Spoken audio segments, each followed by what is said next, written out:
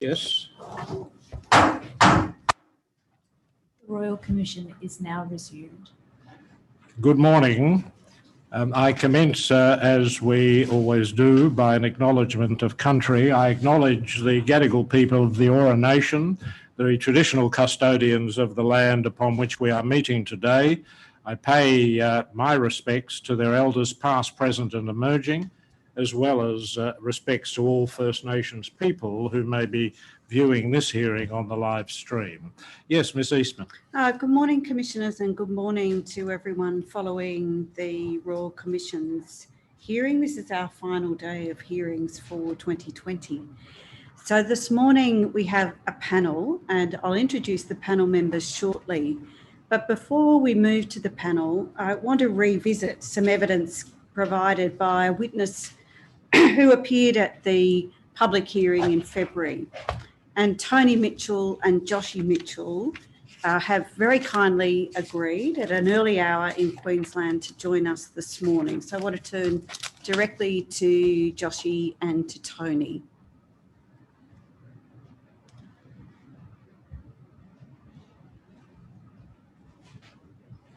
Good morning.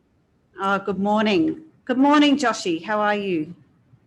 Why, yeah. Nice to see you. And Tony, good morning. All right. Now, we might start with some formalities. And I know that you have both been... Yeah. So, Joshie, you can have a look at me and I'll wave to you. So keep an eye on me. And I'm just going to ask Mum some questions. Okay? Right, so Tony, welcome back. And I think you have been sworn in before coming onto the screen. And can I just reintroduce you to people who are following this hearing who may not have met you or seen you give evidence and Joshie give evidence earlier this year. So can I confirm that you are Tony Mitchell? Yes. And your full-time occupation is a carer for your son, Joshie? Yes.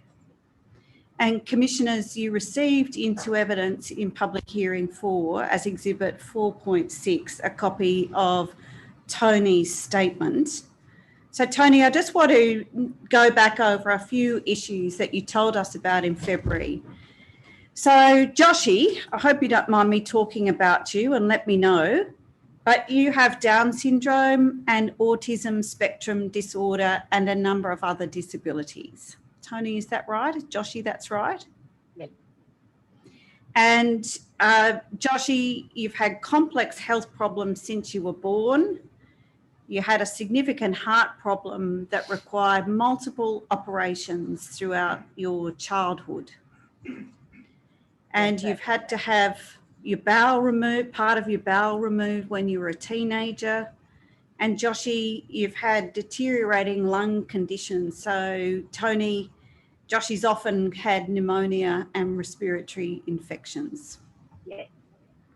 Can I ask you at this point, how has life been for the two of you during the COVID-19 period, particularly with the concerns that you told us in February about your fear of Joshie contracting pneumonia or respiratory infections? Yeah. Well, we've been, I've been very closely following the virus outbreaks. Can you hear me? Yes, I'm just asking the team to turn the sound up a little bit. Yes, thank you. But pretty much since we got back from Sydney, we have not left the house. We've had 2 outings just in the last month, but before that, we hadn't left the house since February. And it's been very restricted who's come into our home. So we've been very isolated. And one of the issues that we talked about when you gave evidence back in February is attending multiple doctor's appointments in Brisbane or locally in Toowoomba.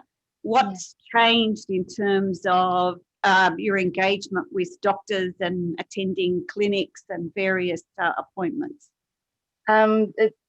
To start off with, the appointments just got cancelled, and then they slowly got changed over to being telehealth or just on the phone. So we've been doing that. If he's had to have November, he had to have a cardiology appointment. So we went locally to get the ultrasounds done. And then that was sent remotely to the hospital in Brisbane.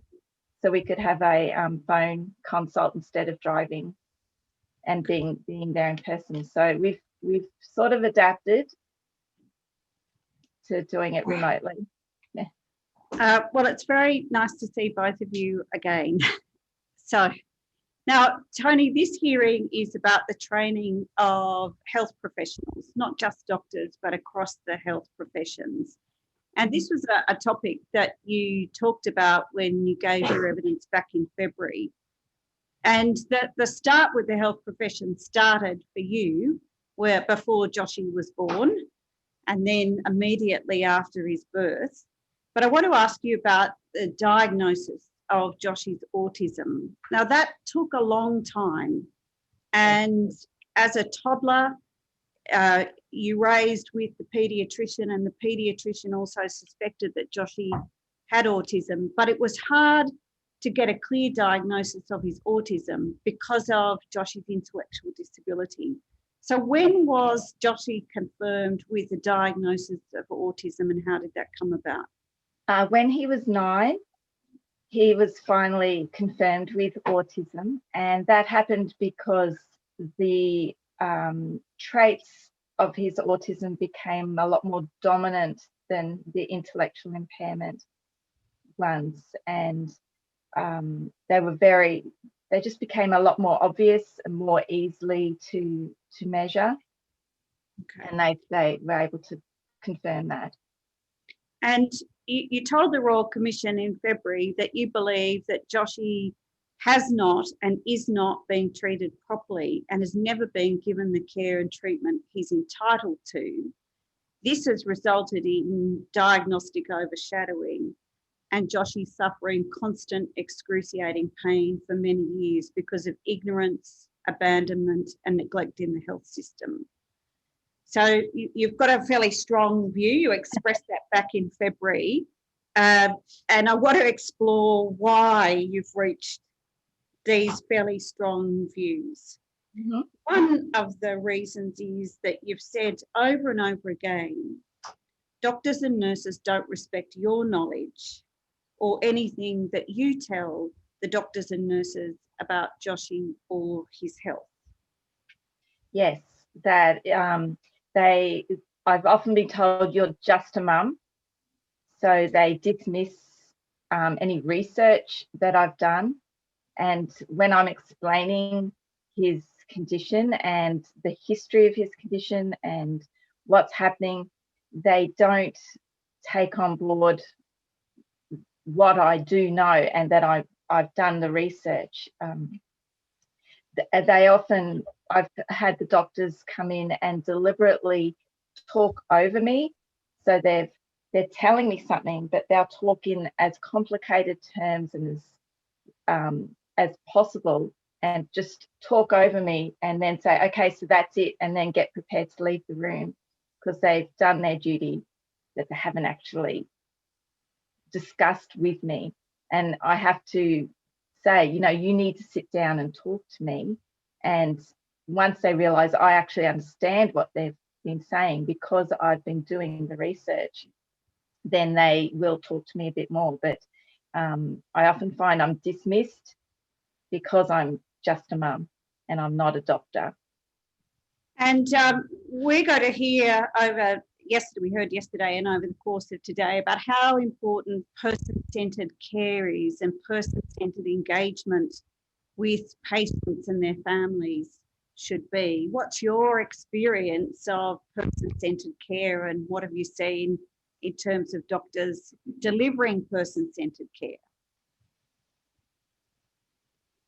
I feel most of the time, especially in paediatrics, Joshy was not seen as a person. They just looked at the Down syndrome and didn't look at him as an individual. They didn't look beyond the Down syndrome to see what was going on inside. And anything that we did present with would be dismissed as oh, that's just part of the Down syndrome. Oh, he's just being lazy. Oh, he has low muscle tone, without actually looking further and looking at him as an individual and looking at him within himself, what was actually going on with his body.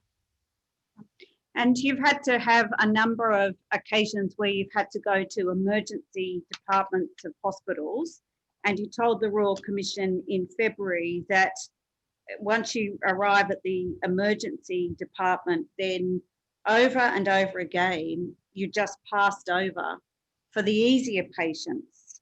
And it's very difficult, you told the Royal Commission, sometimes to get attention at the emergency department.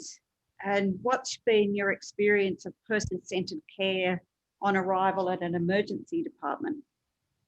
When we presented, they've done the initial administrative detail, and then they've just left him sit in the waiting room. We've sat there for more than 8 hours just waiting. That waiting room has emptied over and over again while we've been there, because he is going to be difficult, and oftentimes he needs to be admitted. And I tell them up front, you're probably going to have to admit him for this. And so they just don't. He just sits there. He runs out of oxygen, he runs out of fluids, and we're still just sitting there waiting. No. You've also, sorry, go ahead. Sorry. When we do finally get back into the back rooms, it's a very it's not a good environment for Joshua. He doesn't cope with being in the back room because there's people crying and screaming and a lot of noise and a lot of bright lights and people just coming in and out and rushing past rooms. And yeah, he doesn't cope very well with that environment to begin with. So it's easier for them to put him into a back room and just forget him. And in terms of the physical environment and coping, in the evidence you gave to the Royal Commission in February, you talked about an example of having to go to Brisbane to get some testing done, and the experience when you arrived at the clinic where Joshy wasn't quite ready or settled, and he had a meltdown. And you reflect on that experience to say that health professionals need to understand how disability affects patients and sometimes their behaviour or reaction to events and incidents. So there needs to be a certain way to talk to people with autism and making an adjustment. And that occasion that you went to that appointment, the nurse said, well, if you don't go in now, you're not getting the appointment.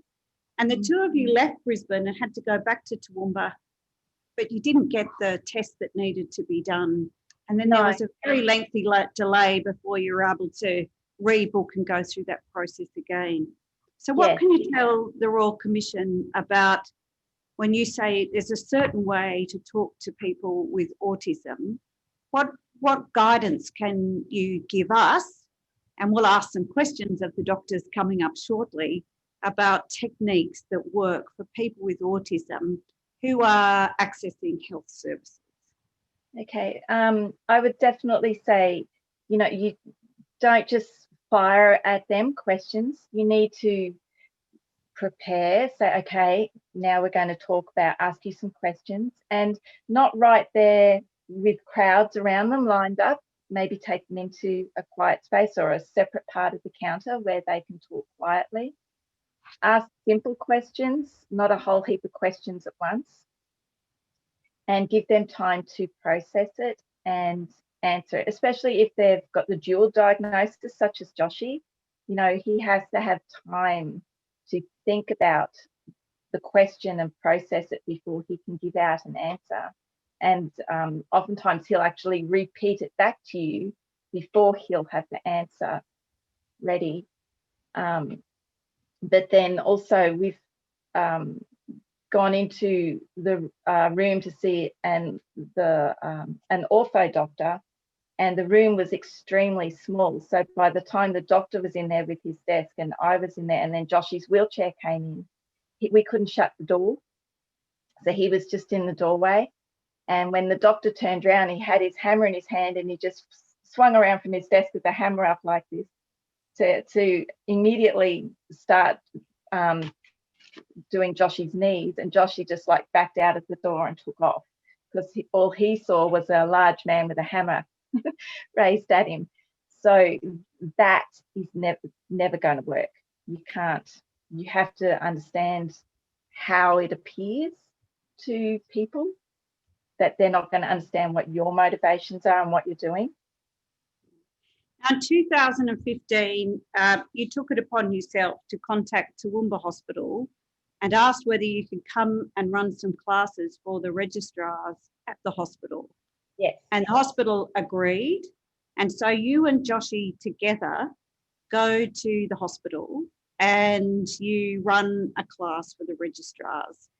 Can you tell us again, what does that involve, and has it been successful? Yeah, once a year we go to the hospital and run a session with the registrars and talk to them all about Down syndrome, specifically Down syndrome. We go into a lot of detail about Down syndrome and the body and all the different things that can happen with the body. So, and then we get them to look beyond the Down syndrome to the rest of the body and different medical conditions also. How do you do that? I used a photo of Joshy, which I believe the commissioners still have, where the original photo is of Joshy just fully dressed standing there, and I asked the doctors to tell me what they see, and they just see the Down syndrome and that's it.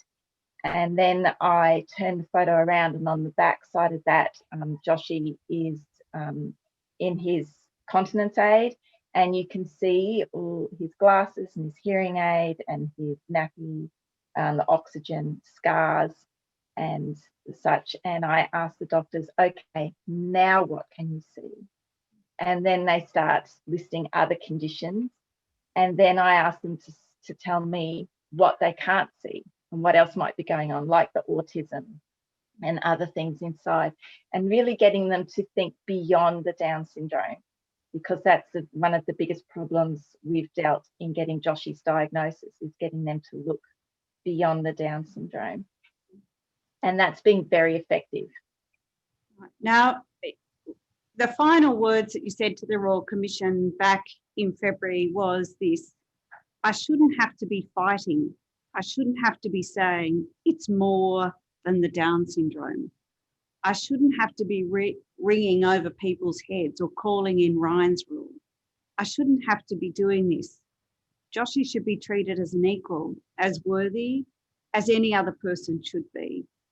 And then I asked you about some suggestions that you wanted to make to the Royal Commission. And you said that you'd love to see the type of class that you give at the Toowoomba Hospital to be part of a nationwide program. And you also said sessions like that should be run with everyone who works in healthcare. And you said that nurses need to have more or better training with autism, particularly managing meltdowns. And your final words were, it can make a huge difference. Absolutely. It really can. And there's so many gaps in the services and in the training that it's really important that disabilities be covered in more detail, especially when, you know, 1 in 5 people in our population has a disability. It should be something that's much more covered in their training across the board, not just doctors, but the nurses and the allied health and dentists as well. You know, Joshy went in for a dental appointment at the hospital, and their way of holding him down was to put their arm across his throat and pin him to the bed. This isn't appropriate. And restraining people with security guards coming in to hold them down on the bed so tests can be done. This isn't appropriate and it's not acceptable. And better training and better accommodations for people with disabilities so they can be treated without being hurt and terrified it has to get better. It can't continue the way it is. Tony and Joshy, thank you so much for joining us this morning, reminding us of the evidence that you gave in February and sharing some further and new insights. I'll just check if any of the commissioners have any questions for either of you. Thank you. I'll first ask Commissioner Atkinson No, thank you. and Commissioner Bennett. No, thank you. Ms Mitchell and Joshy, thank you very much for coming back to the Commission for the second time. Not everybody gets to have a second run at the Commission, so thank you very much for coming back. And Ms Mitchell, thank you in particular for your thoughtful contributions and your very firm views, but very helpful views to us. We do appreciate the work that you have put into preparing material for the Commission. Thank you so much. Thank you. Thank you very much to Joshy and to Tony. And we'll now move to the panel, but I want to say something in introducing and opening the certainly. panel. So we have three members of the panel: Associate Professor Beth Coetzee, Dr. Jacqueline Small, and Associate Professor Guthar. Now, in opening this panel, we want to look at Propositions 1 and Proposition 9. And Proposition 9 concerns a certain specialist medical college training. So the Royal Commission has received evidence that enhanced training for specific medical speciality groups is required, and that key target groups should include general practitioners, paediatricians, psychiatrists, rehabilitation physicians, and emergency physicians. Professor Troller has said that for each of these groups, it is recommended that improved training in these areas is incorporated into the basic training during specialty training. He considered that formal subspecialty training capacity should be developed for general practitioners, psychiatrists, and some of the specific groups of physicians.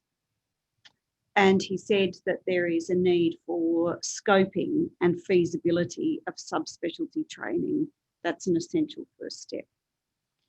Commissioners, you're aware that the draft National Roadmap for Improving Health Services for People with Intellectual Disability includes as one of its medium-term initiatives embedding training within all specialist training programs, including working with the medical colleges to develop curriculum for subspecialty or the like in intellectual disability. At the second roundtable on the health of people with intellectual disability held on the 2nd of November this year, the attendees noted this: there is a limited supply of intellectual disability specialists, particularly for adults, and a greater need for improved training and career pathways for aspiring disability specialists. The Royal Australasian College of Physicians is a professional medical college for physicians and trainee physicians in Australia and New Zealand. A person who wants to be a specialist physician or a paediatrician must complete the advanced training within the college. This consists of 3 years of basic training, followed by a 3 to 5 year advanced training program.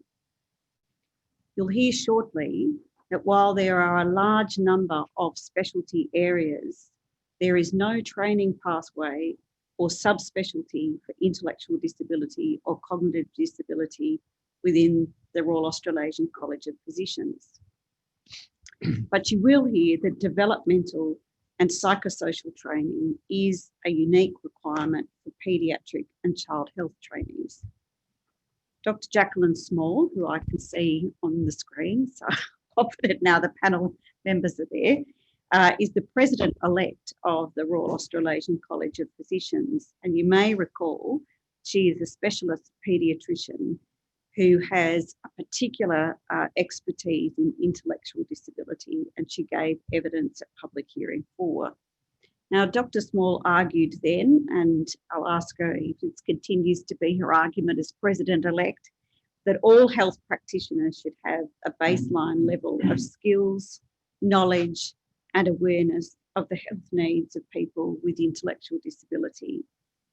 And she said further that there is insufficient inclusion in specialty and general practice curricula of relevant modules about intellectual and developmental disability. She said that this impacts on the availability of appropriate healthcare for adults with intellectual disability. And Dr. Small told you in February that the training people to higher level skills is achievable, and it must be achieved in the short to medium term. So in its statement to this Royal Commission, and Commissioners, you have a copy of the statement prepared by Professor Mark Lane. He's not giving evidence today, but in that statement, the College has said that it supports the Commonwealth Department of Health's commitment to a national roadmap for improving the health of Australians with intellectual disability as part of the 10-year primary health care plan, and it supports Dr. Small's contribution in that context. Psychiatry is another area where there is an identified need to enhance training in cognitive disability mental health. And the Royal Australian and New Zealand College of Psychiatrists Fellowship Program involves 3 stages of training over 60 months. Stage 3 is a subspecialty training, and the college offers 7 certificates of advanced training in subspecialty areas of psychiatry, but none specifically focus on intellectual or cognitive disability mental health issues. A study, though, of psychiatrists in Australia and New Zealand in 2009, and you have a copy of the findings of this study at tab 34 of Part B of the tender bundle, found that many of the college trainees regarded the training in mental health for people with intellectual and developmental disability as rudimentary. And they said their training was significantly less than their overseas counterparts. Most of those asked as part of that survey considered that the mental health needs of people with intellectual and cognitive disability would be best met by formalised subspecialty training in intellectual disability mental health.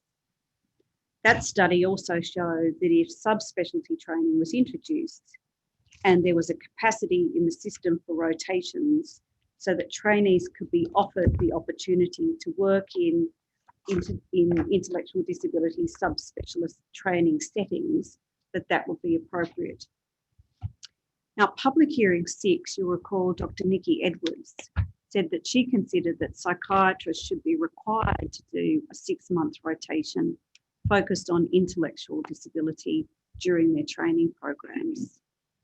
Dr. Jane Law, who you may also recall giving evidence at Public Hearing 6, recommended that there be formal recognition of a subspecialty in cognitive disability with sufficient paid positions for psychiatrists. The academic literature refers to there having been repeated calls for subspecialty training in intellectual disability mental health, particularly for psychiatrists. So the College of Psychiatrists has told the Royal Commission that they are, quote, committed to continue to work with the section of psychiatry of intellectual and developmental disabilities for curriculum improvement, including future development of a certificate of advanced training. And further, the board said it has a clear pathway for this development. And one of the questions that we need to ask today is, what is this pathway and when will this occur? So before I introduce the 3 members of the panel, I might just put up on the screen, I won't repeat Proposition 1, which Commissioners you saw yesterday, but just put up Proposition 9. So if that can come up, please. So you'll see Proposition 9 is directed to specialist and subspecialist training. And the proposition is that medical colleges should review the curricula for general practitioners, paediatricians, physicians, including rehabilitation physicians and emergency physicians, anaesthetists and psychiatrists to determine what further training is required by these health professionals. And if a competency framework is developed, a review should be undertaken accordingly. So the panel now and the panel that will immediately follow will look collectively at these particular areas in terms of subspecialty training. Yes. Can I thank Professor Coetzee, Dr. Small, and Professor Guha for coming today to give evidence. In Dr. Small's case, welcome back to the Royal Commission. And I will ask now Ms. Eastman to ask you some questions. So can I start by introducing the panel? Associate Professor Coetzee, can I start with you? We'll just do a little reorganisation of the screen in front of me.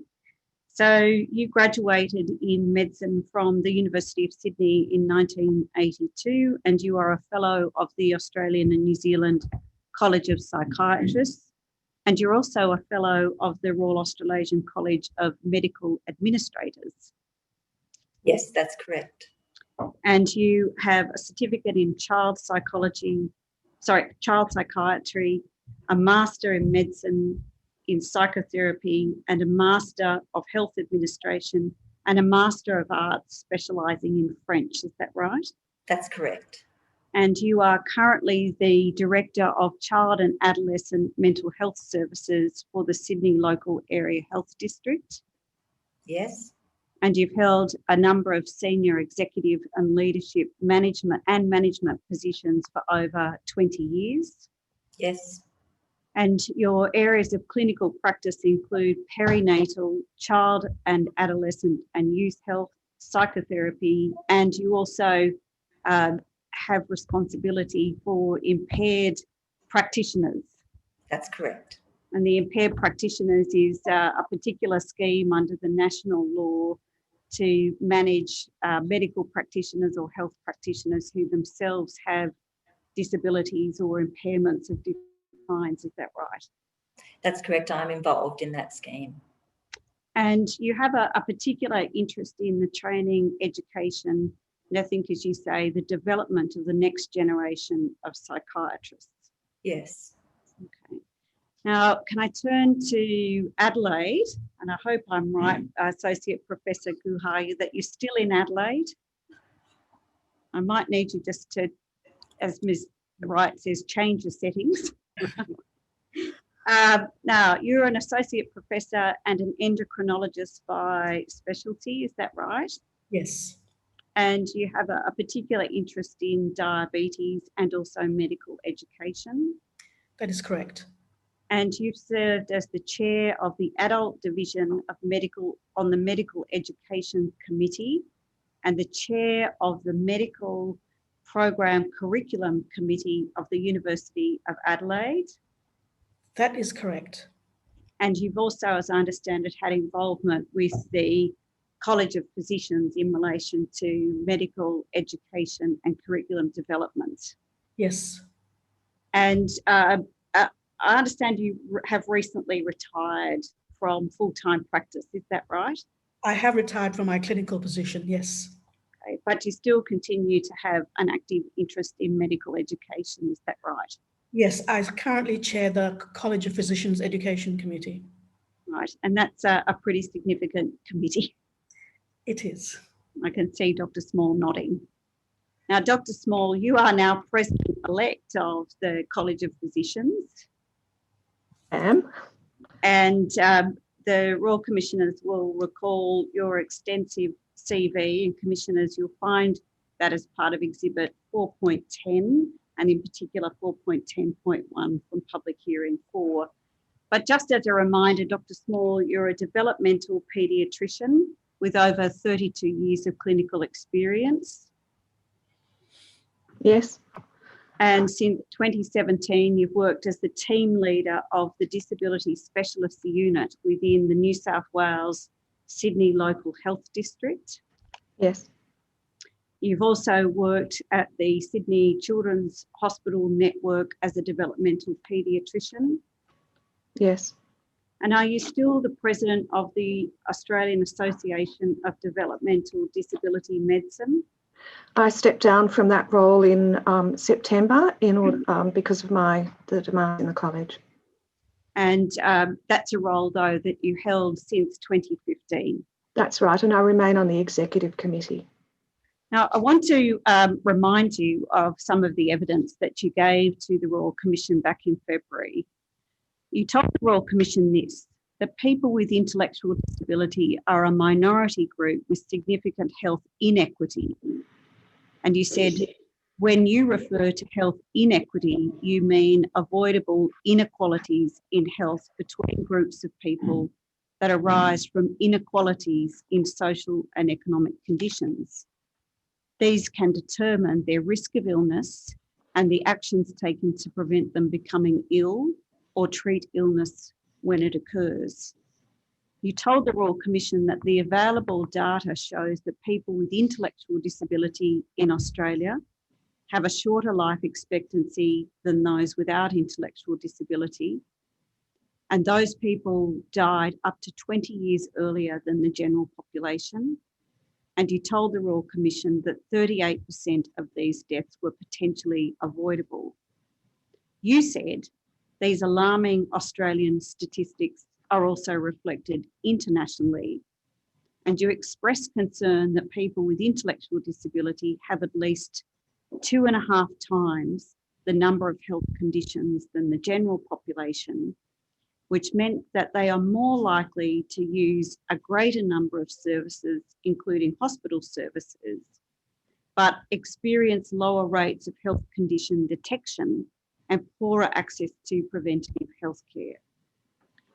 You spoke about some of the complex health needs for people with intellectual disability, including limited verbal communication and reading skills, and generally the impact of communication in describing symptoms to health professionals, understanding instructions, understanding drugs, and giving consent.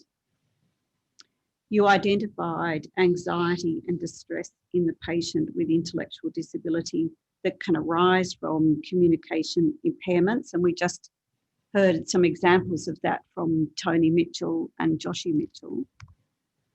You said that people with intellectual disability attending specialised medical clinics in New South Wales were shown to have, on average, 5.4 medical disorders per person.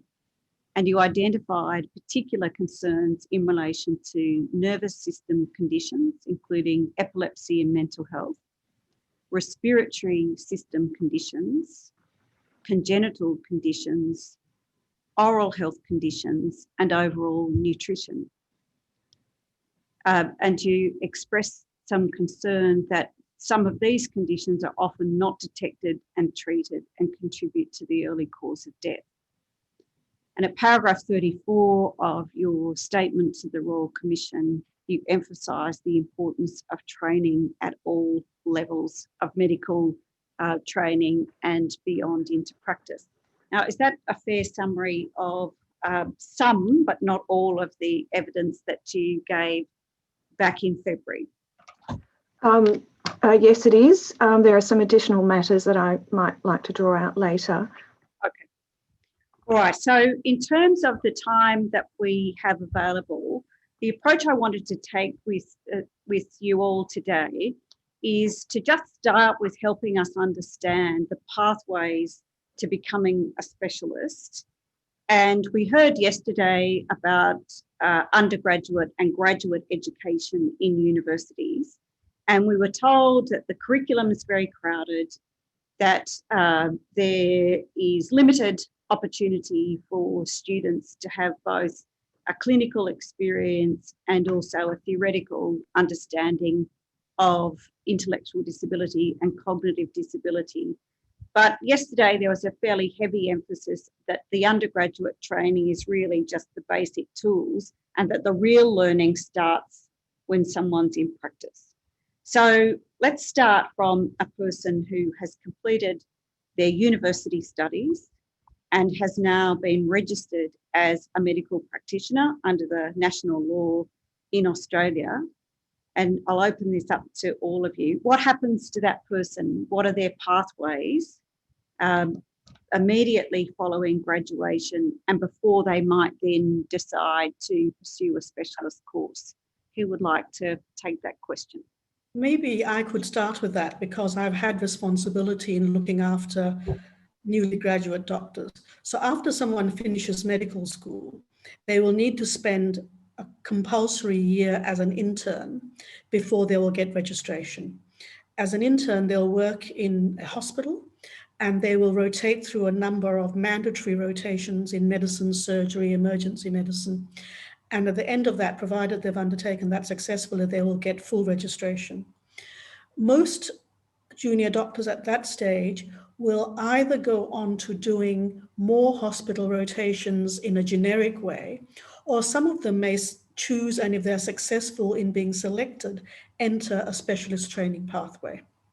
So, for example, in our College of Physicians, most of the trainees who commence in the College of Physicians would have undertaken their internship and possibly 1 or even 2 years post-internship before they commence the physician training pathway. Now, the different specialty colleges have different timeframes within their training pathways, but if you take physicians and pediatricians, which is the one I know best, most physicians and pediatricians will spend the first 3 years of their training in what is called basic training. And in basic training, they'll rotate through a lot of medical subspecialties of various kinds, all within hospital settings largely. And then they will sit the examinations of the Royal Australasian College in their 3rd year of training. They'll then select to go into what is called advanced training, which can be anything between 3 to 5 years, depending on what the training program is. And that will be either they can continue in a general direction to become what is called a general physician or a general pediatrician, or they can choose to subspecialize in one of the branches of physicianly practice, such as cardiology or gastroenterology or something in that sort of the various subspecialties. There's also a stream that is somewhat outside this program, but has its own program within the College of Physicians, such as rehab physician, which is a 4-year program, again, after completion of internship and often another 1 or 2 years of general training. And then they'll do rehab medicine. And there are also a number of other subspecialty pathways within the College of Physicians, but the large majority will either go through the adult medicine training program or the pediatric training program. So we would expect to see of a young graduate is a year in a hospital setting, and during that year and then perhaps the following 2 years, that graduate would then develop a particular interest in an area of medicine. And this is really an interest either, can I put it crudely this way, not in whole person, but a particular part of the body, an organ or a disease. And essentially the sort of specialties are very much geared around to particular conditions, as you said, cardiology, rheumatology, endocrinology, the sort of the specialist areas of that, perhaps with the exception of pediatrics and geriatrics, where you're looking at a particular cohort based on age. Is that right? Or general physicians. General physicians also have a broader spectrum that they look after. I guess, yes, they tend to get focused with specialized knowledge in a particular field. All right. Now, so that's physicians. Now, I've done my rotation and I think I might be interested in surgery or in dermatology or psychiatry. So, Dr. Coetzee, if psychiatry is something that a graduate is interested in doing, what is the pathway to becoming a psychiatrist? I think the first thing to say is absolutely critical, the exposure to psychiatry and intellectual disability as a medical student.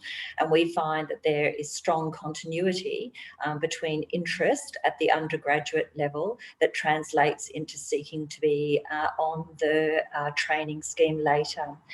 So after completing an intern year in which there are very few opportunities for further training or rotation through through psychiatry. There are some, but they're very few. Someone would then apply to join the training scheme in psychiatry. Once they are an accredited trainee, there's a 60-month full-time equivalent training scheme that involves a variety of structured experiences. The first being an acute adult, where of course people with intellectual disability are one of the populations that are commonly encountered through community and inpatient services. And in that part of the training, there is some very pertinent but general exposure in the formal training and education course to the needs of people with intellectual disability.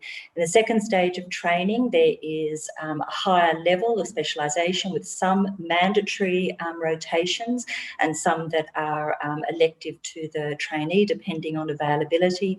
And at that stage, the curriculum becomes much more specific to the needs of people with intellectual disability. The final stage of advanced training includes the availability of 7 certificates in advanced training, 6 of which have significant components dealing with the needs of people with intellectual disability. And at this point in time, specific advanced certificate in intellectual disability is not one of the offerings. All right, so I might come back to ask you a few more questions about some of those pathways and the nature of training in a moment. But Dr. Small, can I ask you this?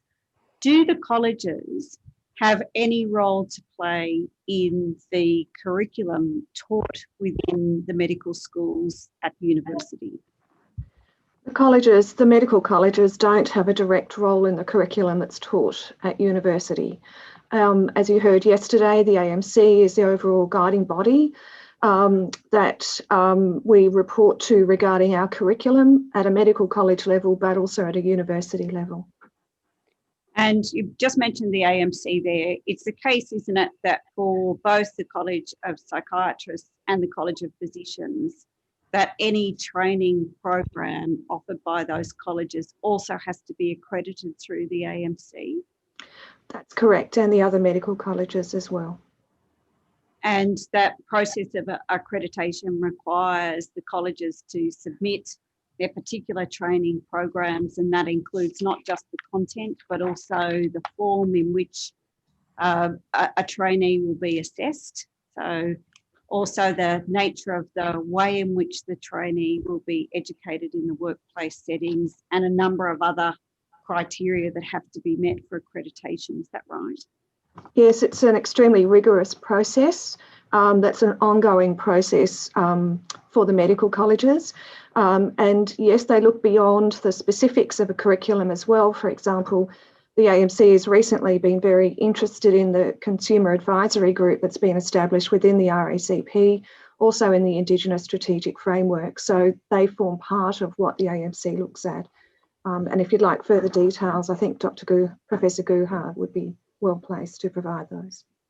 Now, you've all talked about the pathway being someone decides that they want to become trained as a specialist. Can they just say, look, I think I'd like to be a paediatrician, and that there's an automatic entry to paediatric training? Or is there a filtering out process or a particular set of criteria to who even gets in the door for commencing a training program? Most training programs have a selection process. I would say almost all of them have a selection process, and applicants are invited to apply for training in a particular discipline, and they will then be taken through the selection process and often involving interviews, sometimes also involving written and situational judgment type cases. But there is always a selection process to get into a training program.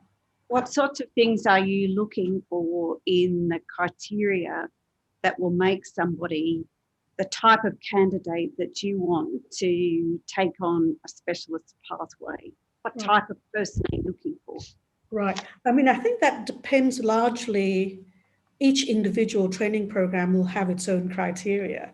So a criteria for a surgeon may be somewhat different from a criteria for a physician and a psychiatrist. So there will be different criteria. I can perhaps speak best to the selection process of physicians because I've been on a number of selection processes, selection committees for that.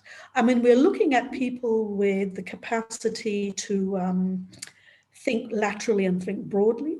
We're looking at people who have got very good communication skills, who have got intellectual curiosity and the capacity to look beyond the obvious, and people who have resilience and can deal with complex and difficult situations, and people who have keen interest in looking after patients' best interest, regardless of who the patient is, that you're looking at a patient as being the focus of your attention and looking beyond the disease at the person that is behind that disease.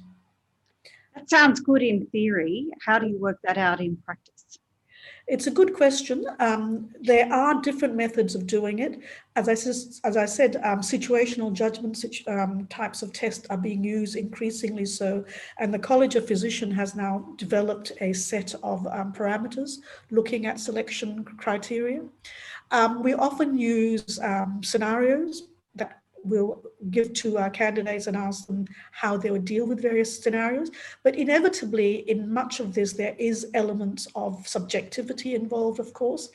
We also rely quite intensively on referees' reports and reports from supervisors to tell us whether they've got the skills that we're looking for. How does each college, if I may interrupt, sorry, how does each college determine the number of applicants who will be admitted to the program each year? I can't answer for all colleges because I don't know the answer for most. No, the ones you're familiar with. It's usually based on the number of positions that are available, because most training, apart from general practice, most training takes place in hospitals. And so the number of people who are selected in will depend on the number of positions available in hospitals that are funded for training positions. To carry on from Ms. Eastman's question relating, for example, to paediatricians, is the entirety of the training program for paediatricians necessarily carried on in a hospital environment? A significant proportion of it is, the vast majority of it is. There are some community terms that are required by paediatricians, but that would be the smaller component of their training. The majority of their training will be hospital-based. And who determines the number of slots that are available in hospitals, for example, for those who wish to train as paediatricians? I'm sorry, I've just been reminded, if you don't mind, to remember to speak a little slowly because we have to interpret both through Auslan and for real-time transcript. You are not the only ones to whom the advice has been given. It's an endemic problem, including among commissioners. Thank you, Commissioner. The number of positions in hospitals are usually determined by hospitals and determined by the funding that the hospitals have for training positions. The college has very little influence in the number of positions in hospitals. And if I can just ask one more question before Ms. Eastman gets angry with me. Who makes the decision to admit or not admit someone? You mean a trainee? Yes. Right. It will be a selection panel. And the selection panel is usually made up of a composition of fellows of the training programs and sometimes administrators within the hospital. One more. Okay, there has been. I could see Dr. Coetzee and Dr. Small both ready to jump in at this point too. Yeah, just before Dr. Small jumps in, though, and this may be a more general issue than we need to get into, but I know there's been criticism in the past of the criteria applied in practice because it's the people who are already in the system who are determining who gets into the system. And I just wonder if at some stage, not necessarily now, you might address that, particularly from the point of view of practitioners who may have an interest in intellectual disability.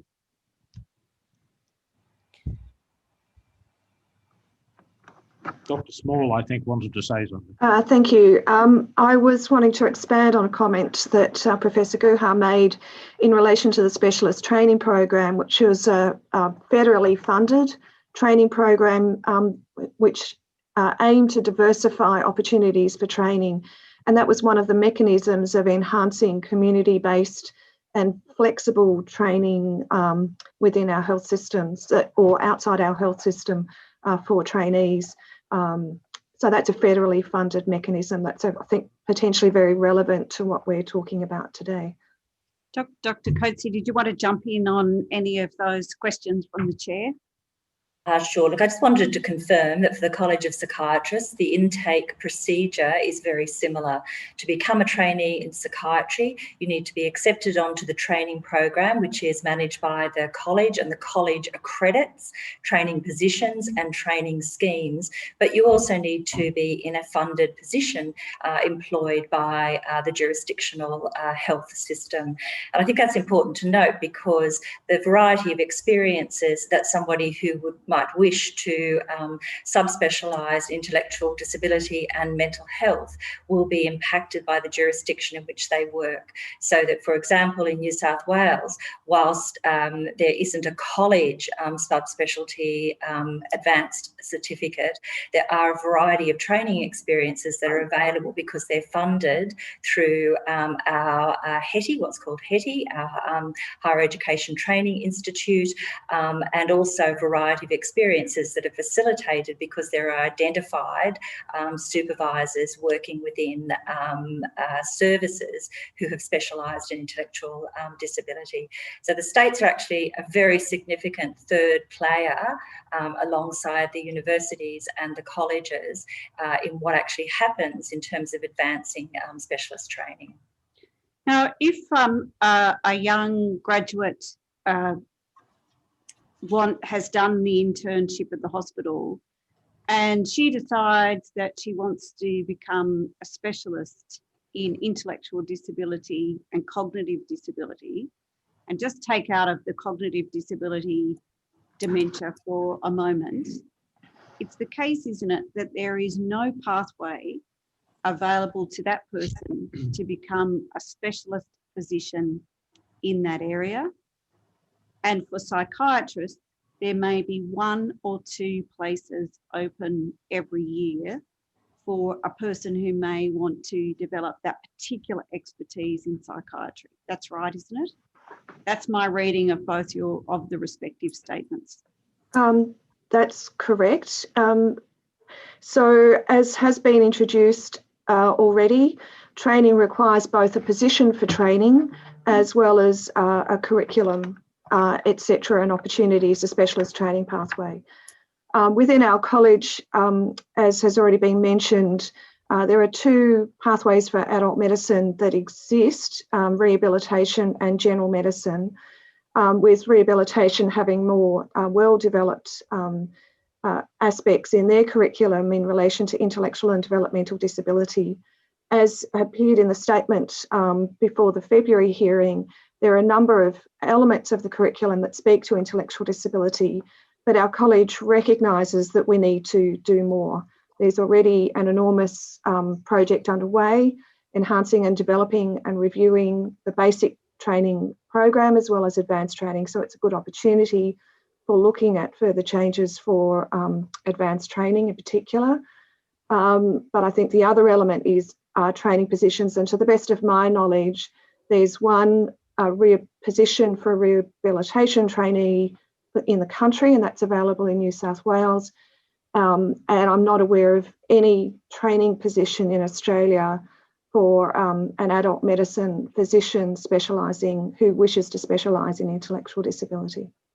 So when you say there's no training position, there is no position in a hospital with an experienced specialist to be, and I think you've used this expression, a contemporised master apprentice model of workplace training, that there just is no position and no particular area of specialty where a new graduate wanting to become a specialist in this area could go?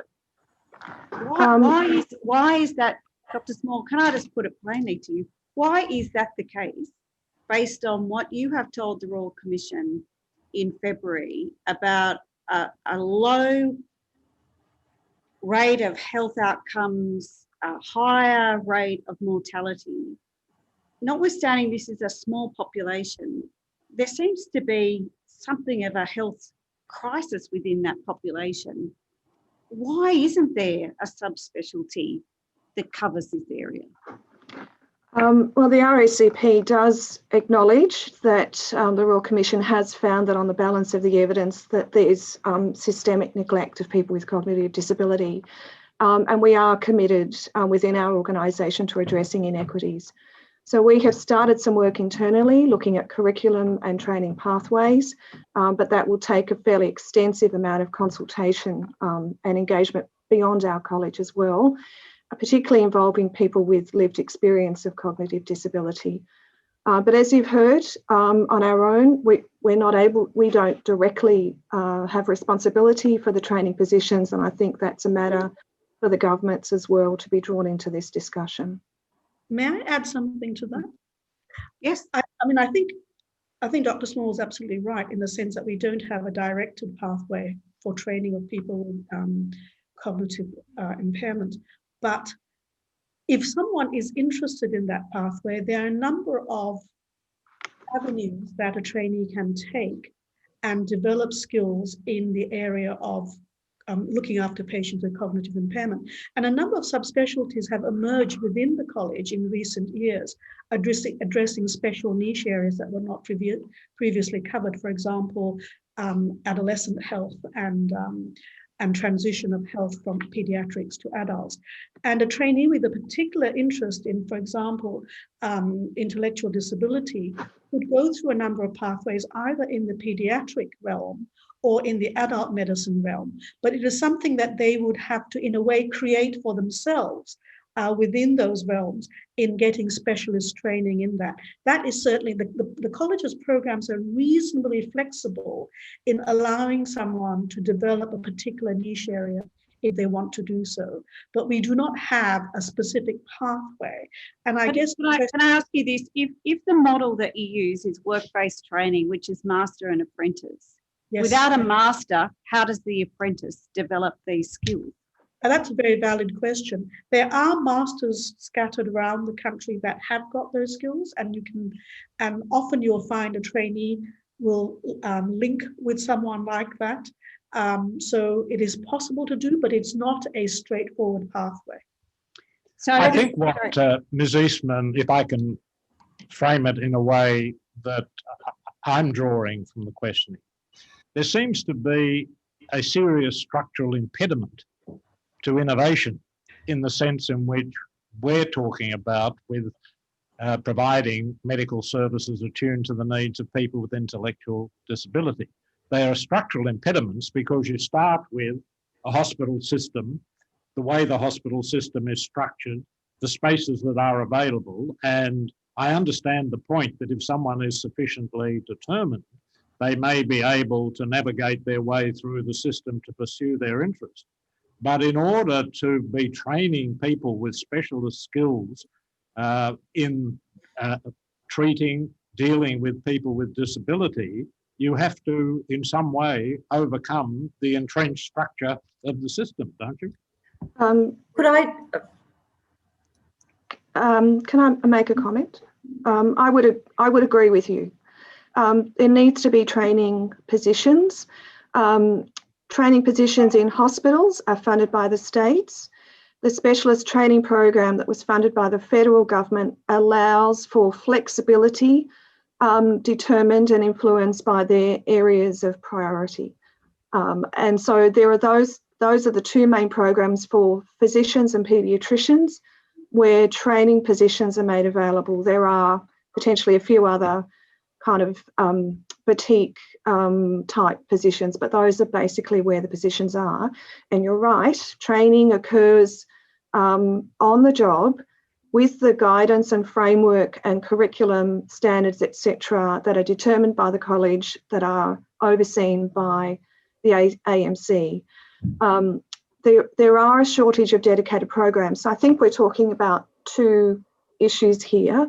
One are the competencies, as you've outlined in Proposition 1, that all health professionals ought to have, and our college has developed substantially our professional qualities framework, but we also recognise more specific areas of adjustment need to be made to respond to the issues and concerns that you've been outlining through the Royal Commission. And that work has started, and we have developed a series of principles that reflect in part the propositions, but go beyond that, related to the context of our work. What we're also talking about are the higher level of skills, the leaders in our profession, and yes, we do require specific training positions for that. I'll ask Dr. Coatsy to, because I can see you want to jump in, because Dr. Small, you've taken me to the next topic, which is without a specialist dedicated pathway, then I want to ask you all about for the general pathways. So the cardiologists, the neurologists, the paediatricians, what content is there for intellectual and cognitive disability in that general training? So that's my next question. But Dr. Coatsy, you wanted to jump in.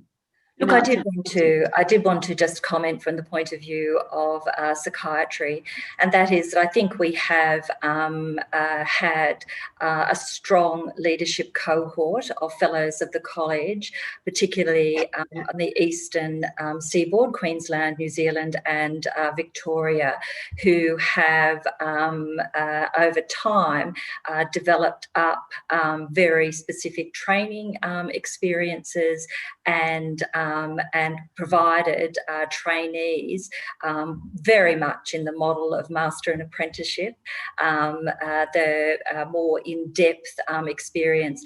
I think for us in psychiatry, we of course specialise in a population that has tremendous disability, impairment and disadvantage, and many of whom will also have the double disadvantage of intellectual disability.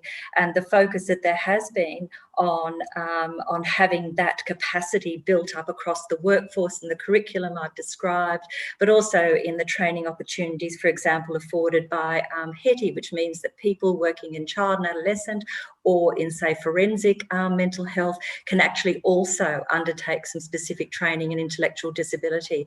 And that needs to remain in place because of the prevalence of intellectual disability, for example, in the jail system. That dual specialisation is incredibly valuable. What is actually missing at the moment is that highly identified specialisation in intellectual disability in mental health. And that's the component that's being addressed through the review of the curriculum and the review of the faculty sections and advanced certificates of training that's currently being undertaken by the college. And I've got reviews as another topic to come to. Can I come back to this question, that in the absence of specific specialisation for intellectual disability, when the Royal Commission reads the statements from both of the colleges, both colleges tell us about the training that is available at that first stage training before the advanced training, and the exposure that students may have to intellectual or cognitive disability. So I'm not going to ask you for the detail of that, we've got that. But one thing I couldn't see in your responses is how do you evaluate the effectiveness of that training at the base level or entry level into specialist training? How do you monitor if it's master and apprentice style? And how do you evaluate the effectiveness of the bits that go into exposure to people with intellectual or cognitive disability? Who wants to answer that question? Maybe I could start the ball rolling. In basic training, there are a number of assessment tools that are used throughout the training program that the college has developed and which are used by supervisors at the at the hospital level to assess their trainees. Some of these are looking at competencies, and some of these are looking at what are called entrustable professional activities. And it's using some of these tools that we can assess if our trainees are fulfilling the type of skills and attributes that we would like them to have. These are done throughout the training. This is quite independent of the exam, which is just at the end in their third year. But throughout their 3 years of basic training, they will be getting reports from their supervisors called rotational reports.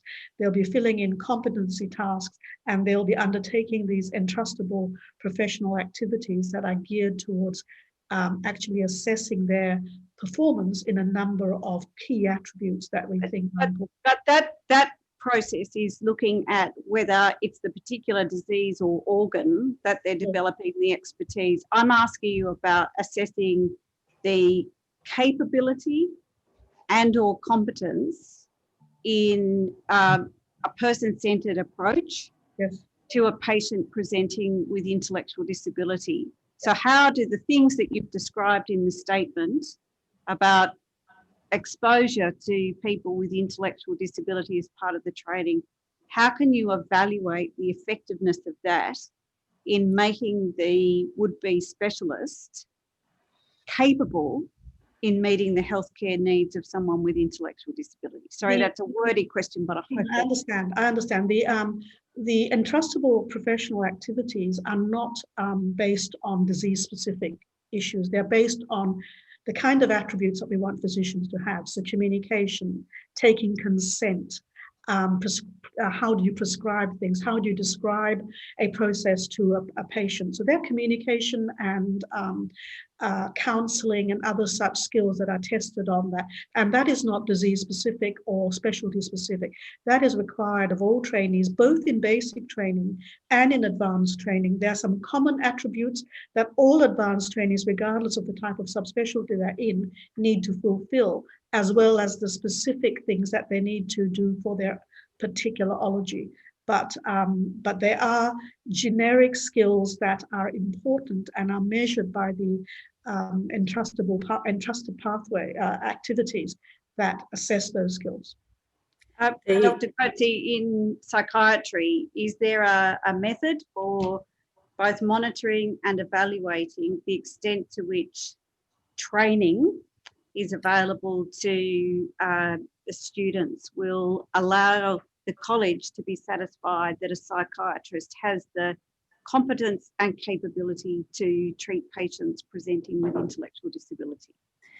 Look, there's a comprehensive framework. So the competency-based training was introduced to the College of Psychiatrists in 2012, and within that there are a number of important processes and structures. Firstly, there's the developmental descriptors that support the competencies, and I understand the college has made those available to the Commission.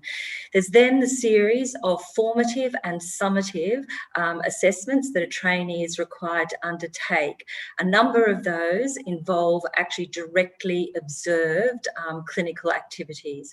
So that is where a more basic trainee will be assessed on their ability to establish rapport, to conduct an examination that takes into account the capacities and limitations of the person that they're working with, and also takes into account some of those other contextual issues that particularly Tony mentioned around environment and how a person is responding to their particular environment at the time.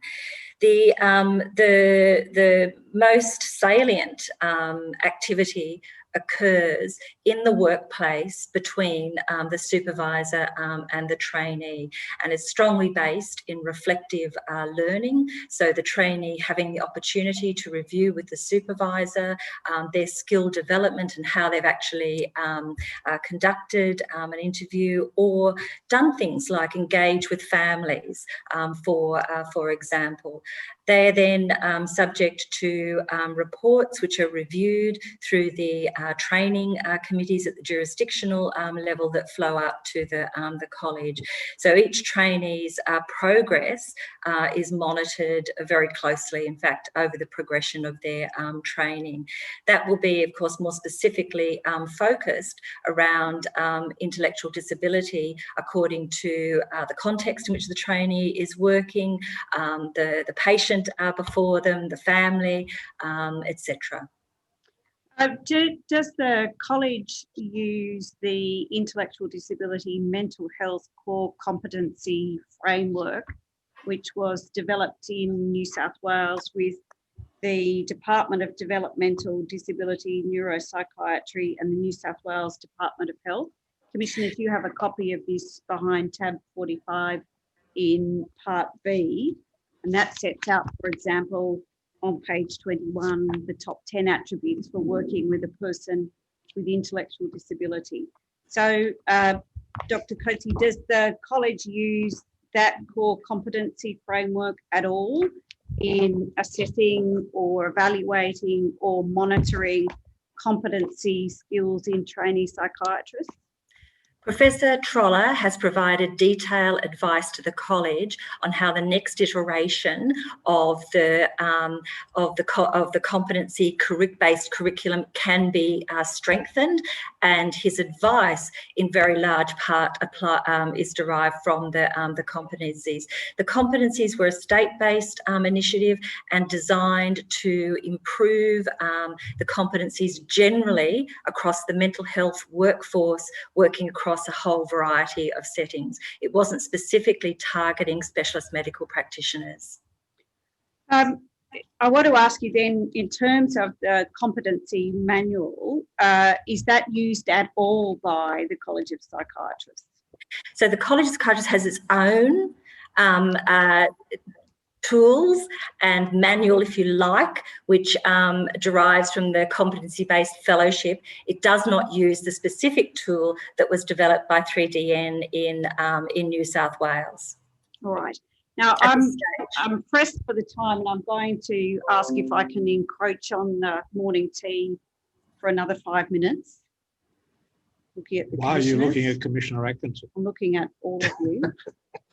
Yes, you can encroach for 5 minutes. Yes. The two topics that I want to end on is I'm interested in the masters. Now, the masters have obviously gone through a training program either recently, but maybe even 30 or 40 years ago. What is the ongoing training and education for the masters, the specialists of the colleges in terms of intellectual disability or more broadly cognitive disability? Dr. Small, you're the president-elect, so you've got to be across this, and Dr. Guha, I'll ask you because you're on the Education Committee. So I'm now interested in the masters, and you might remember Professor Leader talked about this cohort being targeted for ongoing education and training. Yeah. So our college has a continuous professional development framework that's accepted by the AMC as a framework for continuing professional development, and that needs to reflect the scope of practice. There are a variety of the clinician, of the physician or paediatrician, and they're able to meet those specific requirements in a variety of ways that are relevant to their scope of practice. So if a particular individual was practicing in intellectual disability, or where a significant proportion of their practice was intellectual disability, it would be expected that they would be undertaking professional development relevant to that. The college does provide a range of resources that are specifically addressing intellectual disability, and is undertaking, will commence a project next year to review what we have and seek how we may expand those to be relevant to the issues that have emerged for this Royal Commission. Does the college keep any data or records of its 26,000 fellows? How many fellows have actually undertaken in the last, say, 3 to 4 years ongoing education in relation to intellectual disability, regardless of the ology, so the either disease or organ to which they have specialty? I'd have to take that question on notice, but my suspicion is that we probably don't keep those types of records. We are intending to identify members early next year who have an interest in intellectual and developmental disability or cognitive disabilities more broadly. As part of our work that we're looking to review our training programs, ongoing networking amongst our members, and perhaps identifying more masters than we may appreciate exist. So we are planning to identify those next year. I'm talking about the masters who may, for example, and I'm not picking on cardiology, but that a cardiologist has a patient with intellectual disability. That cardiologist has particular expertise in all things to do with the heart, but also whether that specialist has undertaken any training in relation to patients presenting with intellectual disability. That's the sort of ongoing training I'm interested in understanding. Is that offered by the college? And I think you've taken on notice whether there's any records that would help us understand the number of fellows in the college who will have undertaken that type of ongoing education. We can see if we can provide that information to you. May I address that question? We are certainly looking at the moment, the advanced training programs, the entire spectrum of advanced training programs currently is undergoing curriculum renewal. And that's a piece of work that will probably take up to about 5 years because we've got about 30 subspecialties that are involved in that process. And certainly one of the things we will undertake to look into is to looking at developing modules that specifically deal with intellectual disability to be included as part of the generic modules that all ologies or all subspecialties will need to master as part of their training. That's something that we're looking at developing in the future. And Dr. Coetzee, in terms of psychiatrists, what's the situation in relation to ongoing education and or training for patients presenting with intellectual or cognitive disability? So in terms of qualified specialists, there is ongoing strong leadership from a cohort of senior and more newly graduated fellows within the college. There's also some guidance, but the CPD provided by the college is fairly general and really allows fellows to very broadly pursue areas of interest and upskilling. But there are some certainly formal activities provided by the college in that area. And there's nothing mandatory for either of the colleges in relation to ongoing education and or training for physicians or psychiatrists in intellectual disability? So the framework of the CPD for psychiatrists is that there is mandatory domains and a mandatory level of activity, but within each of those domains, because of the huge variety of subspecialist interests in psychiatry, people can choose within those domains a particular activity, whether that's military psychiatry or forensic psychiatry or intellectual disability psychiatry, child and adolescent, etc., etc. But nothing mandatory? Nothing mandatory specific to intellectual disability. Dr. Small, can I come back to you with some final thoughts and reflections? Taking on the role as president of the college is a very heavy and significant responsibility. During the course of your term as president, do you expect that there will be any changes in relation to how physicians might start to think about better outcomes for their patients with intellectual disability? I've observed significant changes already, and I expect that will continue over the next few years. For example, I think the very significant transformation of our curricula and ways of training our trainees will go some way towards addressing the issues that have been identified through the Royal Commission. We are already planning to undertake and have commenced undertaking some specific work looking at how we can include people with lived experience, because as we've seen this morning, that's a very powerful motivator for change, as well as people with lived experience can often identify solutions as well as sharing the problems and how it really matters to them. So we're looking to see how we can involve people with lived experience more explicitly and more generally in the work of the college, particularly with training, but not just training, in our advocacy as well. We're advocating, we already have been advocating and will continue to advocate for health inequities and are explicitly including the needs, the unmet needs of people with intellectual and developmental disabilities. So I'm already seeing change in the college. I think we recognise that we're part of an ecosystem, and we'd very much like to see broader changes in the health system as well that respond to particularly people with intellectual disability, but all people with chronic needs whose needs aren't being met well by some of the models of care available within the health system at the present time. Can I thank you all very much, and also bearing with us for going a little bit over time, but we very much appreciate your contribution to the panel this morning. Thank you. Yes, thank you. I'll ask Commissioner Atkinson No, thank you. and Commissioner Bennett. No, thank you. I'm going to intrude a little further. This may be characterised as a thought bubble, but I'll go ahead anyway. One of the characteristics of the medical profession, and it's true of other health professionals to perhaps a more limited extent, is specialisation and compartmentalisation. Over many decades, for reasons that don't matter, I've had a lot to do with medical practitioners, hospitals, intensive care units, emergency departments, and so on. There are some things that the medical profession does astonishingly well, and that is largely a product of specialisation and of course, advancing knowledge. But what we've got here seems to be a tension between the specialised knowledge that is required of specialties and to some extent all medical practitioners, and the general skills, capabilities, competencies, however you want to describe them, that really should cut across all aspects of medicine.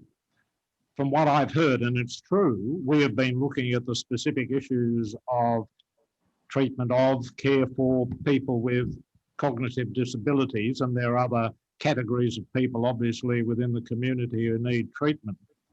But at the moment, I find it a little hard, and this is really something I think that Professor Guha alluded to, I find it hard to see how the skills in treating people with disability, intellectual disability, can't be skills that every medical practitioner requires.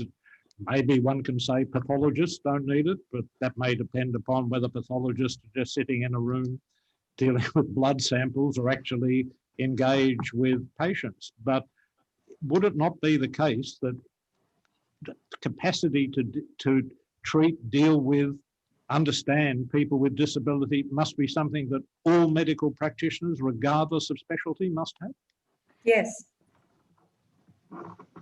Our college would also agree with you about a number of aspects of the comments you've made there.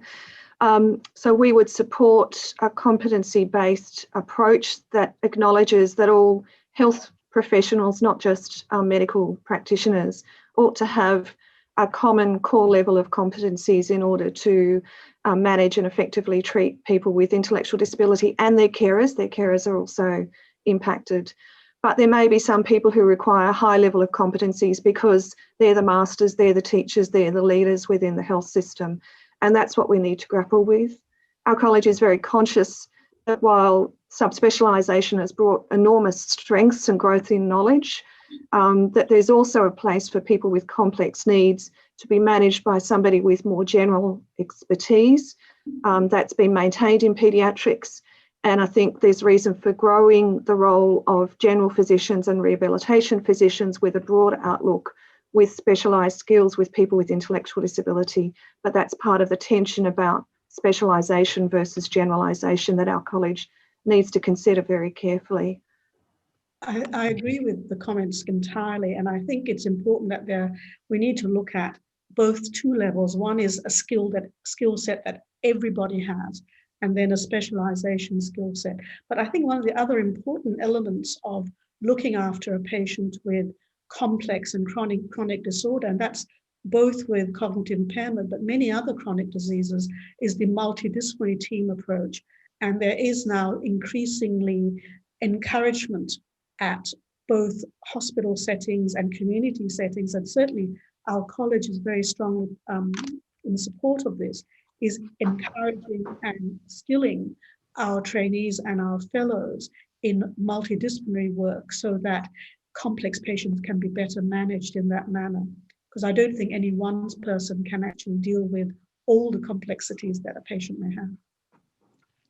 Thank you very much, Dr. Small, Professor Guhak, Professor Coetzee, for dealing so frankly and openly with the questions that have been put to you. The conversation has been extremely useful and stimulating. We're very grateful to you for your contributions to the Commission, and please don't take any questions that have been asked as critical of any aspect of the medical profession, particularly any doctors that might have to treat me.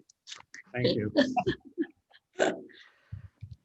Thank you again to the panel, and commissioners, if we adjourn now for 15 minutes. Sure. Thank you. The Royal Commission is now adjourned.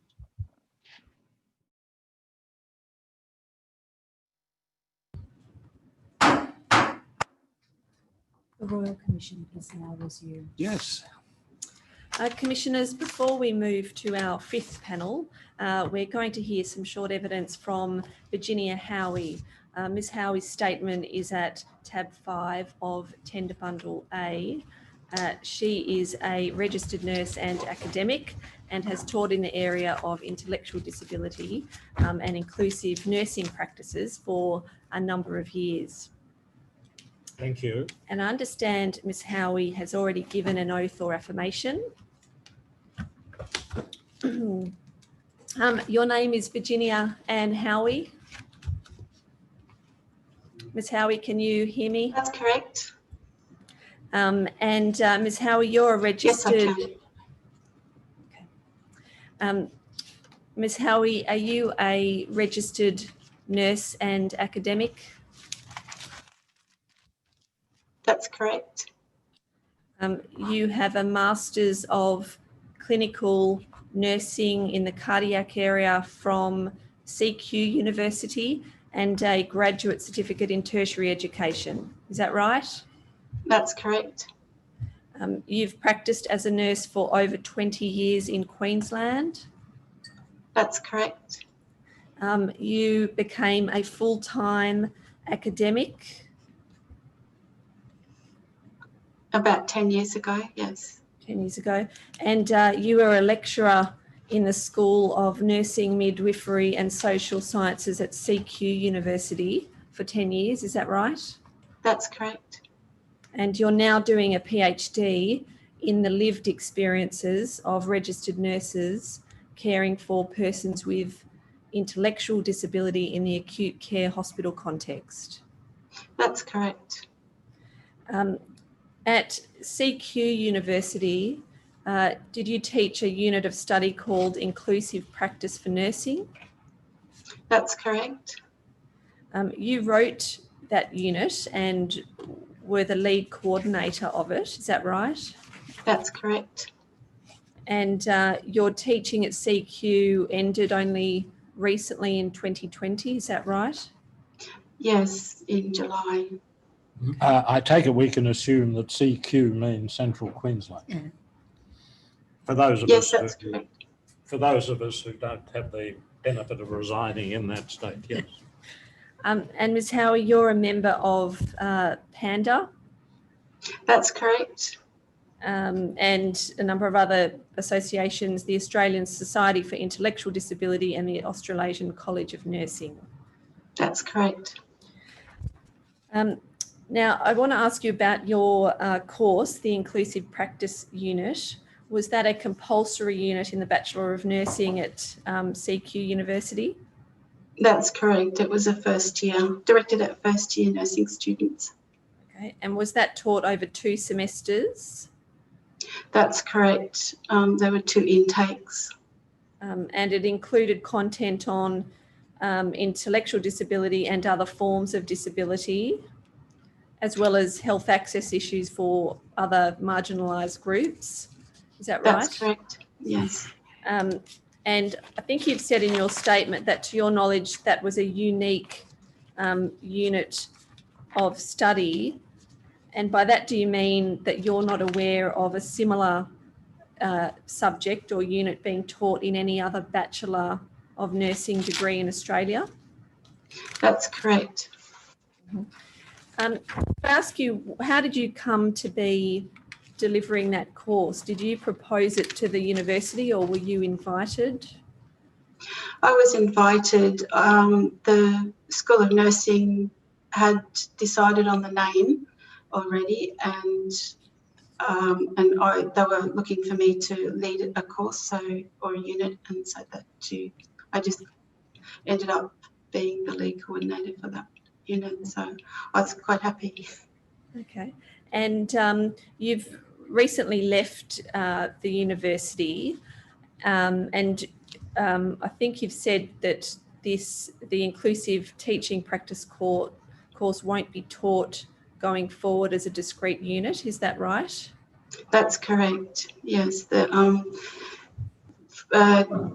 to accreditation, Bachelor of Nursing curriculum go for 5 years, are accredited for 5 years, and so the new Bachelor of Nursing curriculum at Central Queensland University is due next year. And I was assured that intellectual disability content would be in the next curriculum, but I don't know because I've left. I'm not sure.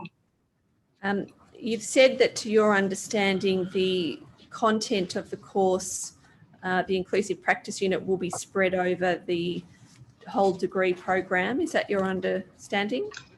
That's correct. The person that was leading the new curriculum did her PhD in curriculum design, and so that was why she thought that spreading it out over the 3 years was the best way. Is there any downside, in your view, to integrating that content over a whole degree rather than teaching it in one place? I feel that it will get lost if it's taught over 3 years. I think it's like any basic nursing course in first year. It grounds nurses in the first year of their training in the theoretical side of intellectual disability or disability. But it's about attitudes as well. So I think it's important that it stays in a first year course. Okay. Yours was a theory-based rather than a skills-based course. That's Is that correct. right? And you've provided to the Commission some of the teaching resources, and Commissioners, one of the resources, or at least a description of the content, is found at tab 7 of Tender Bundle A on intellectual disability. Your course covered topics such as the research around intellectual disability, what is intellectual disability, that it is a diverse group of people, the hospital experiences of people with intellectual disability, the research about attitudes to people in that population, the research about communication, issues of capacity and consent, pain assessment, behaviour support, all of those facts and evidence base about why people with intellectual disability have particular needs and what they are. Is that a fair overview of some of the content of what you taught in the Inclusive Practice Nursing program?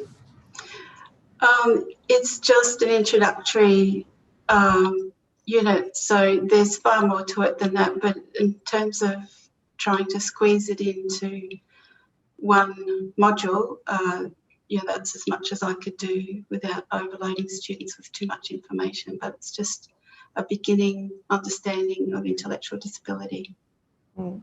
And is your concern that if that is spread, that kind of theoretical content over a whole degree, some of those theoretical underpinnings and the data might get lost?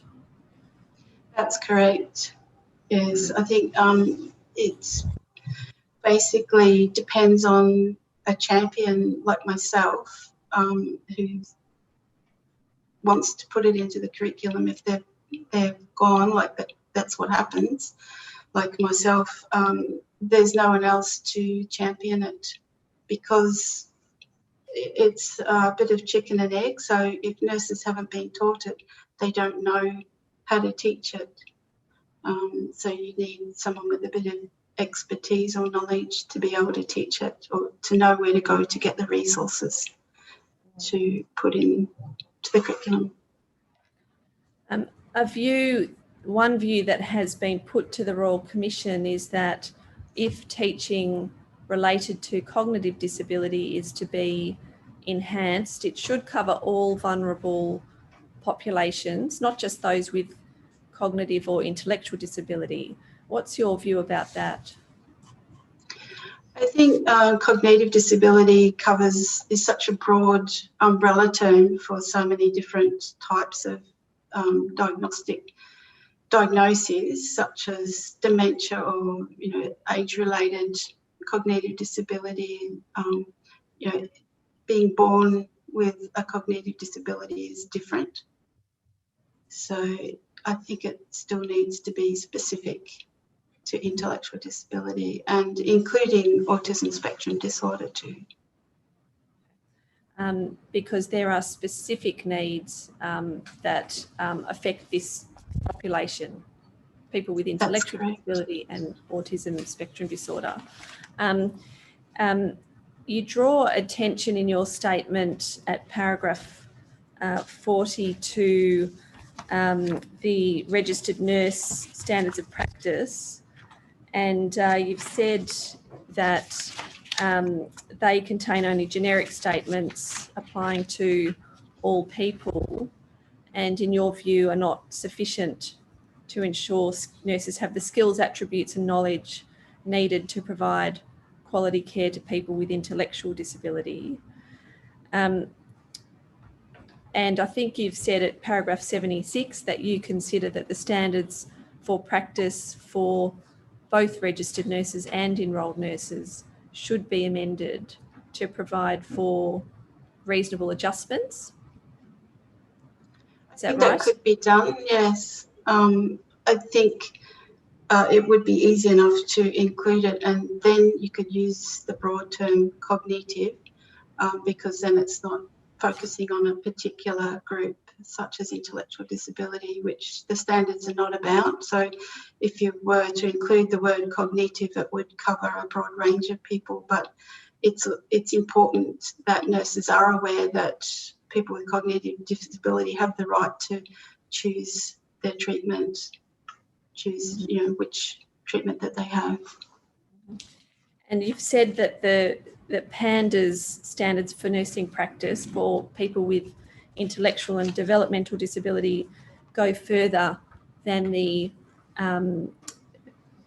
registered nurse and enrolled nurse standards of practice. Those standards of practice, have you considered whether there is a need for a framework, a competency or capabilities framework for guiding education providers to identify whether their teaching content is adequate? I think the PANDA standards could be used by people developing curriculum, definitely. Okay. And they could be incorporated into a broader framework for not just nurses, but for other health professionals? That's correct, yes. In a paper that I've just written, I'm waiting for it to be approved, we found that, sorry, could you just repeat that question?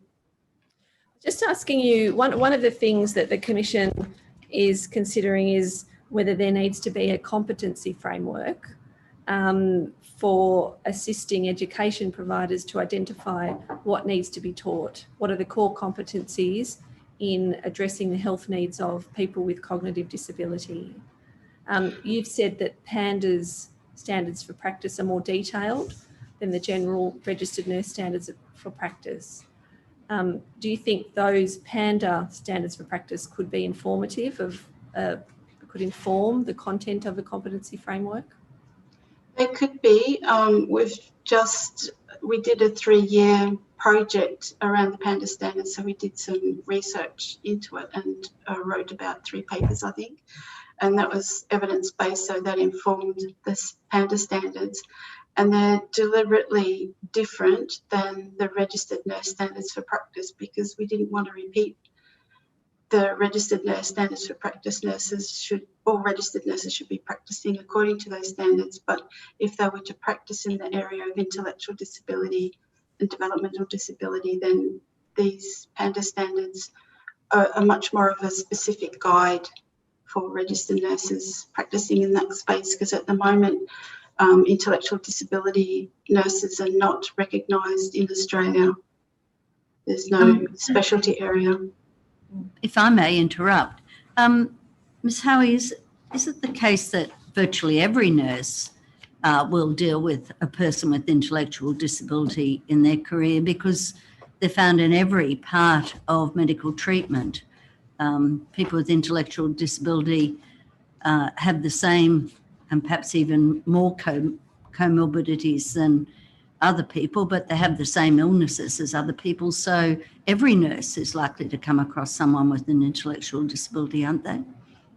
That's correct, and this is our concern. People that work in this area is that nurses are not trained in behaviour management or communication, and quite often people with intellectual disability are left till last, and this is what I'm finding in my data analysis in my PhD. So every nurse needs those skills? Every nurse needs a registered nurse's standard for practice skills, yes. But the PANDA standards are on top of that, additional skills. I guess my question was, if every nurse is going to nurse people with intellectual disability, then every nurse needs the capacity, the correct capacity to properly nurse people with intellectual disability and needs those skills. That's true, yes. Thank you, Ms. Wright.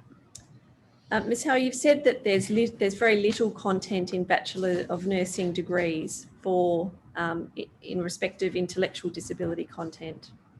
Is that right? Yes. There was an audit done by Professor Julian Troller in 2017, I think it was, and I think half of the Bachelor of Nursing curriculum that did respond to the audit said that there was 5% of the curriculum contained intellectual disability content. So where and I think only one person with an intellectual disability was included in that teaching.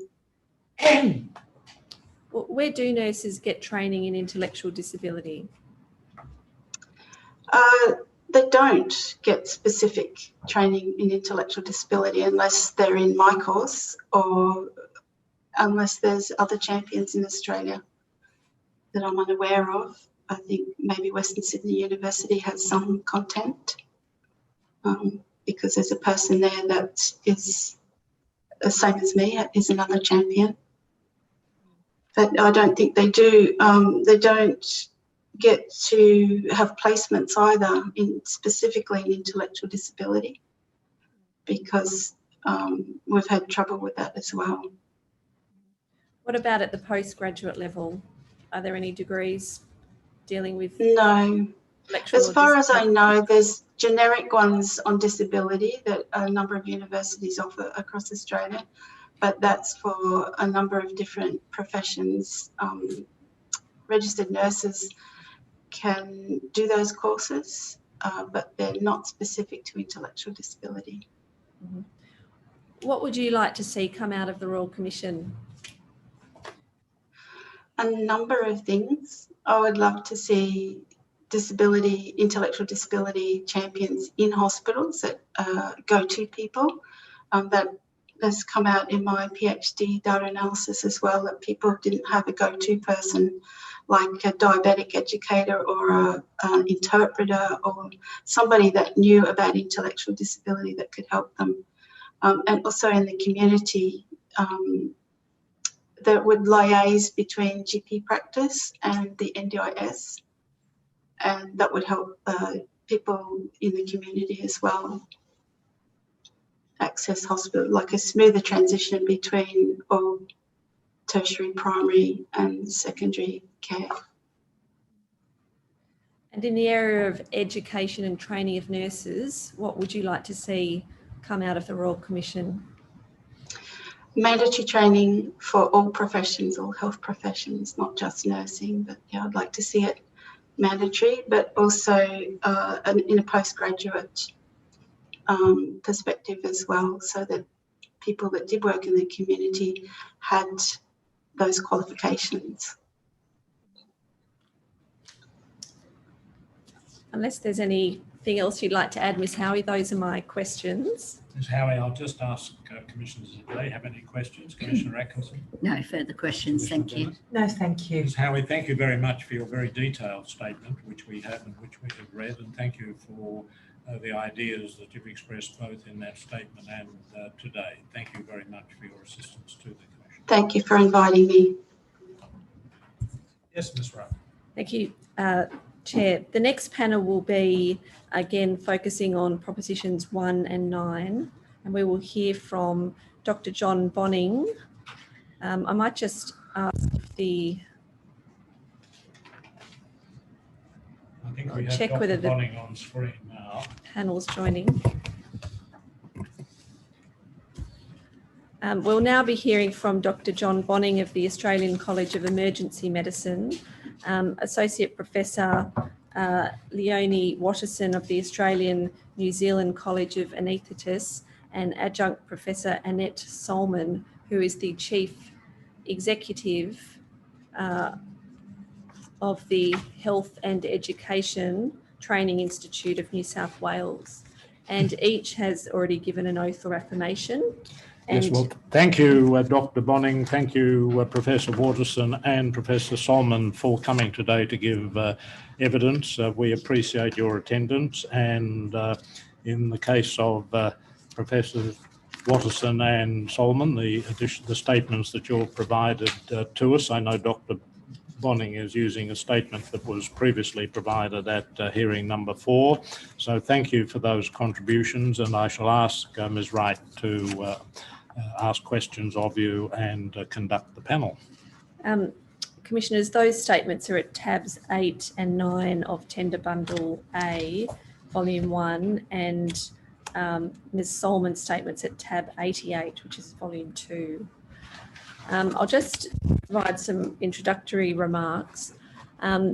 Emergency departments frequently encounter people with intellectual disability, and the data shows that people with intellectual disability use significantly more hospital and emergency services, including for potentially avoidable conditions.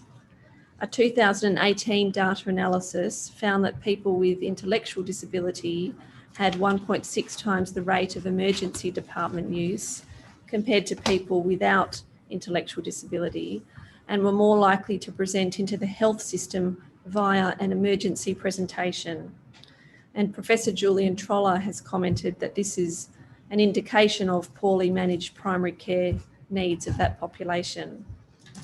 In relation to mental health service use, a data linkage study in 2018 found that after a first ever admission relating to mental health, people with intellectual disability were 3 times as likely as people without intellectual disability to present to emergency departments. Emergency departments are busy and sometimes confusing environments. It's also a setting where the health professions work together.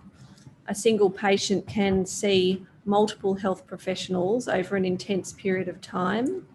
And as we heard from Dr. Palapana yesterday, patients may see a junior health professional without having direct contact with a more senior doctor who's consulted about their care.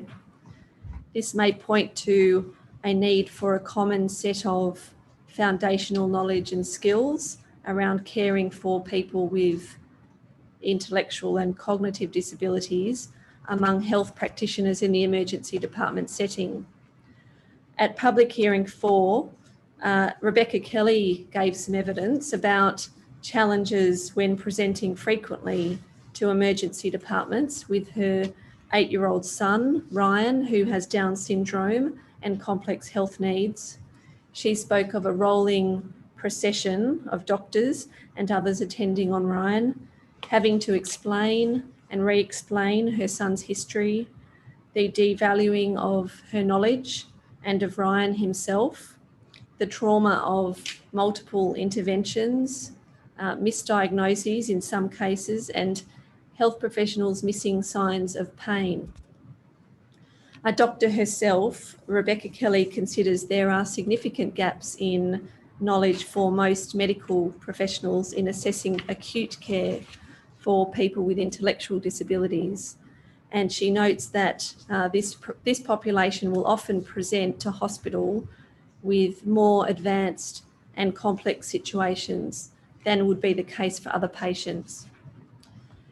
The Australasian College of Emergency Medicine is the peak body for emergency medicine and delivers specialist emergency medicine education and training. The college has provided a statement to the Royal Commission outlining its curriculum framework. An issue is what training is specifically provided by that college in the area of intellectual and cognitive disability health, and whether there is scope for enhancing training in this area. And we also seek the college's views about the introduction of a competency framework.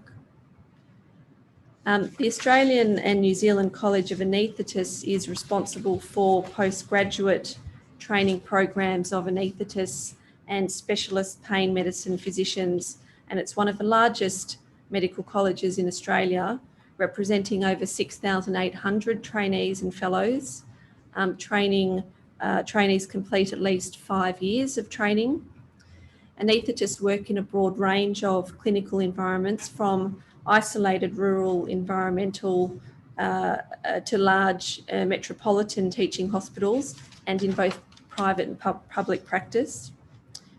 In this context, it's helpful again to draw on Rebecca Kelly's evidence at public hearing 4. She spoke of Ryan's need for multiple operations. He'd had more than 50 surgeries by the time he was 8. She spoke of times when anaesthetists rushed Ryan through the perioperative stage. She spoke of a time, for example, when she asked for a pre-med 3 times, and each time was reassured that it would be given when Ryan reached the operating theatre. But at theatre, the anaesthetist said there was not anything in the notes, and she was not aware that Ryan was not a quote, a typical boy. And instead of stopping and slowing down to discuss his anaesthetic risks and allow time for a pre-med to be administered and to deal with and get to know Ryan, the anaesthetist moved quickly to push him through the process, and Ryan woke up upset and experienced a significant escalation in his anxiety after that event. And we also heard from Corey Burke yesterday, who said he experiences anxiety when undergoing procedures and was awake during a procedure, and that the anaesthetist did not allow his mentor to be present in the lead up to the procedure. In its statement to the Royal Commission, the College of Anaesthetists points out that the Australian Medical Council accreditation standards do not specifically mention disability, and this may be an area for advocacy. And further, the word disability is mentioned only 3 times in the college's own training curriculum. While the college's training program includes learning outcomes that relate to the care of people with cognitive disability, the college considers there's scope to strengthen the emphasis and opportunities to increase the relevance of disability. And we'll also hear shortly about the responsibilities and role of HETI, the Health Education and Training Institute, in the training in workplace training in New South Wales. So if I could start with introductions. Dr. Bonning, your full name is John Bonning. Sorry, I'm mute. Yes, John Bonning, President of the Australasian College for Emergency Medicine. You've been a specialist emergency medicine physician for 15 years. Correct. And you're giving evidence from New Zealand, is that right? That is correct. I did half of my training and have worked annually in Australia since qualifying as a specialist as well. So you work in both emergency departments in Australia and in New Zealand? Yeah, primarily in New Zealand, but I've worked, I did 2 years full-time in Melbourne during my training. And then since then I've worked for about 2 weeks a year, mainly in Alice Springs, but some other locations. So I'm familiar with the Australian area jurisdiction and comfortable with speaking on that. Okay. Thank you. And Associate Professor Watterson, your full name's Leonie Watterson? That's right.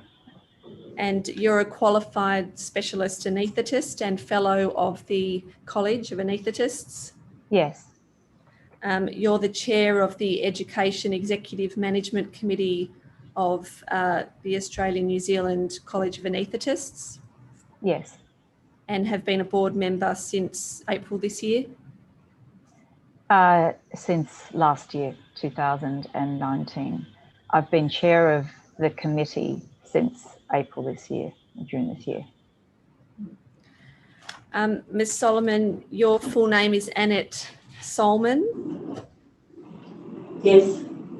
And you're the Chief Executive of the Health and Education Training Institute? Yes. You're a trained nurse and have over 30 years experience as a registered nurse? Over 30 years experience in the health system. I see. And how much experience is in clinical practice? Oh, probably about 20 years, 25 years, 25 years. And you're an adjunct professor at the University of Sydney? Yes. And your former roles include acting chief executive of the Sydney Children's Hospital Network? Yes. Ms. Solman, I'll start with you. What are HETI's responsibilities in the education and training of health professionals? HETI has a range of responsibilities in relation to our role, and they're outlined in our determination of functions. So HETI supports the workforce in relation to identified education and training needs identified by the state. It also has functions in relation to medical training. It's the accreditation authority for pre-vocational doctors, is that right? Yes, it is. Yes. And HETI has standards that it uses to assess hospitals which employ interns, is that right? It does. They're based on the ANZ standards. And do those standards apply to the first 2 years of a doctor's training post-university? Yes. Are there any standards that relate to the healthcare of people with disability? There is a document of standards, competencies that have been developed by the New South Wales University, funded by New South Wales Health, but they're competency standards. Do they apply to interns? No, there's nothing in the intern accreditation. What standards were you referring to? Sorry, I was referring to competency standards in intellectual disability, which I can talk about later. They're not related to HETI. I see. Just dealing with pre-vocational doctors who are in their first 2 years of training, HETI being the accreditation authority for that cohort of doctors, are there standards that deal with the healthcare of people with disability? No. Should there be? I think that's something that the accrediting body should answer. HETI is the accrediting body. Well, they're based on the AMC standards, so we reflect the AMC standards. So we would require a change with the AMC standards for HETI to make changes to the accreditation standards. The AMC standards, do they not allow the accreditation authority to set its own standards that apply to hospitals at which interns are trained? The AMC standards we reflect in our accreditation standards that we use to accredit hospitals, and it's not down to the level of what content should be in programs. Those standards, Commissioners, are at Tender Bundle B, Volume 2, Tab 65. Those standards include Ms. Solomon, they're the pre-vocational education and training accreditation standards. Is that right? Yes. Yes. They deal with matters such as governance, management, trainees' workload, and such matters. Is that right? Correct. And standards deals with the actual training program that pre-vocational doctors receive. Is that correct? Could you repeat the question? There was an echo. There is a standard which deals with the education and training program that junior doctors receive. Do you agree with that? There is an education and training program requirement, yes. And that refers to the program being aligned with the AMC intern outcome statements, the Australian curriculum framework for junior doctors, and any HETI authorised curriculum in 6.5 of that standard. Are you familiar with that standard? Yes. That seems to allow HETI to authorise its own curriculum content. We haven't implemented anything in relation to intellectual disability. No, I'm just asking if it allows it. Does it allow HETI to authorise its own curriculum content for pre-vocational doctors? I'll have to take that question on notice. What is your understanding of who sets the content of training for pre-vocational doctors? My understanding is the training is determined by the local health districts, so that's the hospitals in relation to ongoing, the training of individuals within that health facility. And so is it determined on a hospital by hospital basis? It would differ from hospital to hospital. Does HETI have a role in ensuring that junior doctors are receiving adequate training? post-university. Yes, HETI accredits hospitals for training. And in that role, how do you seek to ensure that doctors are receiving appropriate training? Through the accreditation process, the training that has occurred in that hospital would be looked at as part of the accreditation. Intern training is mostly workplace-based supervised training, isn't it? It's rather than formal didactic training. Yes. That's right, isn't it? And having finished in university, junior doctors are part of the wider training and service delivery environment. Is that right? Yes. Yes. As well as nurses and other health professionals working in the hospital setting. Yes, they're part of that broader environment. What in the gap between undergraduate education and specialist college educated doctors, what role does HETI play in educating the workforce? Could you repeat the question? There's a bit of an echo. In the gap between university level education and specialist college education, what role does HETI play in educating the workforce? HETI, well, broadly, I can talk broadly first.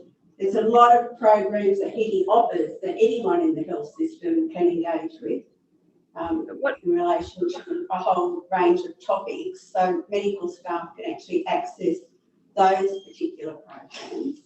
Could I just stop you there?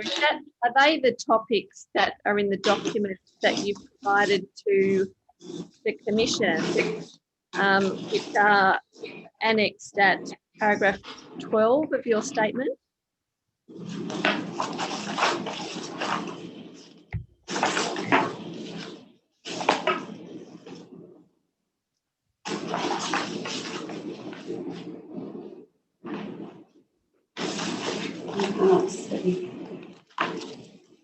I'll need to take paragraph 12. So there's a document at paragraph 12 with 37 modules. Do you recall the 37 modules? I do recall 37 modules. And when you referred a moment ago to HETI providing a range of courses, are they the 37 modules on cognitive disability that you were referring to? We do have a range of courses on cognitive disability that were developed in partnership with the New South Wales University. Yeah.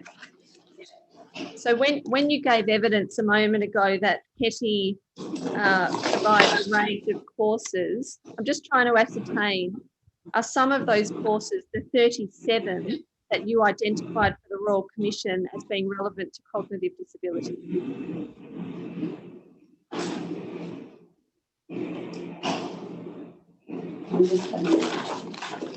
I've got 23 here that are relevant that I can see. Do you see paragraph 12 of your statement? That might be the best way to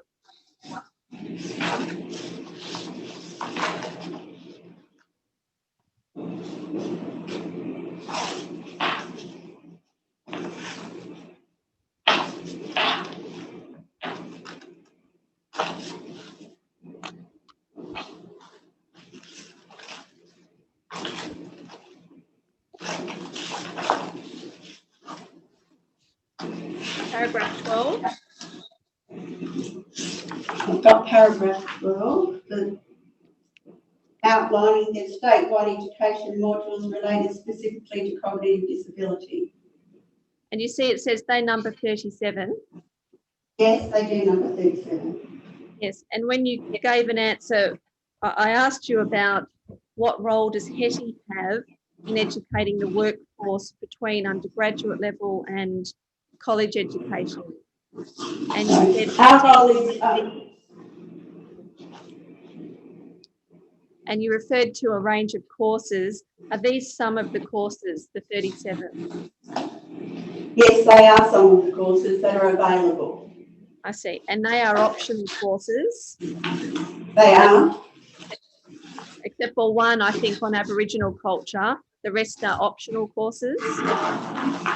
They are optional courses, except... Yes. And what is the uptake of those courses? Is it poor?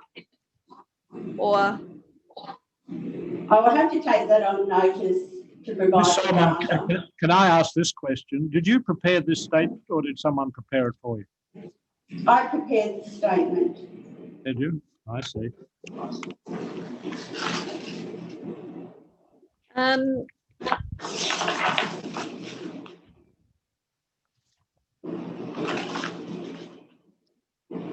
I'll just, I'm going to run out of time, so I'll just move on from, yes. Dr. Bonning, you'd agree that emergency department environments present particular issues for patients with intellectual disability? They're challenging for most people who attend, but I would accept that they would be more challenging for those with intellectual disability. Because of things such as communication issues that patients with intellectual disability experience? So yes, look, emergency departments are busy, are chaotic, and are challenging for many people who are ill or injured. Obviously, accept and understand the statistics given about the higher incidence per population compared to those without intellectual disability presenting to emergency departments. And yes, they would present challenges regarding communication in both directions, from the patient to the clinician and from clinician to the patient. Patients often have to see multiple doctors, starting with a nurse perhaps, and then moving to a very junior doctor, and recount their history a number of times. Do you agree that that's common? It's potentially slightly exaggerated in that, yes, you do progress through a system that are generally met by a nurse, unless you're so critical you come directly into the resuscitation area, and you would communicate an illness or injury. However, then you go, and it's not necessarily hierarchical, and certainly there are some hospitals that have only junior doctors, but not many, and all hospitals would have, hospital emergency departments would have systems available, whereas there is a hierarchy of support if it's junior doctors that you're seeing, say, for example, overnight when there may not be specialists on. And but I would say that, so once you've given your history to the triage nurse, that is then recorded, whether typed or otherwise, and then the next clinician to see you would have that information in front of them and might seek clarity, but I would not necessarily just, I don't want to give the impression that one person has to tell the same story 5 times in succession to successive clinicians, because the system would be that that is recorded and then used as the next clinician. You're next seen usually by a doctor or a nurse practitioner. And they will have that initial information and then use that and seek clarity as they seek to find out what concerns the person presenting. Now, the college has a curriculum which is taught to any trainee who wants to receive a college fellowship. Yes. And that training includes both basic level training and then an advanced level of training, which comprises what you call both early phase and late phase training. Is that right? It would, and with permission, if I could quickly add in that we have non-training doctors, doctors who are not training to be emergency physicians yet, also working in emergency departments, who are exposed to the teaching and supervision of emergency physicians. So we usually don't have postgrad year 1 doctors, but or like interns, but sometimes do. And we have PGY2 and 3 doctors, so non-trainees, who are subject to teaching and supervision by emergency specialists as they work in emergency departments. I thought that fact might be of use to the Commission. Thank you. And the college's training, you've said it does contain some content at page 5 of your statement relating to intellectual and cognitive disability. You've said, the college has said that's under the heading of health advocacy in the curriculum. Is that right? Indeed, and in our quality standards, item 1.1, the standard for vulnerable and high-risk patients mentions specifically that ensures patients, regardless of age, ability, have their dignity respected and preserved by systems designed to minimise functional decline, etc. So we identify vulnerable populations. That's absolute core emergency medicine. Okay, so it falls under vulnerable patient, and the reference in the curriculum is to physical or mental disability. So we take it that's the reference to intellectual or cognitive disability. Yes. And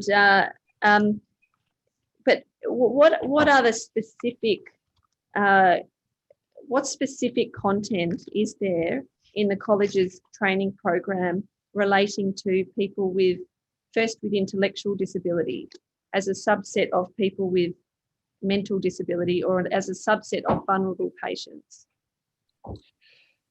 There may not be, other than potentially the sort of paragraph I've just given you about identifying vulnerable patients. And if I could also go back just to acknowledge the experience of people such as we've heard the young Down syndrome patient and the experience of those with lived experience. And I would not wish to dispute or disrespect what they say and their feelings are in our system. But yeah, generally there would be overall discussion of dealing with all of these vulnerable patients, but would include those with physical and mental disability as absolute core of what we do. But in terms of an explicit framework, as has been mentioned, there may be an opportunity across all specialties, I would suggest, be that general practice, anaesthesia, pediatrics, medicine, surgery, to look at some specific issues relating to people with disabilities. But I would suggest that it is absolutely core medicine in teaching. Our teaching involves structured teaching, work-based assessments, and examinations that dealing with people such as Down syndrome. That would come up in an exam. Down syndrome patients have a significant incidence of cardiac disease that needs to be looked at, as well as their intellectual disability. So it is just general across what we do, without necessarily having specific points about each person with their specific disability. There are a whole range of things that are specific to people with intellectual disability, aren't there? The need to make adjustments to standard practices, most definitely. Diagnostic overshadowing, unconscious bias, communication skills, recognising signs of pain. All of these things are more challenging with this group of patients, which can all come to the fore in an emergency department setting. Would you agree with that? I would, at the same time as saying that the similar issues come through with cultural differences, people of different religions, and indigeneity, as well as patients with mental illness such as such as schizophrenia. And all of these have to be taken into account. Now, work-based assessments, supervision, teaching and examinations definitely encompass some of these issues across the range of differences in the way that you approach people. Obviously, we see patients from the moment of their birth until sometimes over the age of 100. Patients with dementia, frequently you need to involve other parties. You need to look at the background. But again, I acknowledge the chaotic environment in EDs. Patients arrive and they may not have notes there from previous presentations, and so we may not know their backgrounds. These are all challenges, but I'm trying to imply that this is core emergency medicine and taught and examined and is touched on in our curriculum and quality framework. However, I always accept it could be better and would be happy to be part of something that looks at this across the health sector if we wish to develop an explicit framework on this issue. Because I'm not being critical, but the Royal Commission asked what proportion of the curriculum is allocated to content concerning intellectual disability or cognitive disability, and the college wasn't able to answer that question, question 5, because, well, I don't know the reason, but it wasn't something the college was able to provide an answer to.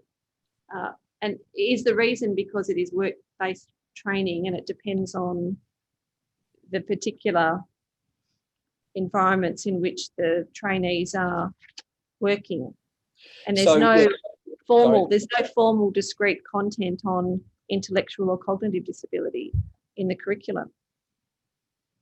No, there is no formal discrete, but there is certainly overarching, and again, I've mentioned in the quality framework, item 1.10.1, emergency care for vulnerable patients. It's that sort of overarching approach that we have, it's not. So there is work-based assessments, but people train in different areas in different places. There's trainee assessments. There's teaching that occurs both in a centre and obviously virtually, and then there's examinations which are Australia-wide. In fact, they're Australasia-wide, but I'll focus on Australia, and our examinations cover it all. So it's at a global level as opposed to an explicit level. I accept what you're saying, that we wouldn't have explicit wording about somebody other than, like the example I gave to you, ensures patients regardless of age or ability, that sort of level.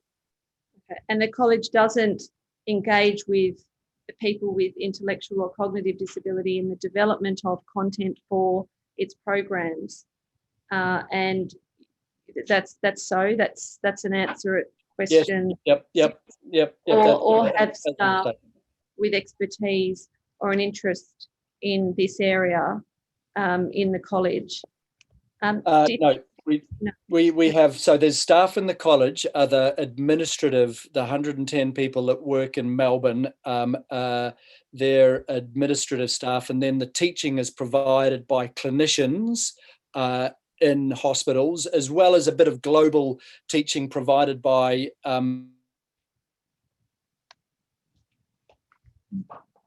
I think we've just had a problem with Dr. Bonning. Sort of a state level, and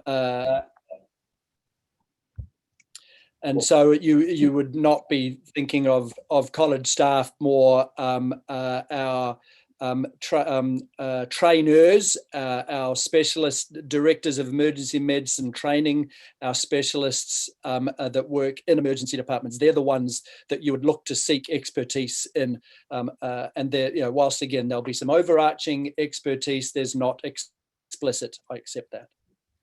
One of the propositions that has been put, and I understand you will have had this document, is that medical colleges, including in emergency medicine, should review their curricula to determine what further training is required in this area. That is mandated by the AMC. Well, that's a separate issue.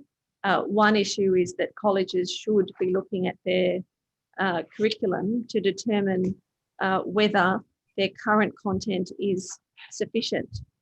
It seems. Yes, I'm accepting that. Yep. It seems that the college may well need to look at its curriculum. Would you agree with that proposition?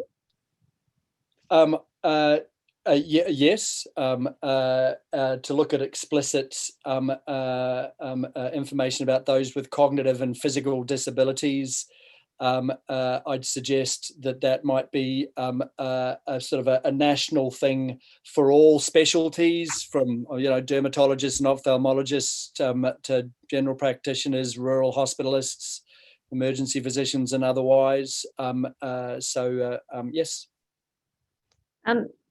Associate Professor Watterson, turning to your college, you've also provided in your statement an outline of some of the learning outcomes that trainees in the anaesthesia training program are required to achieve by the end of the fellowship training. Is that right? Right. And that starts at pages 7 and moves into page 8 of your statement. And that includes things like individualising communication and taking into account factors which include disability, and identifying problems that need to be addressed, including the patient's preferences and cultural beliefs, incorporating them into the perioperative plan, and including patients and their families, etc. There's a range of general learning outcomes. What content in the curriculum relates to those learning outcomes that is relevant to the healthcare of people with cognitive disability? Is there any specific content? So just to clarify the terminology, the curriculum statement's got the learning outcomes, and then we can talk about the content that trainees would utilise to achieve those learning outcomes. In the curriculum statement that I've provided, you're quite right. There are numerous, in fact, I've easily sort of counted 30 general learning outcomes that are relevant to people with disability, in the sense that if they're achieved, people with disability will considerably benefit, I guess, or everybody will. But I think that's one of the things we're identifying, that when they're not achieved, people with disability are disadvantaged. And in fact, not wanting to digress, I've acknowledged your previous witness statement and would like to apologise for that experience, which I think was unintended, but it's happened. Now, when we get to the content of the learning outcomes, it's a little bit similar to what John has explained. A lot of learning occurs in the workplace, and so the content is, in fact, your encounters with patients in a supervised setting. And then there is private reading. There are some discrete learning activities that are done as online modules or as workshops, but really substantially the content is actually the patients you care for. And consequently, it comes down to how much exposure a trainee has to people, and in this regard, to people with disability. So exposure is one thing, but supervisors are also a key, are they not, to the training and education of trainees? And if the supervisors aren't sufficiently trained in cognitive disability themselves, there's an issue with the modelling of the behaviour of supervisors. How does the college address that in the area of cognitive disability? So there are some areas in which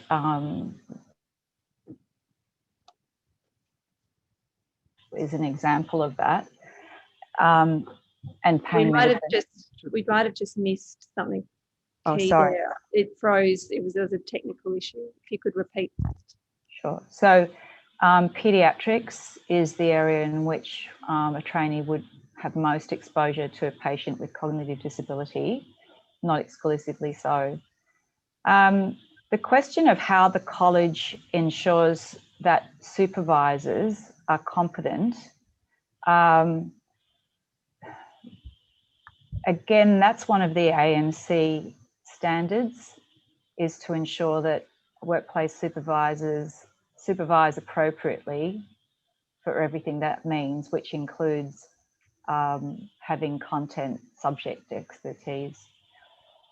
Could I just take that up? The AMC specialist training standards require the college to employ a range of teaching and learning approaches.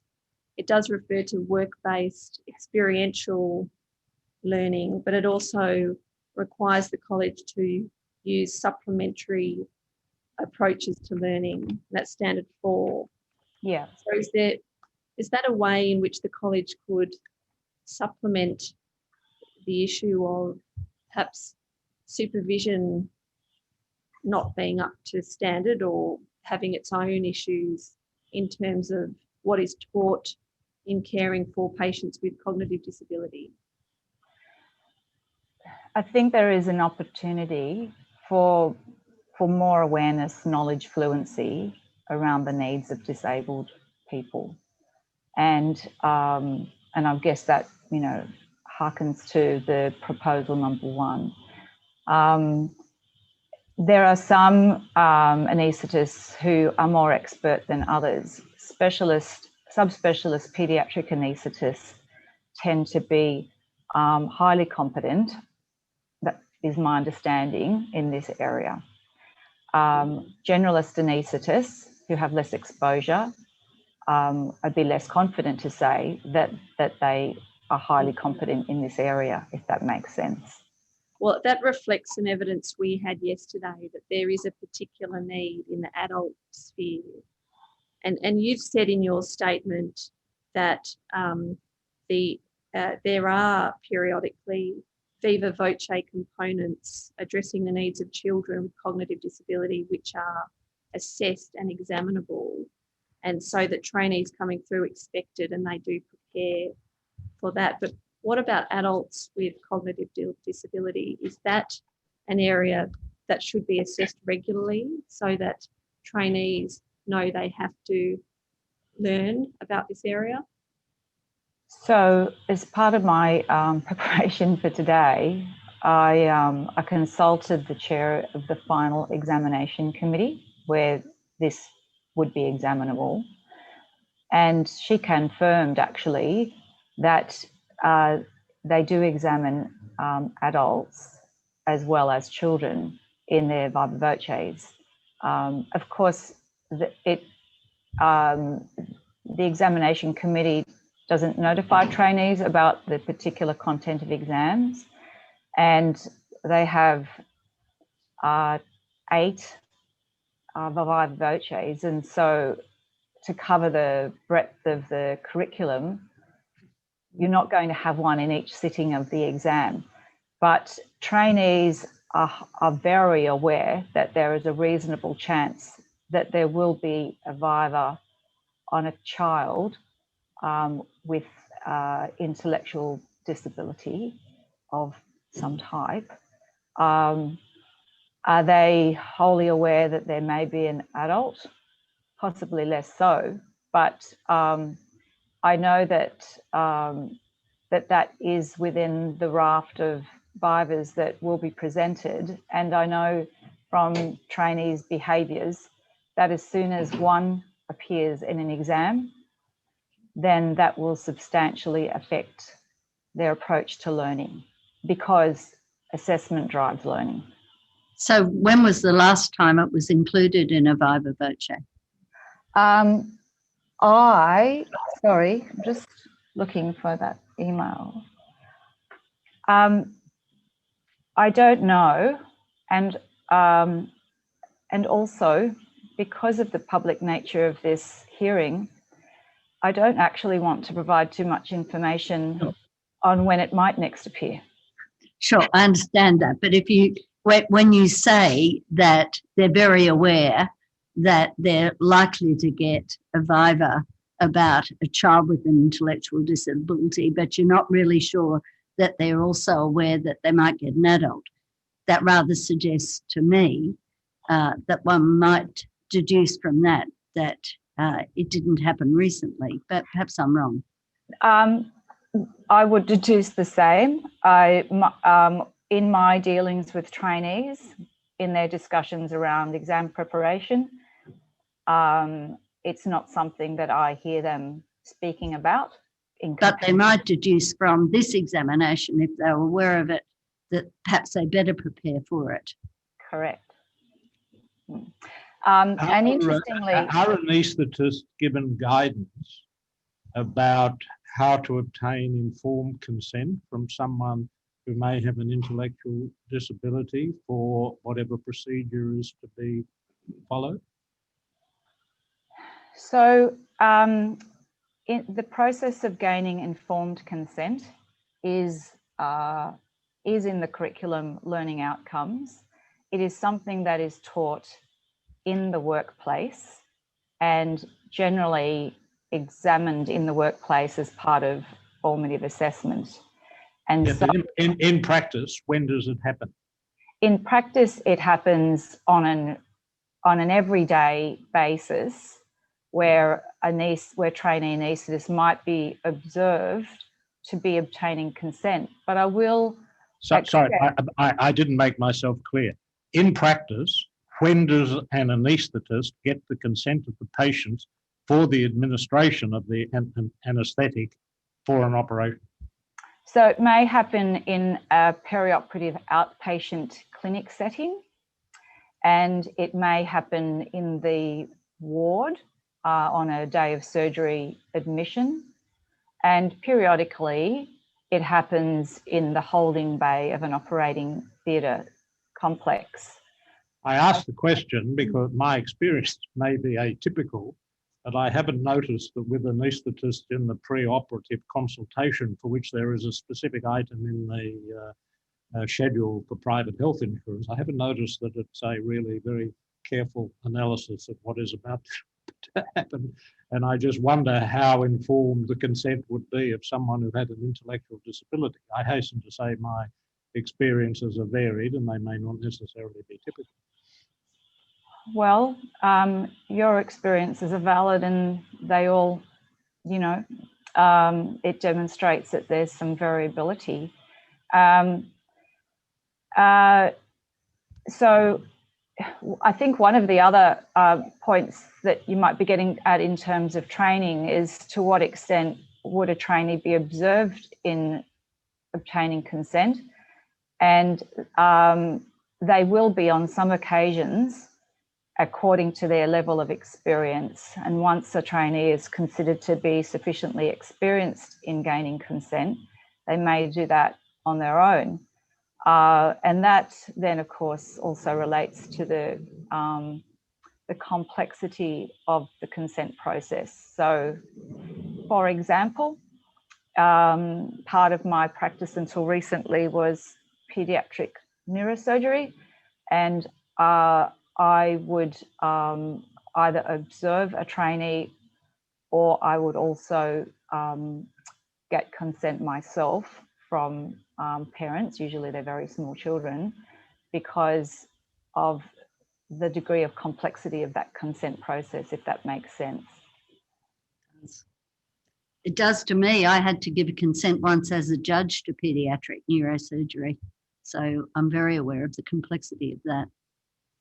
But we're talking about, when we're talking about adults, it's a bit different because you can't just rely on parents or caregivers to give consent. It's a question of the informed consent of the adult with intellectual disability. So really quite different from dealing with children.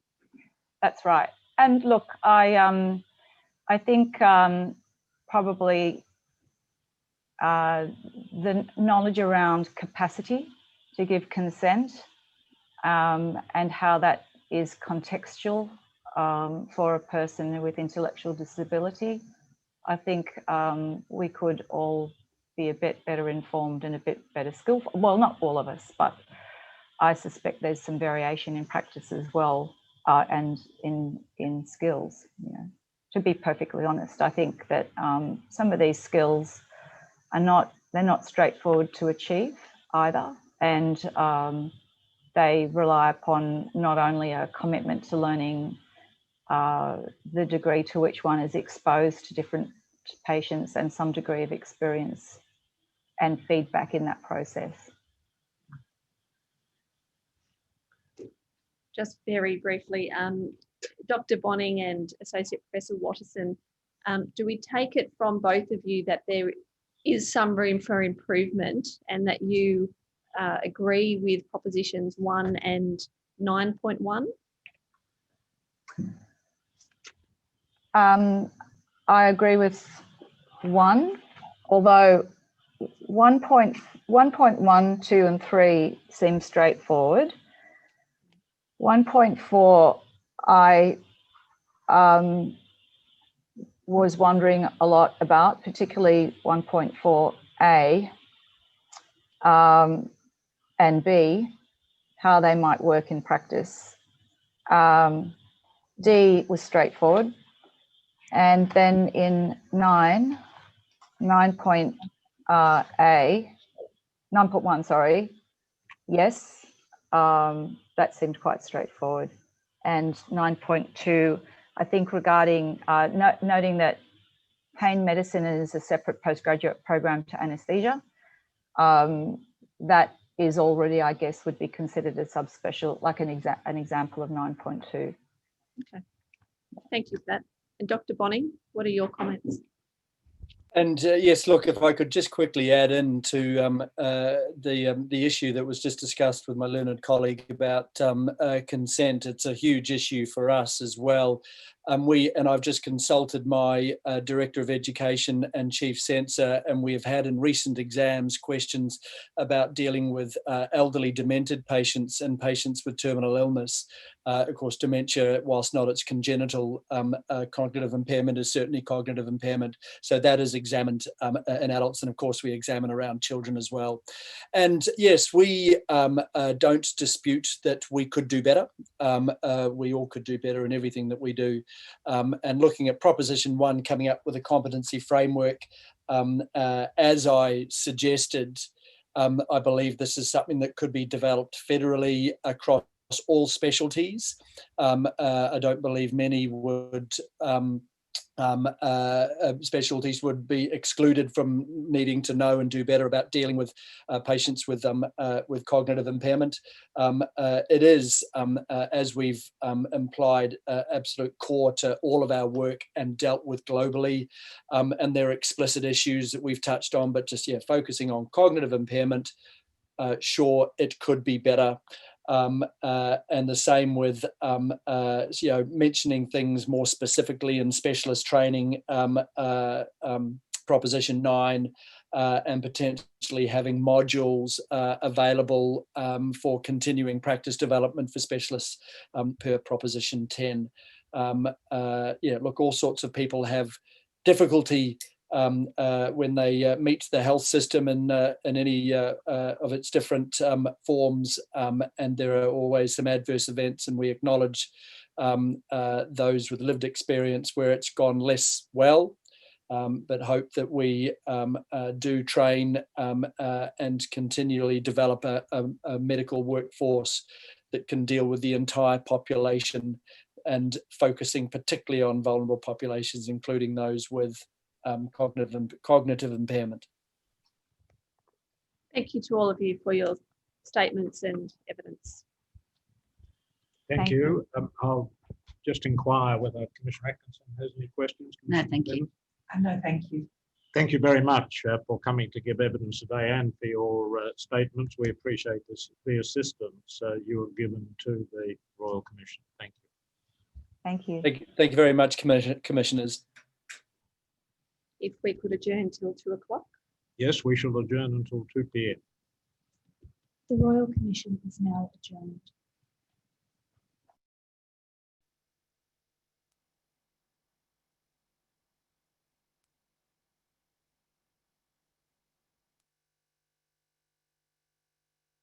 Is on primary healthcare and post-registration education and training.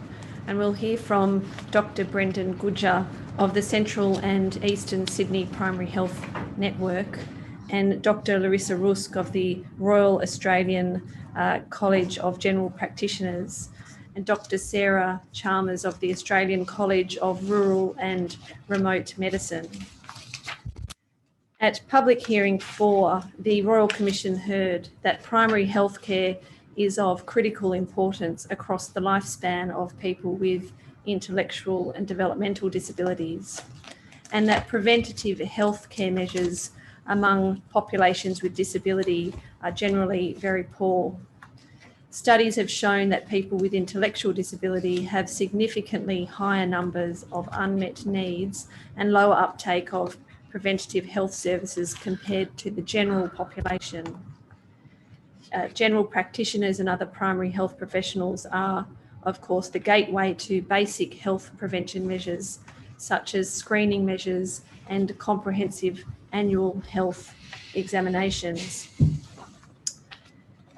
The College of General Practitioners is Australia's largest professional general practice organisation and has over 40,000 members. The college offers training pathways leading to specialist general practice qualifications as general practitioners. A particular feature of this college's training is that it is delivered by regional training organisations. The College of Rural and Remote Medicine provides a fellowship program for doctors wishing to specialise in rural generalist practice. Both colleges have provided statements to the Royal Commission outlining the areas where their curricula on training have relevance to people with cognitive disability. The Central Eastern Sydney and Eastern Sydney Primary Health Network is the second largest primary health network in Australia and covers a region stretching from Strathfield to Sutherland and includes Lord Howe Island and Norfolk Island. 13,000 people with cognitive disability live in the Central and Eastern Sydney PHN region, with a high proportion being children. 24% of Aboriginal young people living in its region have been diagnosed with cognitive disability. The PHN statement states that people with cognitive disability are a priority population as they have poorer health relative to the general population and higher health and social care needs. Central and Eastern Sydney Primary Health Network has undertaken initiatives to develop and deliver training opportunities for GPs, allied health professionals and community organisations in the area of intellectual disability health. It was one of the 4 PHNs funded to lead the development of the Commonwealth's Primary Care Enhancement Program, which is a key short-term element of the draft national roadmap on the health of Australians with intellectual disability.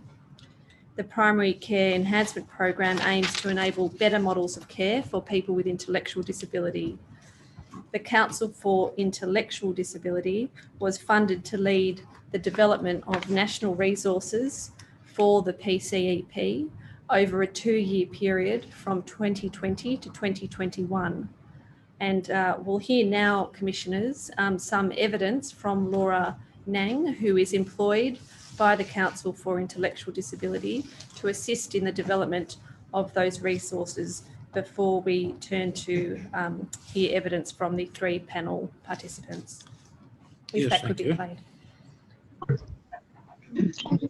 So my name is Hayley Brooks and I'm a manager in the Inclusion Projects team at the Council for Intellectual Disability. and I'm managing a project which is part of the Primary Care Enhancement Programme, where we're working with PHNs to improve healthcare for people with intellectual disability. But Laura will talk more about that project. Now, Laura, would you like to talk about yourself? Yes. Hi, I'm Laura. I have an intellectual disability. I'm very proud to be doing this PHN project. Educating and making awareness for a better health system. I want to help people from the county communities and rural regions to access health services. That's great. Thank you, Laura. And Laura, would you like to talk about your job here at CID? Yeah, I want myself started with. I'm an inclusive project worker at CID. I will be educating and making awareness for people from current background to access these services and to promote training and resources. People with disability like me not to be afraid to speak to doctors. Yeah, and we've spoken about that it's really important that people don't feel afraid to talk to their doctor. Yeah, very important. Yeah. And so can you talk about the project that we're doing? Yeah. So what we will do in the project, we will deliver training for doctors and health people. We will deliver resources for doctors and health people. How to access the National Disability Insurance Scheme. People with intellectual disability, an easy read. People we will work with. We will work with 4 primary health networks in Central and Eastern Sydney, New South Wales, Western Victoria, Sunshine Coast, Queensland, Tasmania. Primary health networks improve medical service for everyone. We will also work with health people and people with intellectual disability who are interested in making healthcare better for people with intellectual disability. That's great. Thank you, Laura. And can you talk about some of the things you're doing on the project? So I am attending meetings to learn what people do not and don't know about health. I met with multicultural health last week. I helped the project team to make resources easy read. And you're a great person on our team, and we're very grateful to have you working with us. And can you talk about the training and the resources that we're going to be creating? It will focus on communication. It will focus on attitude.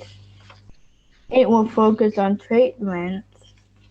When it comes for treatment or elective operation, people with disability should not have to wait on a waiting list because our health can deteriorate. Yeah, and we've spoken about how people sometimes get denied the treatment as well as having to wait. And it's not good because it's important to go straight away, get it done. Yeah, without waiting. Yeah, thank you, Laura. And why do you want to help with the project, Laura? People with disability don't get to live a longer life. We want to live a longer life. than the rest of the people in our society. I know how a doctor treats me, and so I want to help to train and educate them to help others. That's great. Thank you, Laura. And what do you think are some of the things doctors should know about helping people with intellectual disability? Doctors need to explain information to me and explain again if a person does not understand. This is, for example, the doctor told me I need to do a biopsy done. I did not understand what it was. Being more aware of what disability, not just assume I'm okay. Don't use medical terminology when you are speaking. It is very hard to understand. Speak slowly.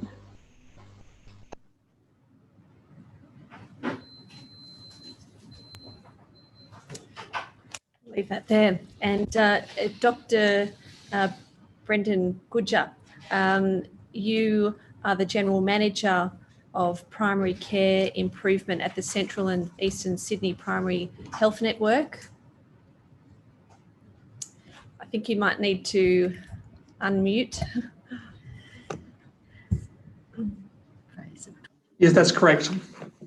And you have over 20 years experience working in health. Yes, that's correct. You've worked in health planning and health policy for both the Commonwealth and New South Wales governments, particularly in the area of priority population groups. Is that right? That's right. And you're a trained clinical social worker? Yep, trained clinical social worker with a PhD in clinical epidemiology and community medicine. Thank you. Dr. Larissa Rowiski, your full name's Larissa Rowiski. Have I pronounced that correctly? Yes, that's correct. And you are the chair of the Royal Australian College of General Practitioners Specific Interest Group, Disability, is that right? Yes, the specific interest faculty, and within that is the specific interest disability group. I see. And you form part of the disability group, is that right? Yes, I do. Yep. I'm a member of that group and I chair the group. Thank you. And you have over 20 years experience as a general practitioner? Yes, I'm a previous practice owner and general practitioner with 20 years experience in clinical general practice. Dr. Sarah Chalmers, you work, you don't work for, but you're representing the Australian College of Rural and Remote Medicine. That's correct. I'm the current president of the college. I see. And you have worked in private general practice, hospitals and remote Aboriginal communities and homelands in the Northern Territory. Is that right? That's correct. Yes. So I'm a rural generalist. So I am a GP. Is my so rural generalists are general practitioners. We're people who specialise working in rural and remote areas. So have extended skills in rural and remote practice, which can include working in hospitals. So I'm currently working as a rural generalist in Winton in Queensland. Okay. And before that, did you work in East Arnhem Land for about 15 years? That's correct. As a GP? As a rural generalist. As a rural generalist, sorry. Yep. And you've also taught medical students at Flinders University in the Northern Territory? That's correct. And I also currently work at James Cook University. So I no longer work at Flinders, but I've moved over to James Cook University. So I am involved in teaching medical students and GP registrars. Okay. And you have a particular interest in remote practice and Aboriginal and Torres Strait Islander health? That's correct. Right? Okay. Yes. Dr. Goodger, the Central and Eastern Sydney Primary Health network seems to have several different streams of work that are relevant to the training of general practitioners and other allied health professionals. I wonder if you could provide an overview of the main areas of work that are aimed at the training and upskilling of primary health professionals. Yeah, thank you for that. So first of all, we run a very detailed and comprehensive CPD program. So over the last year, we've run 20 CPD events with the New South Wales Council for Intellectual Disability, but also with the local specialist disability support teams. So 20 events that have reached nearly 700 people. About 20% of those have been GPs, 40% allied health, and the remainder have been community-based members. So it's a very active CPD program. In addition to that, we also provide support to practices around trying to encourage the uptake of health assessments and also with some of their digital enabling technologies. Importantly for us, what we've done is we've also established our disability support network that every quarter has 260 people meet, our 260 members, and that meets every quarter. It's a very active group. What we've also done too is we're also offering training to all our staff in disability awareness, and by certainly in the first quarter of next year, all our staff will have completed that disability awareness training. We hope to roll that out further. And of course, we're also participating as part of the PCEP, and we're also undertaking a range of research capacity building projects as well. I'll come to the PCEP in a moment. With the network you referred to, is that called a disability network? Yes. And 260 members, what is the makeup of the members? Are they GPs or? Yes, we have some GPs. It's actually chaired by a GP. The co-chair is someone with a lived experience of disability. And the range of topic areas is from NDIA. We've had presentations from GPs. We've had presentations from our specialist disability support teams. We've had presentations on the use of My Health Record, those kinds of things to try and promote more integrated care, the uptake of more integrated care amongst the disability network. The PCEP is a particularly important stream of work, is that right? That's correct. And has that commenced yet, or are you still in the planning stages? So we've now developed up the service model, and we're putting that out for consultation. That will be finalised, I think, by the end of January, and we hope to have the recruitment of the positions. We hope to have it out before Christmas, and hopefully those staff members will also be on board in, I would say, mid-February or late February.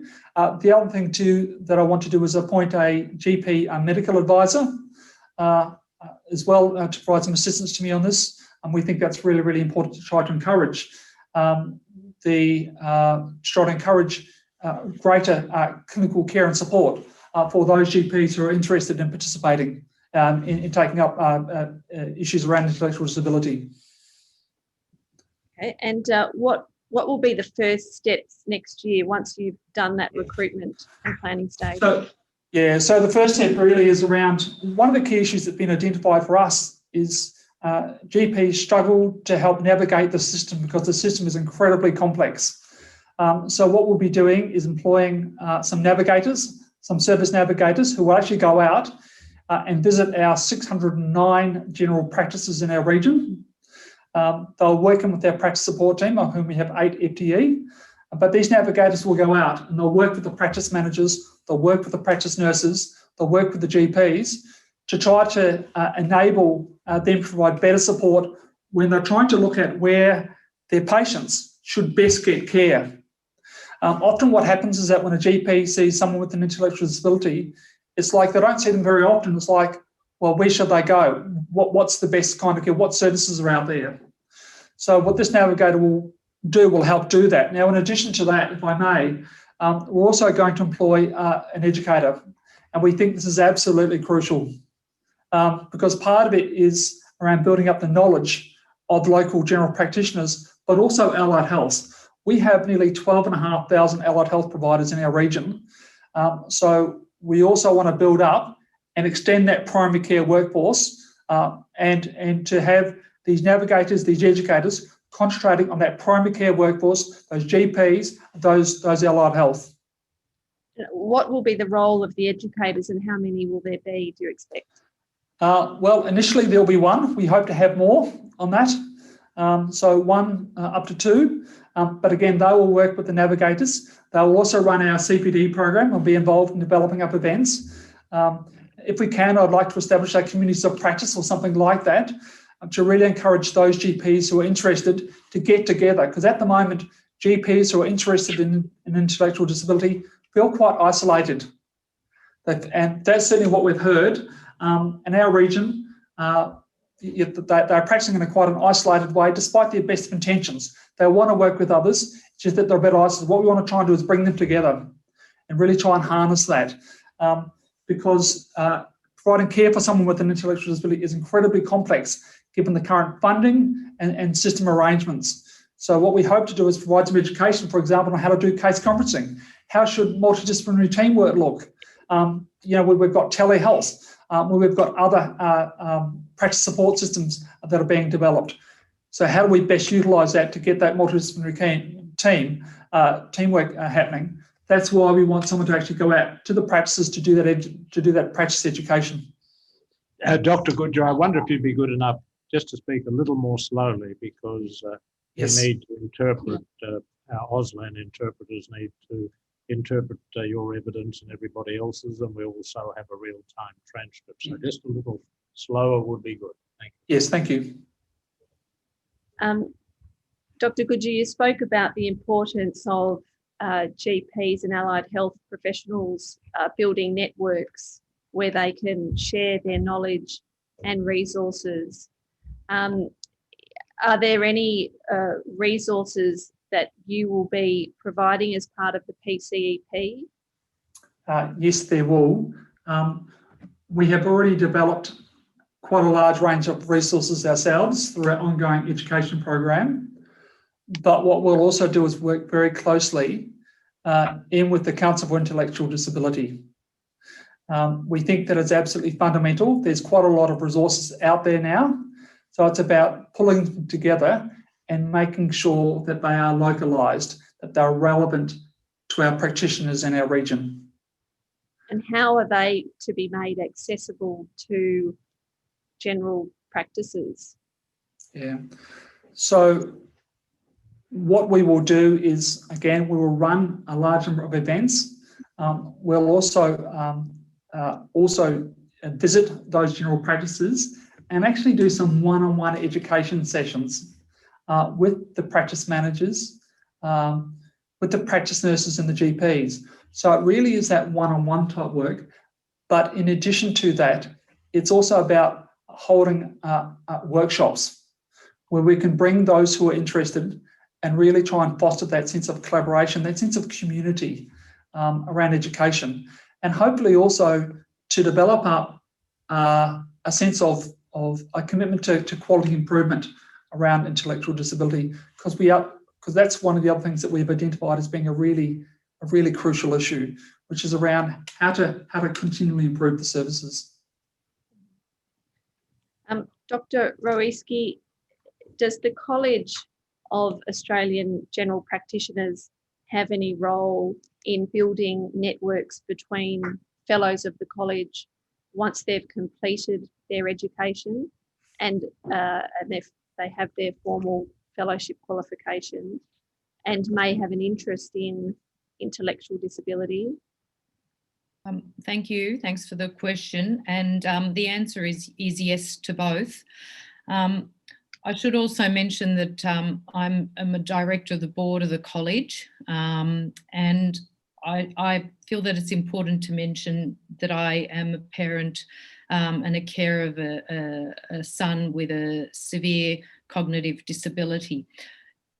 To go back to your question, the college, through its faculty of specific interests, has a current network of 752 GPs nationally, so across states and territories, that have voluntarily joined the group, which is currently overseen by Associate Professor Robert Davis.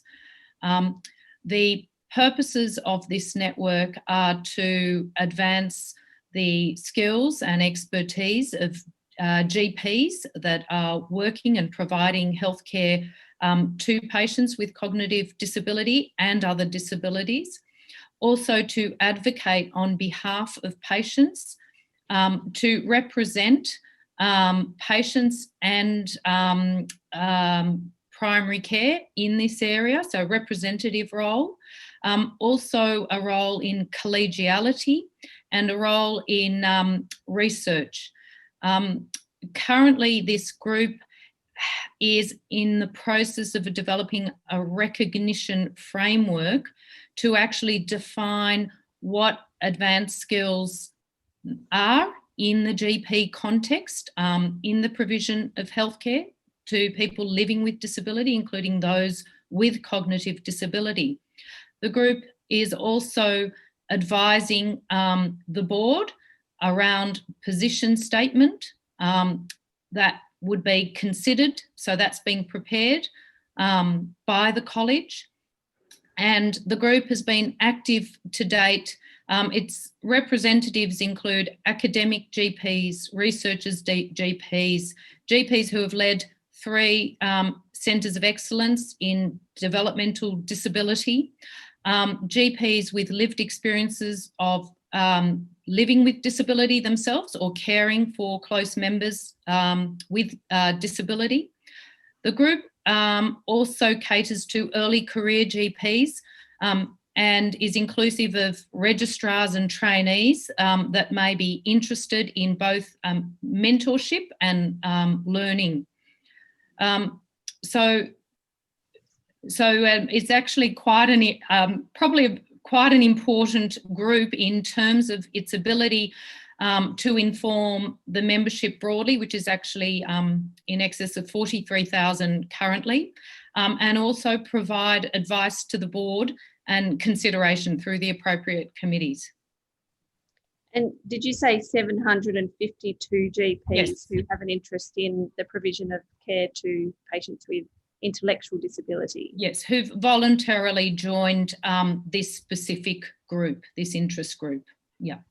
And you referred to the college's work in identifying advanced skills. Yes. In this area. Would that be would there be a form of recognition for that, or is that a more in the nature of a competency framework that's being applied? Yes, so thank you for that question, because there is a level of competency that is attained at the fellowship level, but there is also an understanding and appreciation that it can take many years to develop additional or advanced expertise beyond that of competency that would be considered for the provision of healthcare to people living with disability. And this work is still in its early stages, but has been identified as an important process. So at the moment, that work is being resourced by the college and will be led by this group within the Faculty of Specific Interests. And it's a recognition process at the moment that might actually then inform what a forward-facing pathway might look like. Both the colleges, College of Rural and Remote Medicine and the College of General Practitioners deal with general practice. Is there any, do you do any work together in this space, or is there any overlap in the work in the area of intellectual disability? Look, I'm not aware of overlap. I'm not sure if Sarah is. So I guess, no, I'm not aware of an area of overlap, other than there may be some potential for that, but not aware of it. Yep, I would agree with that. I'm not aware of any formal overlap in the area. Dr. Chalmers, those who specialise in rural and remote medicine, they come out with a rural generalist specialty, is that right? Generalist practice specialty. Yes, so we are through the AMC, the recognition is as general practitioners. And so rural generalist medicine is it's an internationally recognised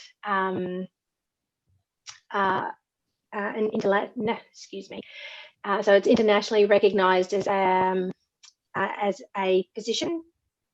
But as I said, through the AMC, it's recognised under general practice.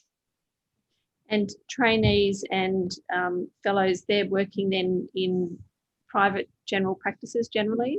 Is that right? As opposed to no, not necessarily. settings? Okay.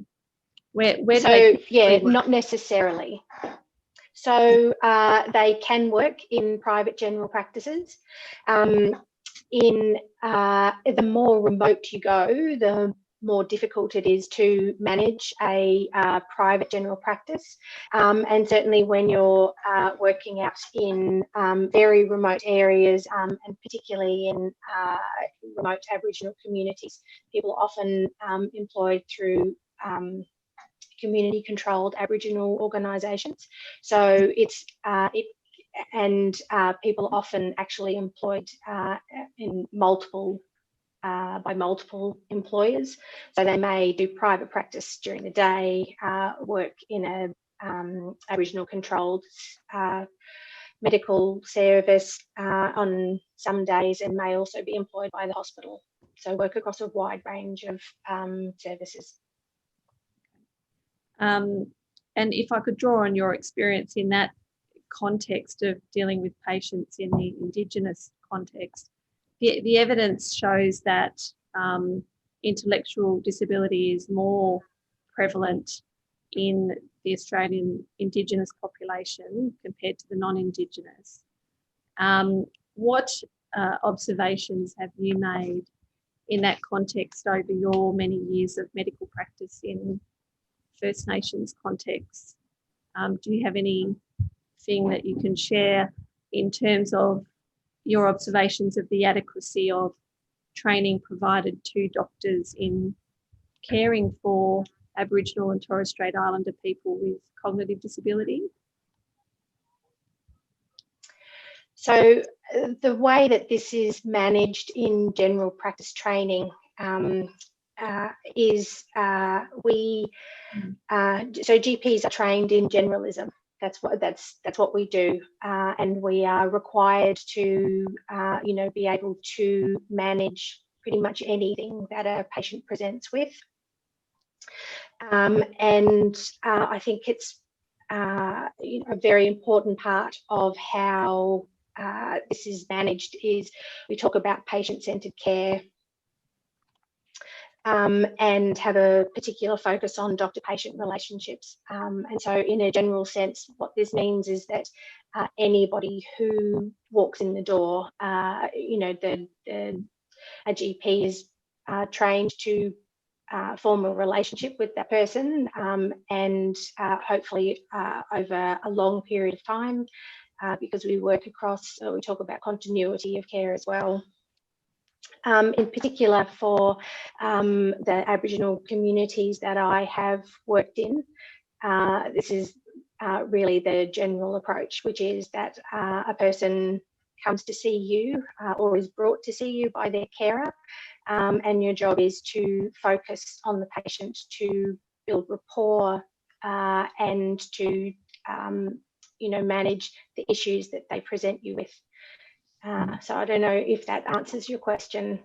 Yeah, it does in part. One of the things the Commission's interested in this hearing is whether a competency framework is needed, which identifies the skills and attributes and knowledge that health professionals should be taught in intellectual, and the Commission uses the expression cognitive disability as an umbrella term.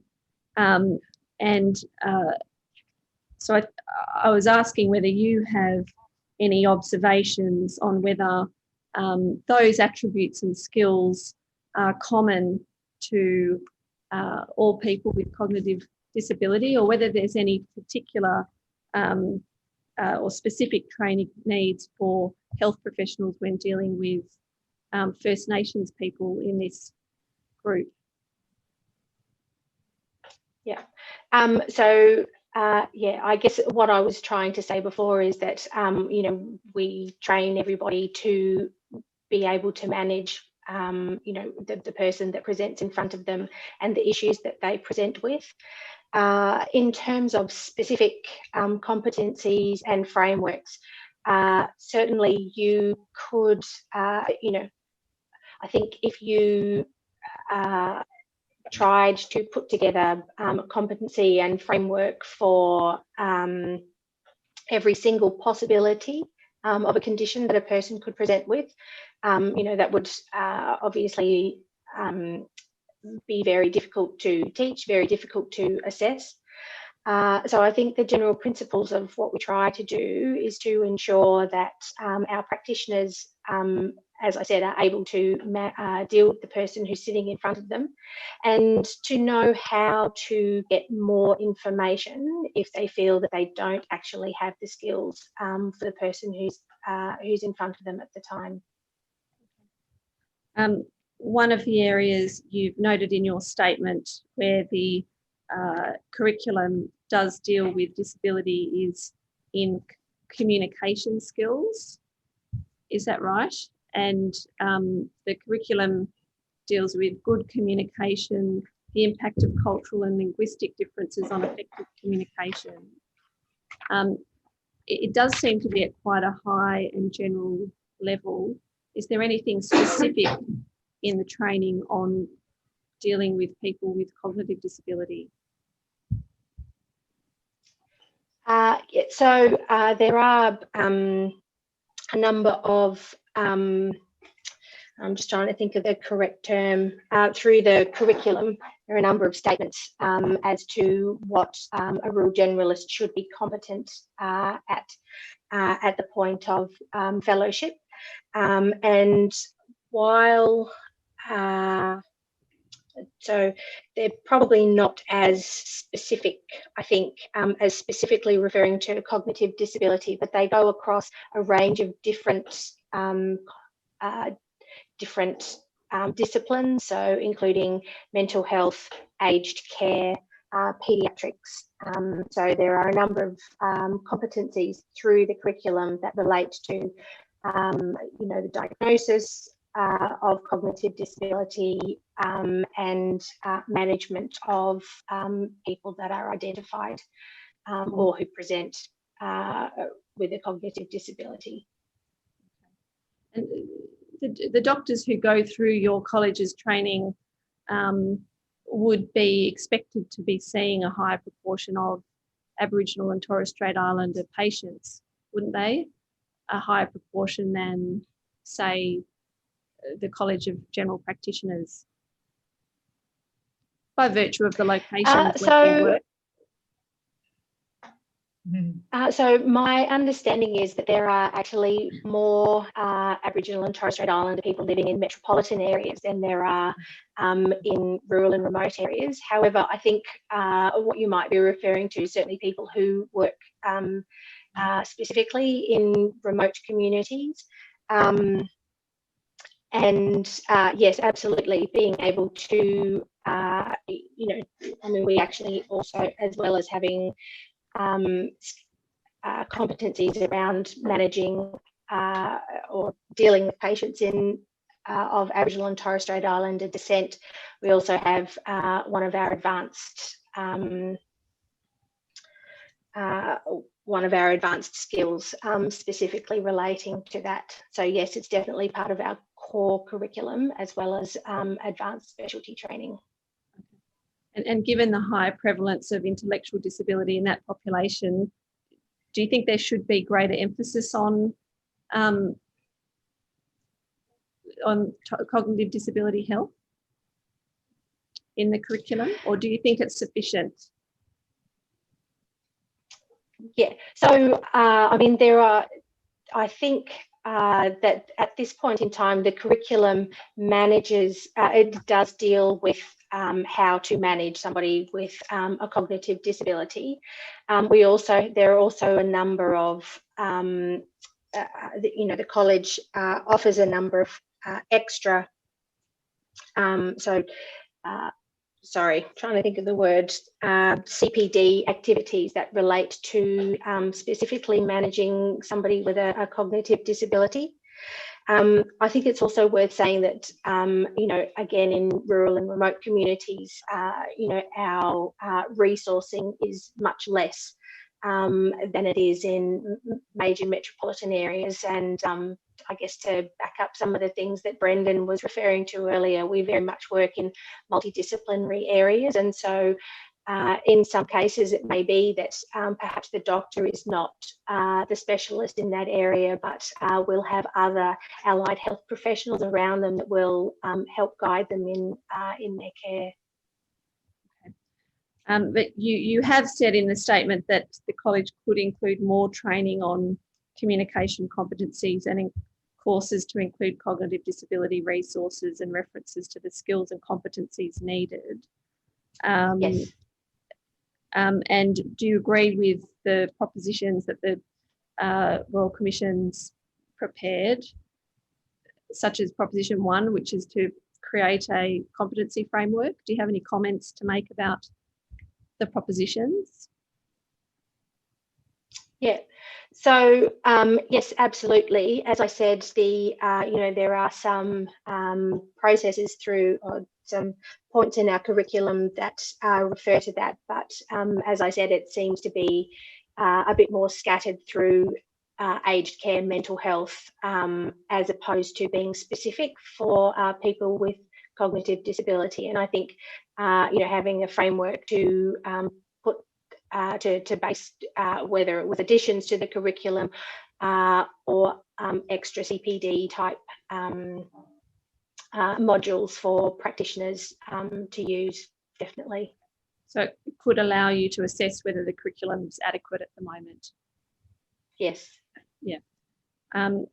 Dr. Rowiski, do you have any comments on the propositions and the utility of a competency framework for assessing the college's existing curriculum on cognitive disability health?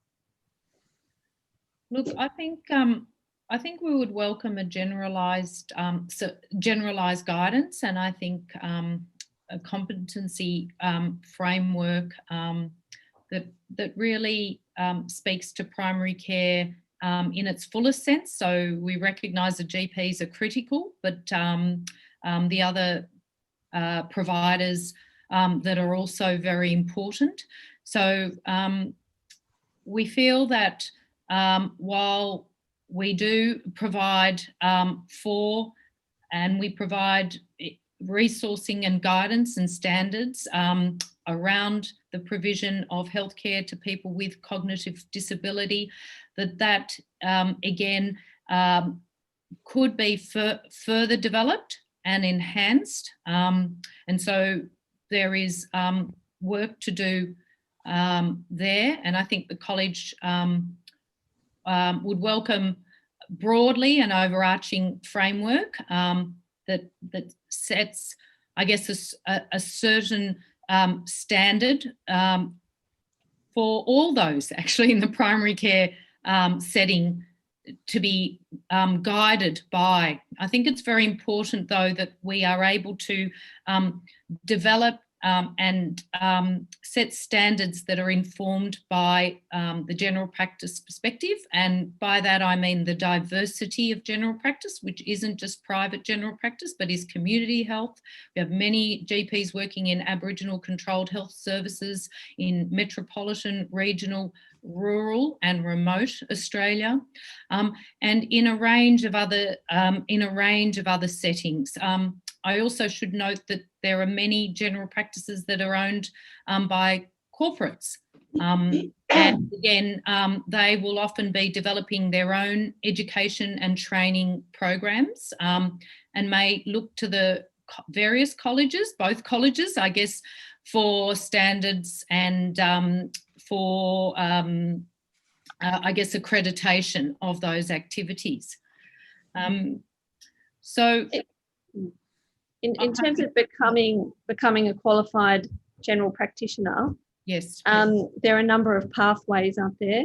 One is the Australian General Practice Training Program, and then there's also the Practice Experience Program. Yes. And the training under the Australian General Practice Training Program, that's delivered by regional training organisations. Is that right? Yes, that's correct. Yep. The college sets a curriculum, but to what extent do the regional training providers establish their own curricula? Does it have to be consistent with the college's curriculum?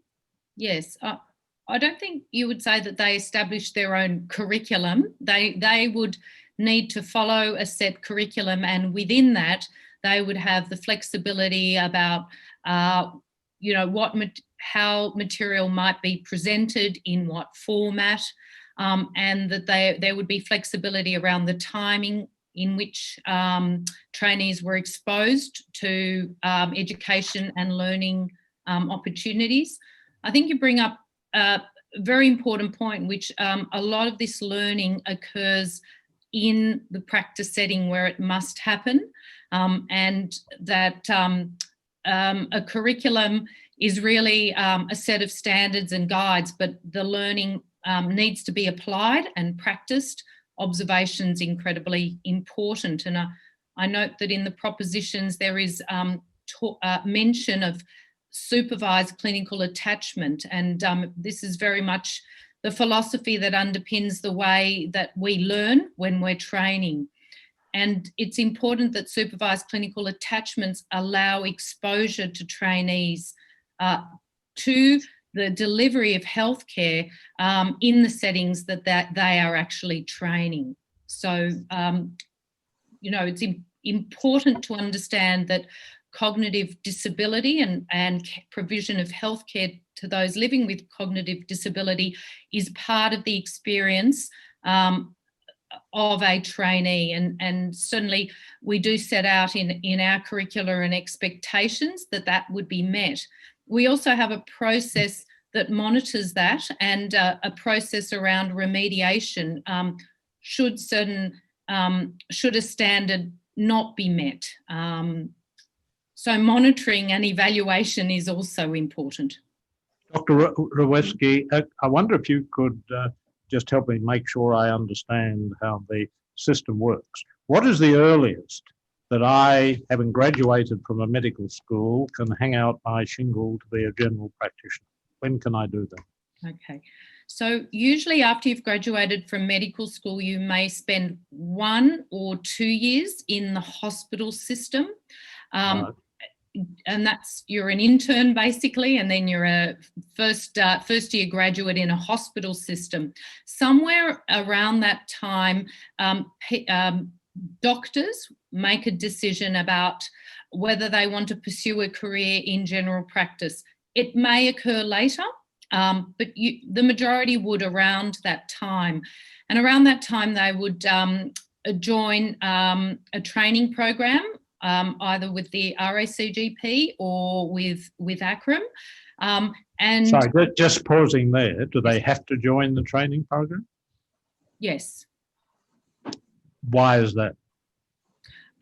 Okay, because the training program provides training that is specific and unique to the specialty of the practice of general practice, which cannot be gained purely in a hospital setting. You do not, however, need, do you, the attainment of FRA-CGP to practice as a general practitioner? You need an FRA-CGP to be a fellow of the Australian College. I understand that. Yep. But my question is, do you need that in order to practice as a GP? Well, I guess the other qualification would be the one that is offered by ACRM. I guess, so I've heard from Sarah that GPs that graduate from ACRM are rural generalists, so I'm not sure how that's how we reconcile that. Yep. So yeah. we're GPs. Yeah, same. So if you have a FACRM or an FRAC GP, you are recognised as a specialist in general practice. Yes, but maybe I'm missing something here. It's quite a common phenomenon, but I'm just trying to ascertain what someone who wishes to be a general practitioner must do. I understand that you can get specialist accreditation and you can become a fellow and so on, but what is actually necessary is the minimum requirement to practice as a general practitioner. Look, my understanding to be approved with APRA and to access the Medicare item numbers, yes. You would need to complete a minimum with our college of 3-4 years and sit and pass the fellowship exams and be awarded a fellowship. So I can speak to that accurately. You've said in paragraph 12 that the college has 40,000 members. Yes. How many of those, do all of those have they attained FRA CGP, or are they all yes. seeking to attain it? Or yes. What's the proportion? Thank you for that question. And it is, as of this year's annual report, it's 43,000 for the record, or just over. So we do have, and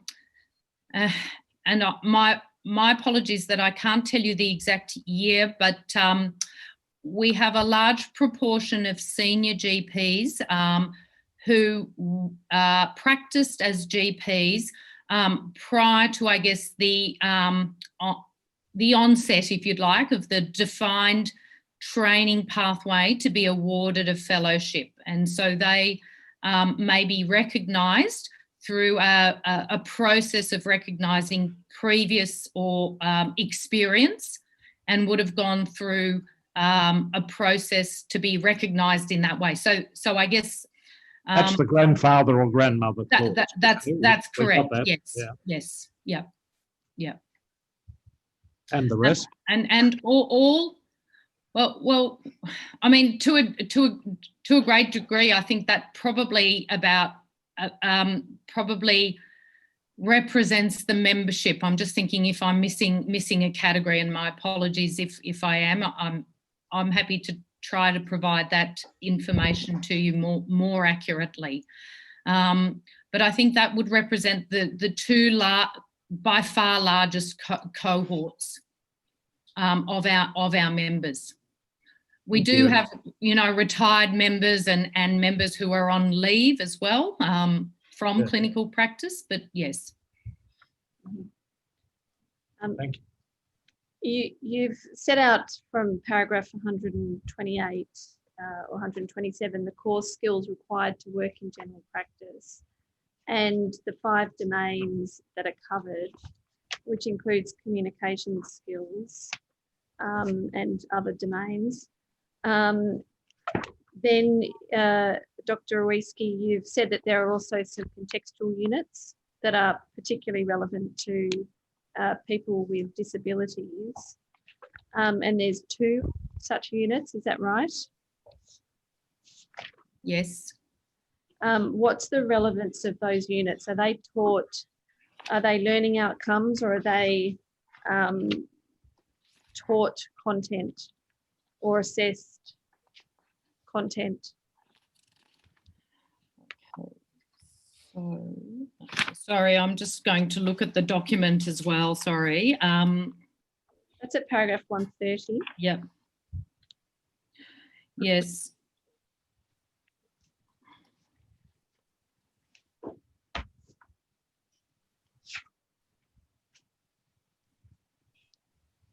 Yes, so with the 2, the second one refers to the residential care context unit.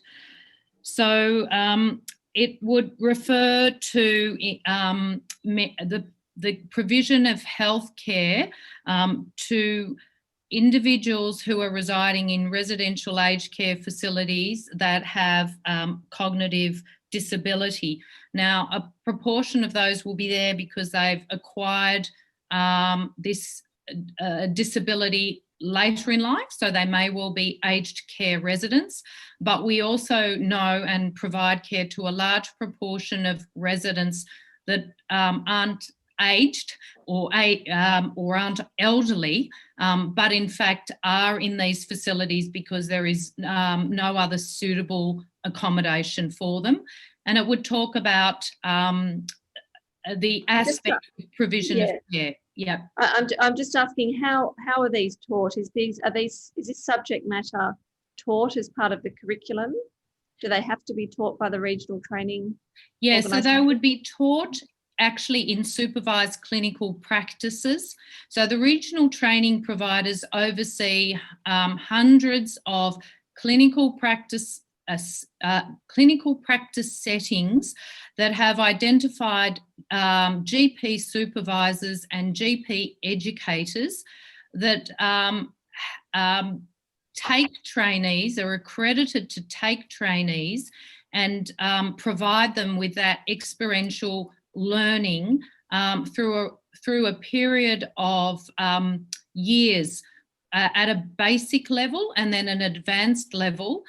So that's year 1, year 2, and then at a more advanced level. And with the progress through, these GP trainees would, for example, attend residential aged care facilities or group homes or other settings that were being visited. So they would basically function and emulate what the GP supervisor educators were doing in the practice, but at a level that was appropriate to their level of training and also being supervised.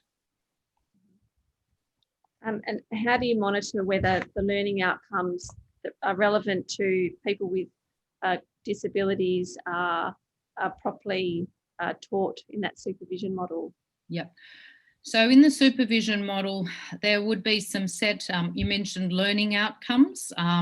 There would be case, the trainee would be required to provide a case report or a case reports, analysis, discussion with their supervisor. There would be external visits made by external supervisors to meet with and assess both the exposure, the experience, the learning and the understanding demonstrated by the trainee. And that would be provided back in a report, and that would be assessed as whether it was meeting competency standard or not. And if it wasn't, there would be an attempt to provide that experience. And that works not just for cognitive disability healthcare provision, but across a whole range of health issues and problems that are managed commonly in the general practice or primary care setting. For both of the colleges, ACRM and RACGP, do you both assess in the final examinations for cognitive disability health on a regular basis? Sarah, I'll go first if that's okay. Yep. So so the group that I referred to at the start submits and regularly submits exam questions and scenarios around a range of issues, including cognitive disability, as would other members in the college.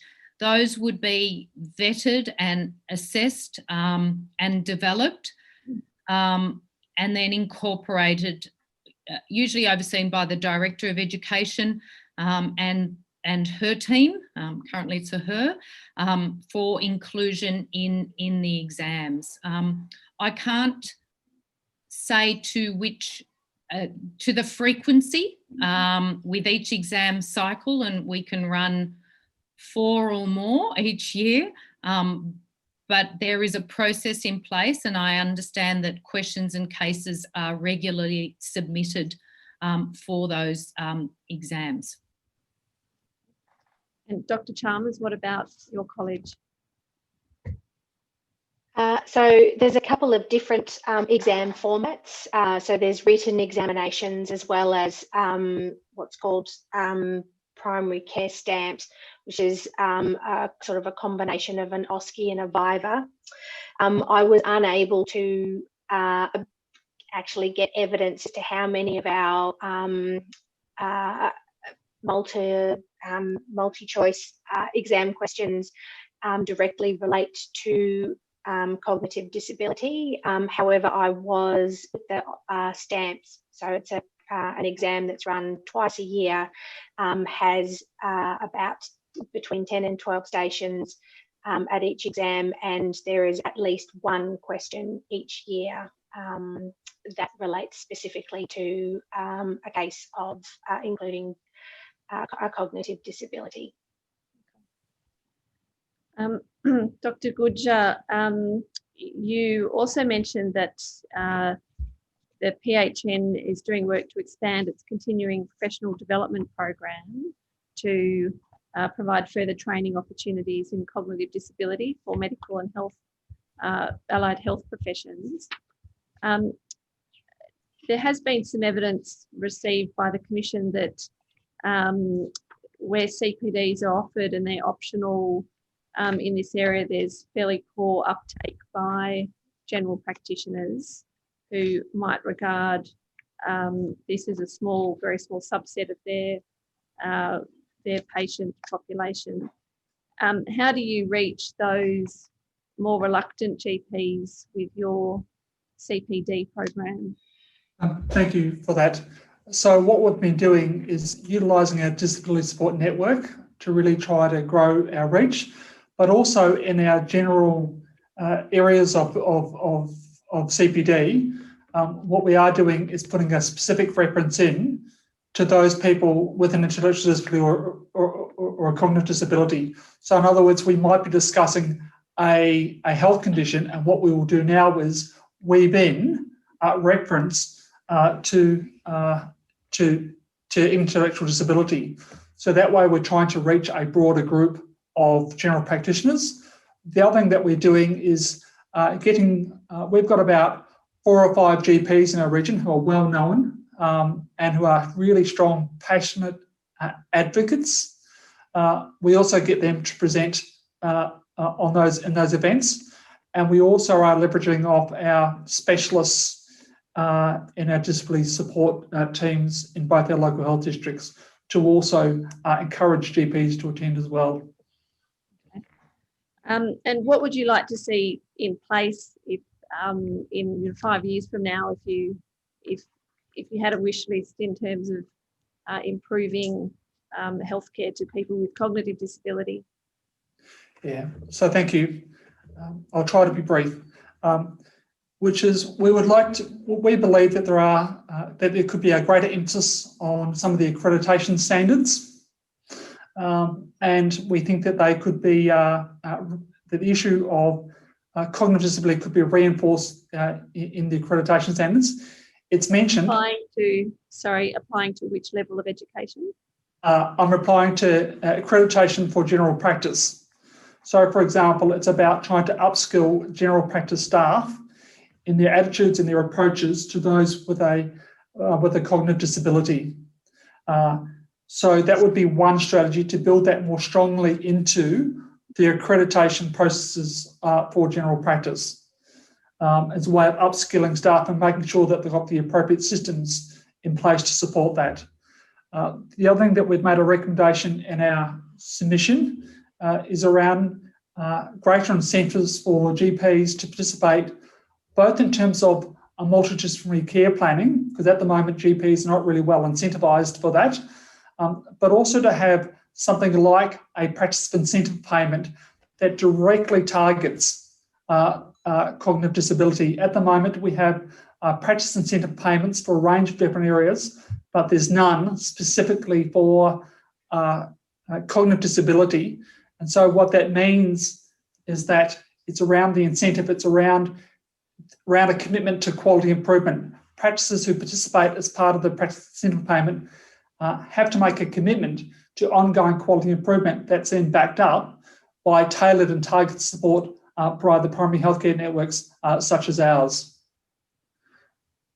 So general practices at the moment can't get a practice incentive payment for cognitive disability. That's my understanding, yes. Okay. And that's a matter for the federal government, is it? Who administers the practice incentive payments? That's correct. Sorry.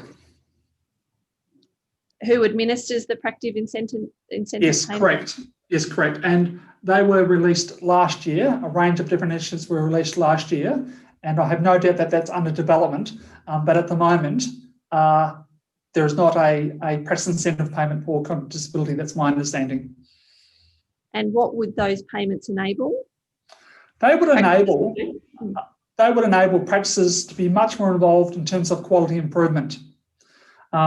So, for example, to be able to undertake some audits of the care that they provide, to be able to get more involved in terms of that sense of that the ability to have more multidisciplinary team type work. That's the design, and also look at indicators for how they are managing people with cognitive disability. That's what we're trying to do for the PHN, is to engage with practices to really try to have that quality improvement process built around some quality indicators and then monitoring them. And can I also perhaps mention that the other key thing that we've done here, and it gets to the point that I think Larissa made, one of the things that we have done in our primary healthcare network, we now have health pathways. And so for us, what we've got in Sydney Local Health District pathways, we now have 6 pathways devoted purely towards intellectual disability, and there's more under development. And health pathways is for us an absolutely critical tool in supporting general practitioners in integrated care. And so you're asking me before around what I would wish. I would wish for that and for a stronger uptake in that.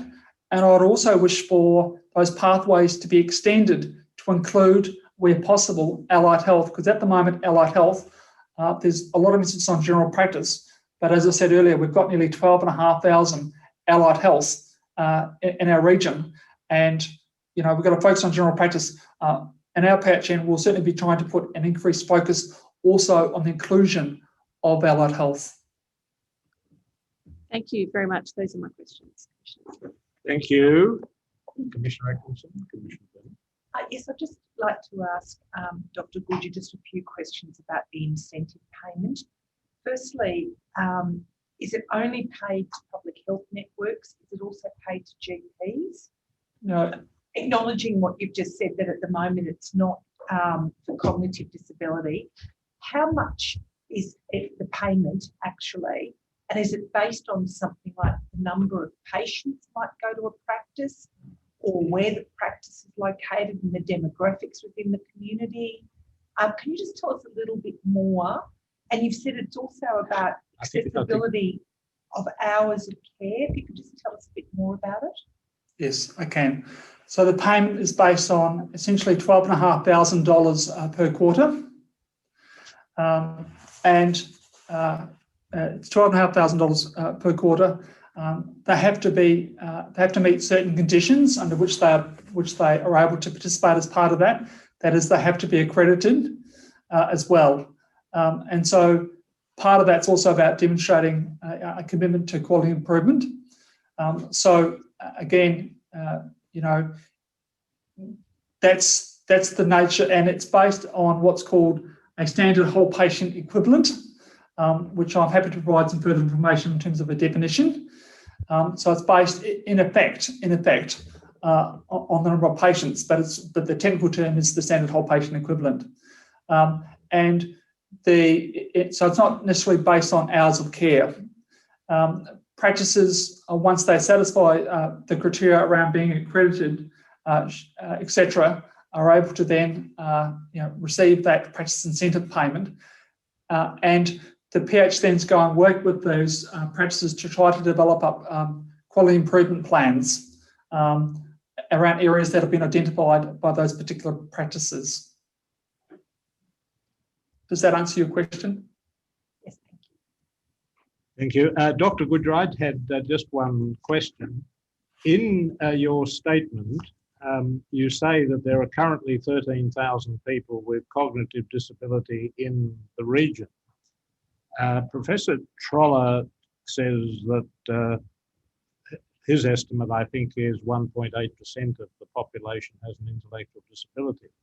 That would suggest there should be around about 29 or 30,000 people. I see your footnote refers to a 2020 study that I haven't looked at, but what's the basis of the 13,000? It does seem a low figure. Look, I appreciate that question. I think what we were drawing on evidence from our needs analysis. I'm happy to go back and provide to you the detailed reference. We tend to cite Professor Troller as the authoritative voice on this. So I'm happy to go back to see what reference we cited in our needs assessment to justify that figure and provide that to you. Yes, we'd be grateful if you would do that. That would be helpful. Thank you very much. Thank you for coming today, Dr. Goodger, Dr. Roweski, and Dr. Chalmers, for your evidence and for the detailed statements that have been prepared to assist us. We appreciate your contributions to the Royal Commission. Thank you very much. Thank you. If we could adjourn for 10 minutes for Professor Troller. Let us adjourn until 20:30. The Royal Commission is now adjourned. The Royal Commission is now resumed. Yes, Ms. Eastman. Commissioners, a final witness for today, and indeed the final witness for this year, is Professor Julian Troller. And so he's joining us on the video link. Welcome back, Professor Troller. Thank you very much for coming once again to the Royal Commission. You are a regular visitor. We're very pleased to have you. I think you've taken the oath or the affirmation as the case may be.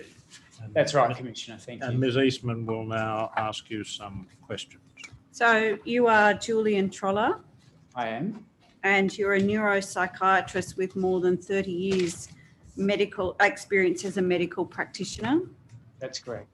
And since 2009, you've held the positions of inaugural chair of the Intellectual Disability Mental Health and head of the Department of Developmental Disability Neuropsychiatry within the School of Psychiatry at the University of New South Wales. I have. Now, you have given evidence to the Royal Commission at public hearing 4, and the commissioners have a copy of your very detailed statement and your CV. Commissioners, may I remind you that that is Exhibit 4.09, and Professor Troller's CV accompanies that part of the exhibit. Professor Troller, you gave some written evidence to the Commission's public hearing number 5 concerning COVID-19 and the impact on people with disability. Commissioners, a copy of that statement is Exhibit 5.36. And more recently, Professor Troller, you gave some short oral evidence, but also provided a written statement to the Commission for Public Hearing 6 in relation to psychotropic medication and behaviours of concern. And Commissioners, a copy of that is Exhibit 6.20. Thank you. Professor Troller, when you gave evidence to the Royal Commission back in February, we did not cover every paragraph of your statement, but we touched on the key issues. And Commissioners, you may recall that in Professor Troller's written statement, he addresses the question of health workforce and training for all future doctors and nurses, and general training issues from paragraph 234 through to paragraph 254. So that's part of Exhibit 4.09.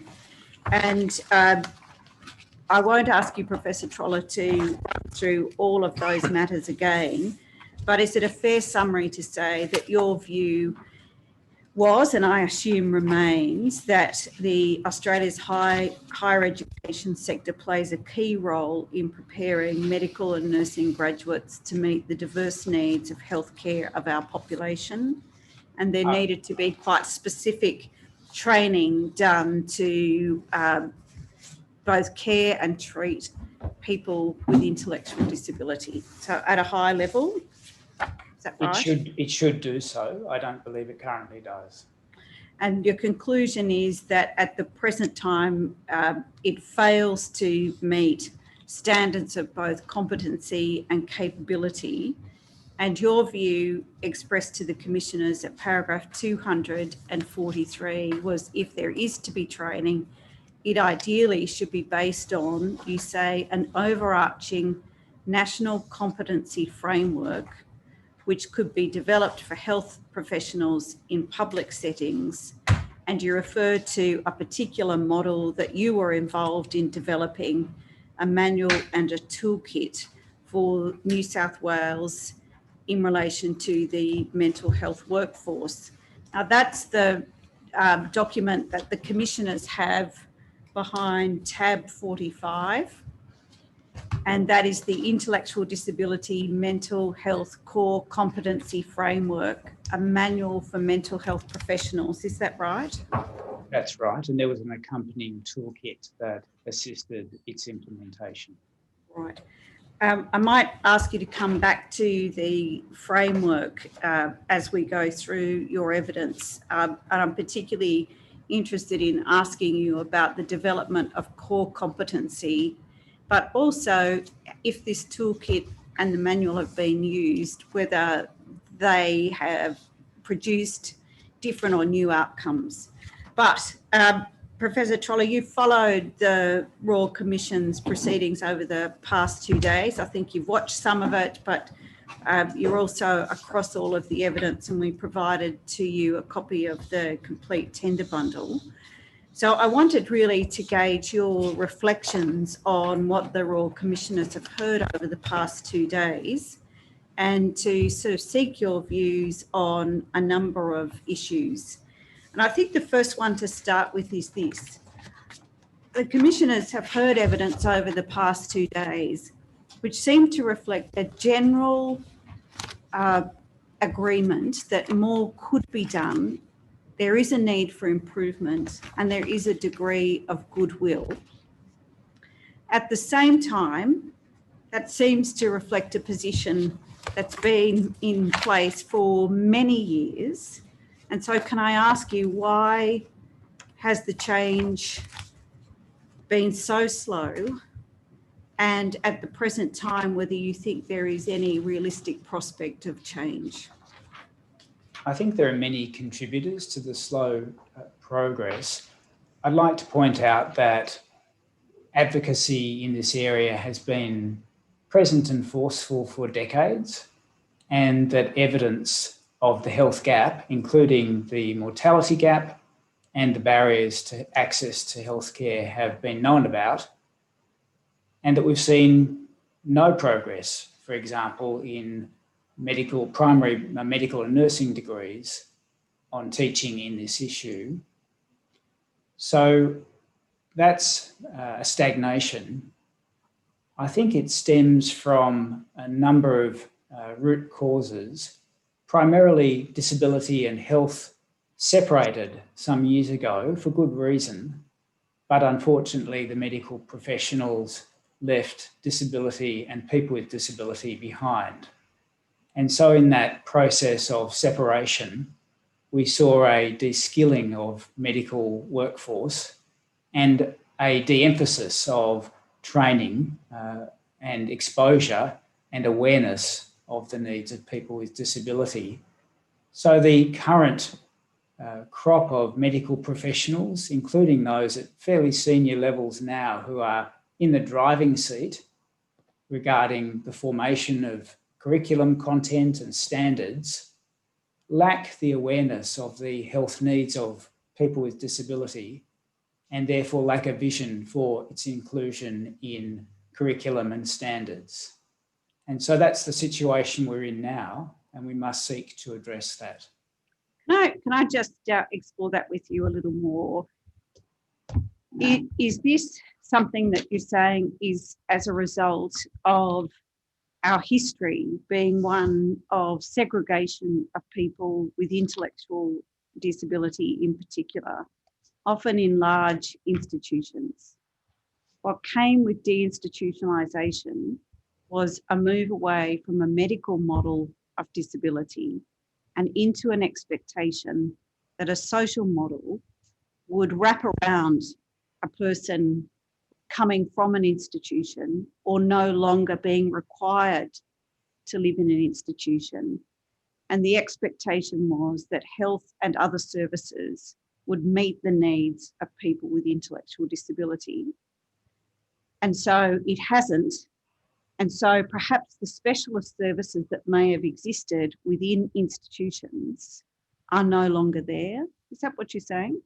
That's right. And we see this expressed also at high levels in legislation and policy and regulation in both disability and health services sectors.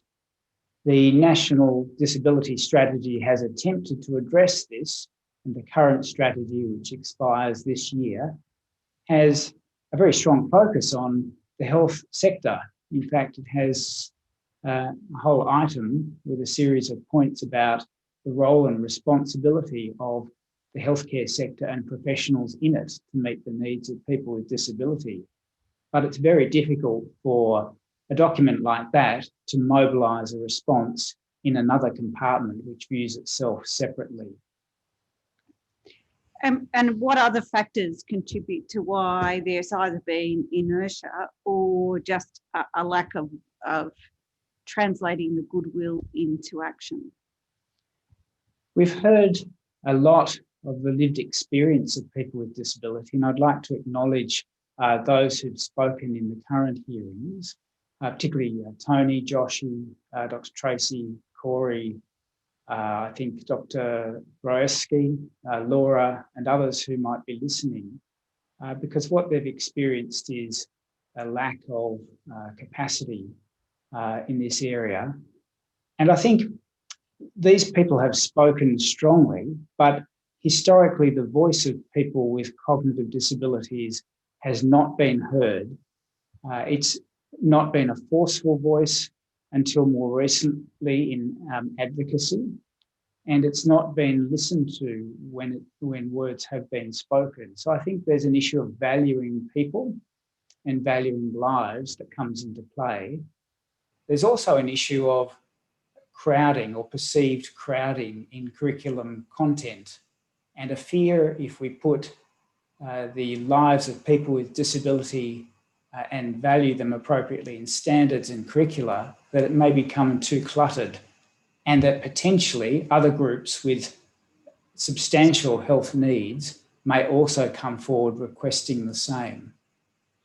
Well, I think the proposition we tried to explore with some of the witnesses over the past 2 days is if we start in terms of the development of curricula with the populations with the most profound health needs, and you start, and I'm trying not to use the expression vulnerable because I think it becomes an easy expression, but you look at where the complex health needs are in the community, and if you start to develop a curricula around those with the most complex needs or perhaps the most vulnerable in our communities, then you build from there.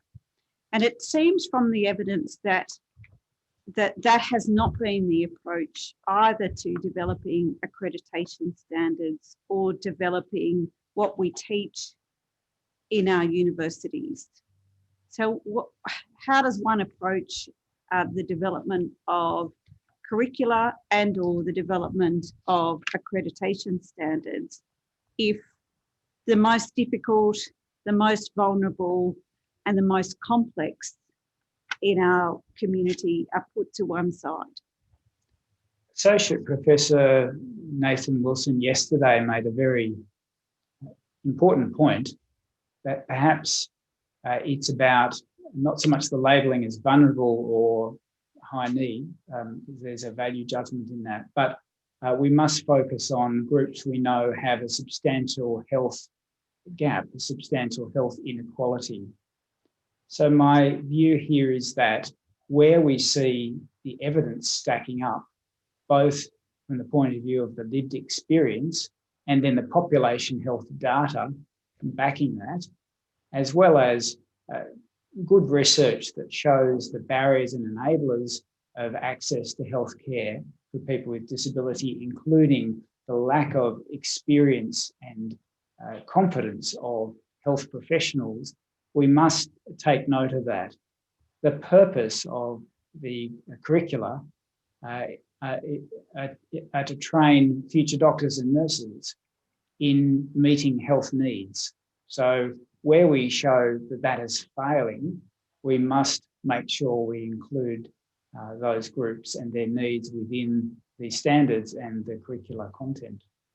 Well, you may have heard the evidence, or you've read the evidence of the medical deans and that question of crowded curricula, and also giving universities autonomy over what they teach, together with the fact that as undergraduates or in that graduate pathway, that it's just the beginning and that the real learning occurs in practice.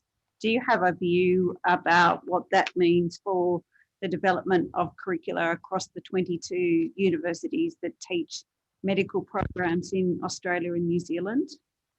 My view is that attitudes are shaped very early in training, and that if one is going to engender an attitude of valuing the lives of people with disability and their healthcare, that process needs to start at the earliest possible time and continue, so that content must be represented in the standards for primary medical and nursing and allied health and relevant degrees, but there must also be a place for its presence in continuing medical education through the relevant specialist disciplines. And because some groups, such as the people we're speaking about, have very high health needs, there needs to be a place for subspecialisation in certain specialties. And if you build that, that's a comprehensive fabric right from the earliest stages. But without the exposure early, it's highly likely that people will simply not be interested in this area. We heard earlier from Associate Professor Beth Kotze about the influence of early exposure of psychiatry trainees in certain areas and the value that was when they were undergraduates to a future career in psychiatry. So this is a very similar situation. I want to be fair to Professor Murray, but I got a sense that unless there were accreditation standards requiring the universities to teach specifically the care or issues around people with intellectual or cognitive disability, then it was not a requirement for the universities to do so. But he was also resistant to the idea that there be a mandatory component through the accreditation standards. Do you have a view on whether something should be mandatory or whether the goodwill should translate into a voluntary uptake in developing particular content in the undergraduate courses? I have a fairly strong view on this issue, informed by lack of progress, despite having really good resources available for training of health professionals at different levels, including in primary medical and nursing degrees. We've seen no progress, and that is despite significant advocacy. So my sense is unless there's a carrot or a stick, that it's simply not going to happen. And our recent publication looking at incremental change over a 20-year period in undergraduate medical curriculum suggested there'd been no change, in fact, regression on some measures. So without these being mandated in the standards and relevant documents, it simply will not occur. I've actually been through those documents and found that for someone like me, who perhaps is less aware of the technical difficulties of that process, it's actually feasible to embed the sort of content that we're speaking of in a way that sees it delivered across a range of different experiences within primary medical and nursing degrees, and in a way that's entirely feasible, which shouldn't actually create the sort of curriculum clutter that we have heard is a concern. How would that be done? So perhaps if I could go to the relevant documents and work through them. I would just like to perhaps outline the process, or what I see as the way we could work through this, and using perhaps the primary degree programs as an example. In medical programs, for instance, we have the health practitioner regulation, national law. We have APRA as the regulation agency. We have the AMC in the instance of medical primary degrees, and the code of conduct, each of which are really important in this process. But if we turn, for example, to the accreditation authority standards for medicine, the AMC document that in my folder is labelled item number 3. If we look at that, that's divided into 2 parts. It contains both graduate outcomes and accreditation standards. And if I could, can I just ask you to pause so the commissioners can catch up with us? So this is tender bundle part B behind tab 3.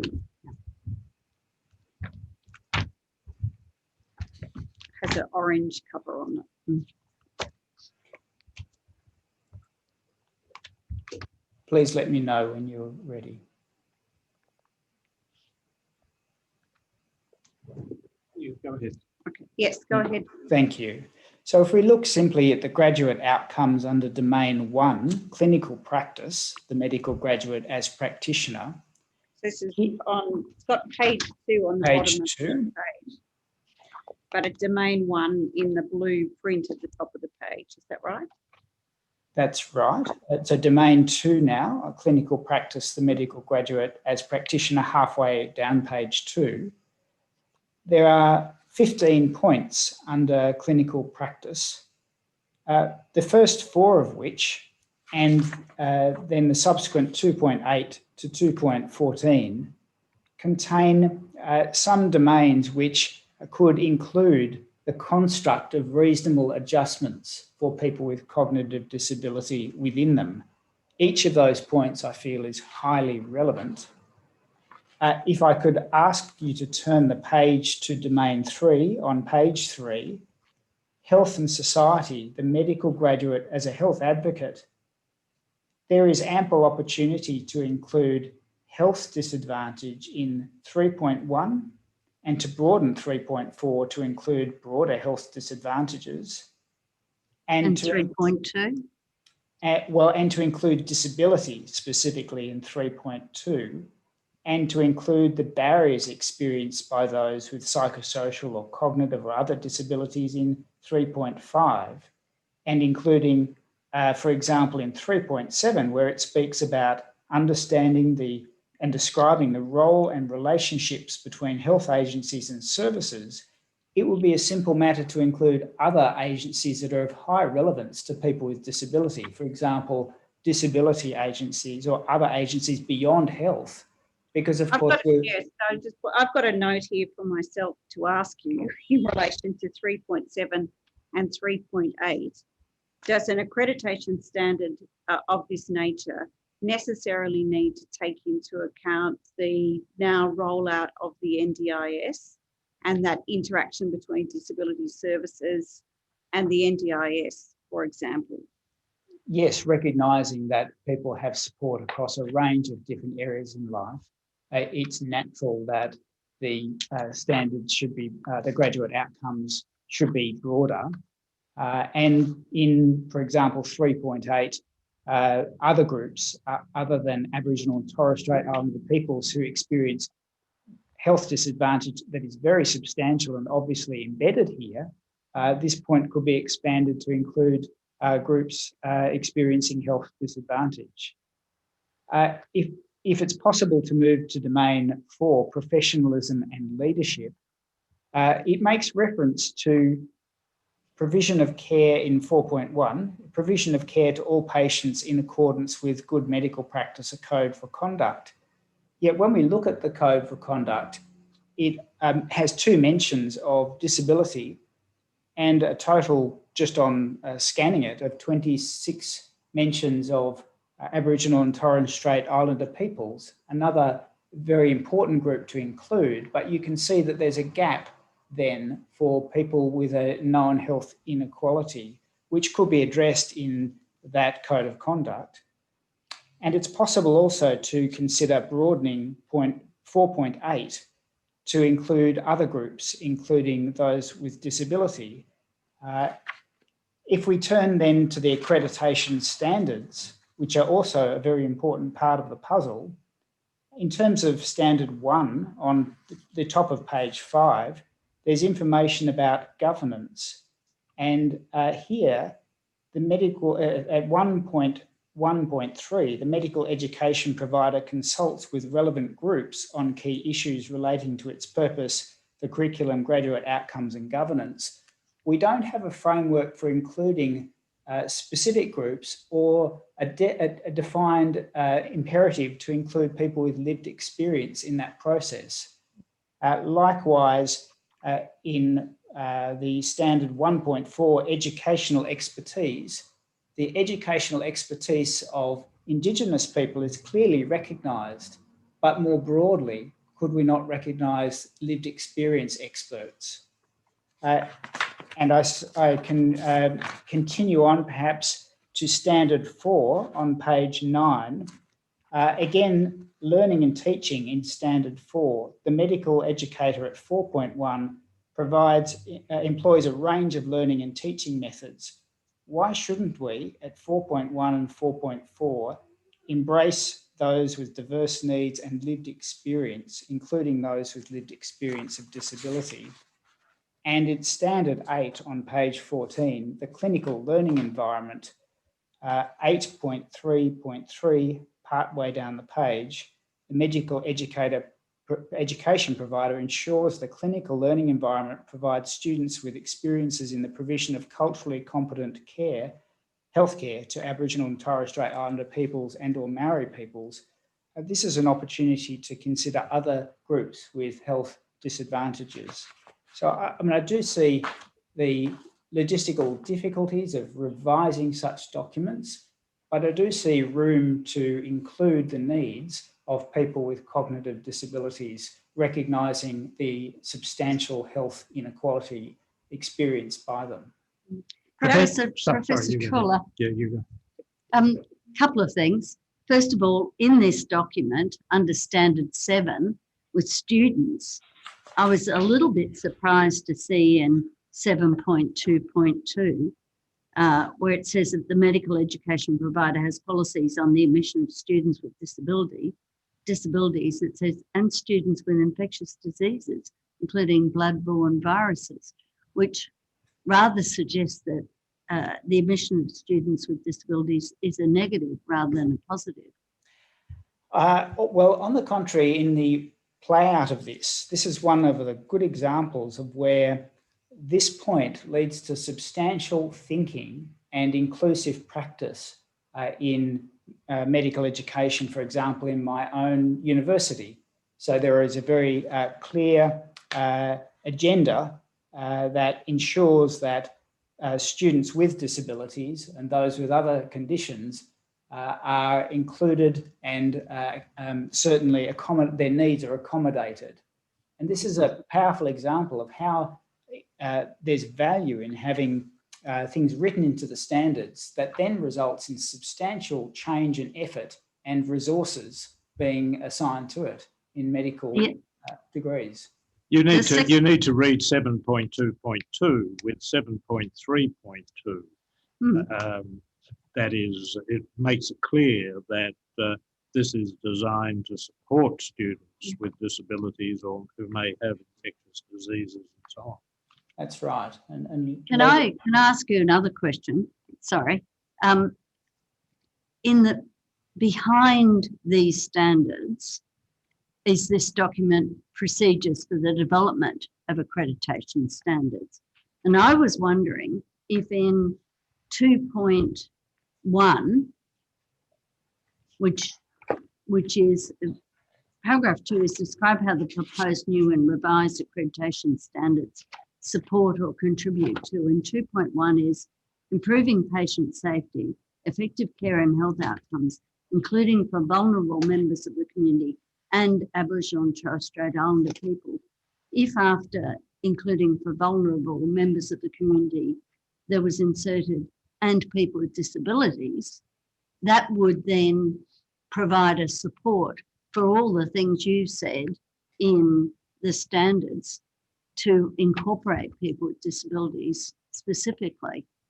Has that idea got any sense to it? Yes, I do agree, Commissioner. I think that's important. And so with each of the curricular content we're speaking of, following it through from the relevant legislation through to the regulatory agency and the standards, and inserting these necessary points, will build that profile that enables medical schools to focus on this content and make use of a competency framework should it be developed. At the moment, my fear is a competency framework could be developed, and we have developed some in other areas, including in mental health, but they haven't been used. Likewise, with funding from the Commonwealth Department of Health in 2014, we developed a national guide for all elements of the health service around intellectual disability and mental health. Now, whilst that guide specified what health practitioners and their organisations could do in terms of actions at two levels, at a fundamental level and at an advanced level, there's been no change in the way services are provided or education has been provided. So you can see a lack of implementation or lack of capacity of such documents alone to influence what happens in practice. Professor Troller, in order to bring about significant change in any area, there are at least two steps. One is to formulate proposals for change, and another is to secure the implementation of the proposals. What then are the obstacles at each level? Let us take medical training or education as an example. What are the obstacles that have prevented the change? You've identified the lack of change as the problem. Why has that been so difficult? Look, I'm not entirely sure, but I think it does relate to the earlier points we were discussing about the historical separation of disability and health and largely the undervaluing of lives of people with disability. So I feel those are the roots and the lack of a voice in advocacy and power that people with disability have in that context. There's also a concern, I guess, at a fundamental level that this is perhaps a small percentage of the population that we're speaking about. And if you don't recognise the very high needs of the population, then you would tend to diminish its importance and its place. Professor Toller, I wanted to, before we came off the standards and went into other topics, just take you back to standard 8.3.3. Yes. This is the clinical learning environment. And we've heard in relation to trainees preparing for specialist accreditation through the various colleges that the clinical learning environment is the primary way of educating and training. So I want to come to that in a moment, but I want to start with this concept of culturally competent healthcare. And that expression, cultural competence, is defined, if you go back to page Roman 2.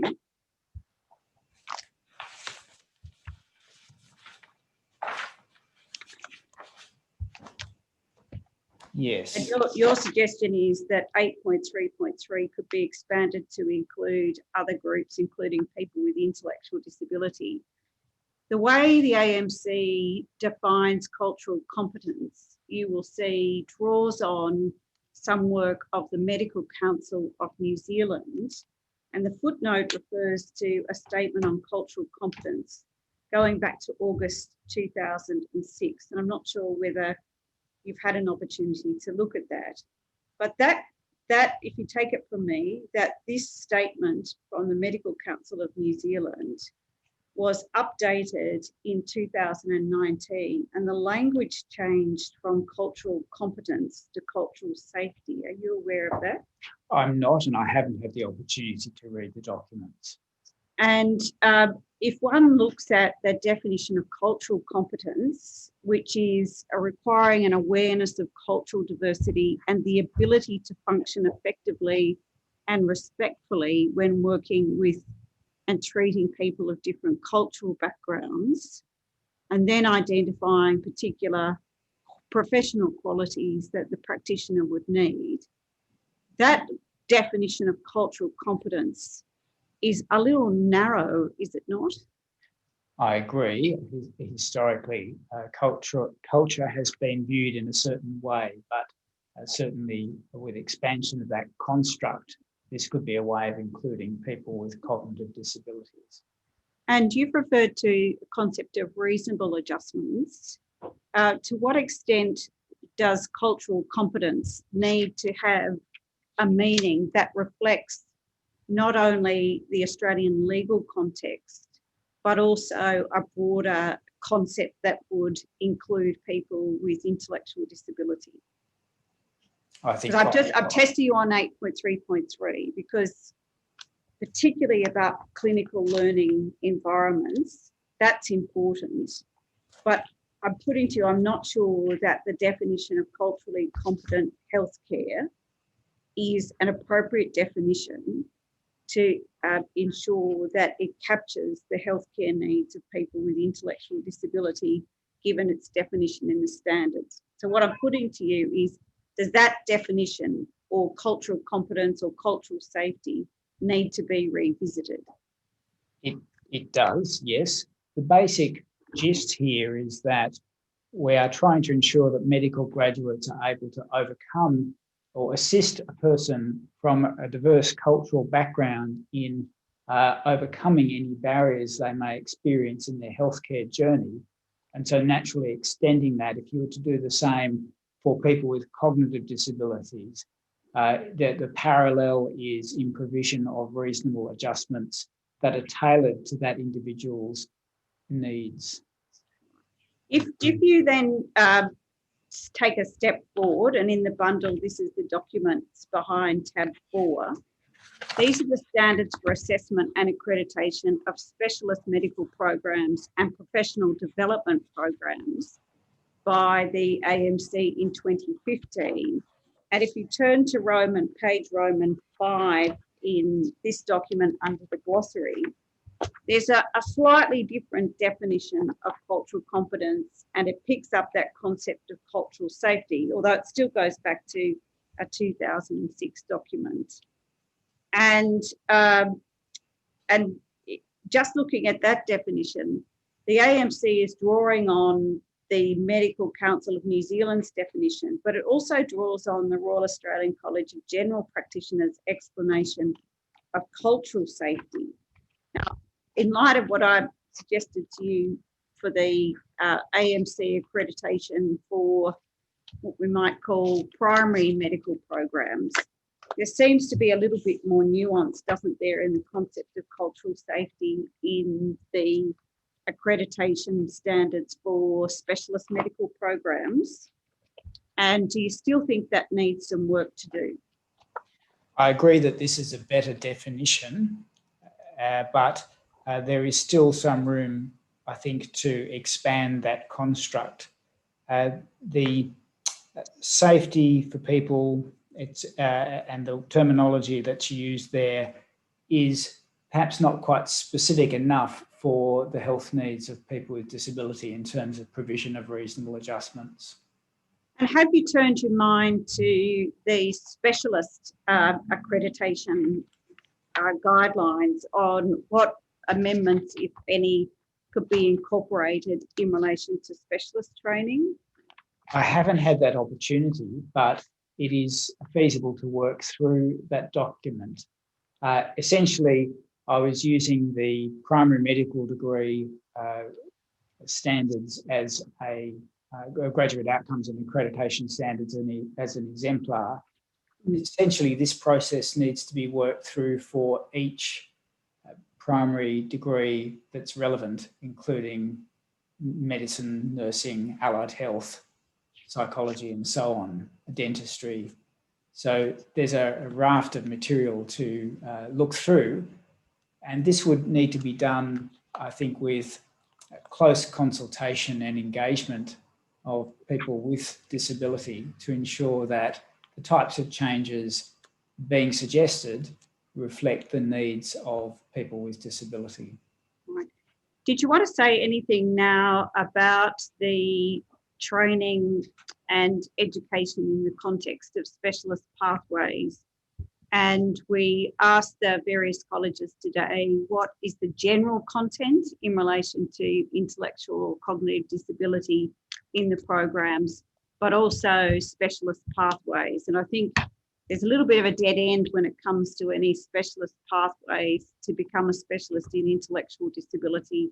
And you might recall Dr. Kathy Franklin spoke about this, and the Royal Commissioners have heard this evidence in public hearing 6. And I think the Commissioners asked during that public hearing Dr. Law and Dr. Tor what their particular training had been, and in effect, they had to work it out for themselves based on their interests. So what are your views, if any, on the specialist pathways, both at a general level from content, but also the specialist pathways? Thank you. And I think there are two important groups that we haven't spoken about, both the existing medical workforce and how we deal with that issue. I hope we'll come to that, and medical specialists.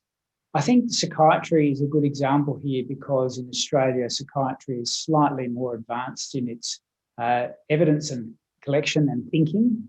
So, for example, what we've done within psychiatry is conducted a series of studies. Firstly, scoping studies that look at whether specialised services should be developed, and if so, exactly what they should look like. We've conducted studies of workforce capacity in the area of intellectual and developmental disability mental health. We've conducted studies regarding the level of support within current psychiatrists across Australia and New Zealand for the development of subspecialty training. And we've characterised the capabilities of the workforce in psychiatry in Australia and New Zealand to deliver effective treatments. We've also surveyed the capacity to conduct specialist training, host specialist training positions, and done an extensive review of the fellowship program content and made recommendations for enhancement in stage 1 and 2 of training that you've heard about today. I have, and I didn't get to ask Dr. Coatsy this, but our understanding is that the recommendations made for incorporation in stage 1 and 2 haven't been accepted, but some of the other recommendations have. Is that right? At this stage, the only recommendations that have not been accepted are to do with stage 1. Stage 2 is under discussion, and then the additional component using an inclusive research practice with people with disability, those who support them, and experts in the field. We've developed a proposed curriculum for specialised training to train the specialist psychiatrists in intellectual and developmental disability mental health. And this curriculum proposal has been put to the college but awaits a response. In general, as you heard from Associate Professor Beth Coetzee today, there's very much support within the college to eventually institute a program of specialised training and certificate training based on such a proposal.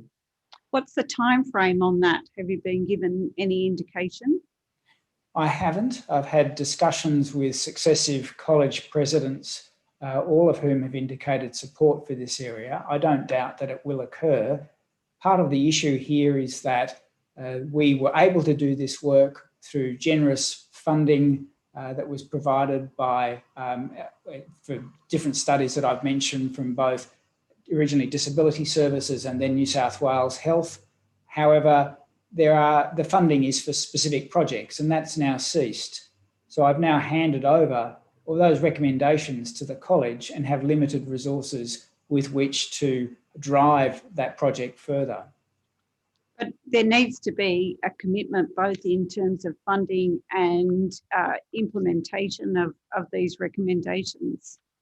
Yes, but of course, the realist in me realises that running such a specialised training program involves not just the curriculum being accepted, but it involves the college supporting the administration of an extra certificate, and it involves the states coming to the party and agreeing to fund advanced training positions, and it requires supervisors to step up and supervise those training positions. So there's a number of things that need to come together. At present, there are no training positions where where a position is guaranteed in terms of its funding for ongoing specialisation in our field.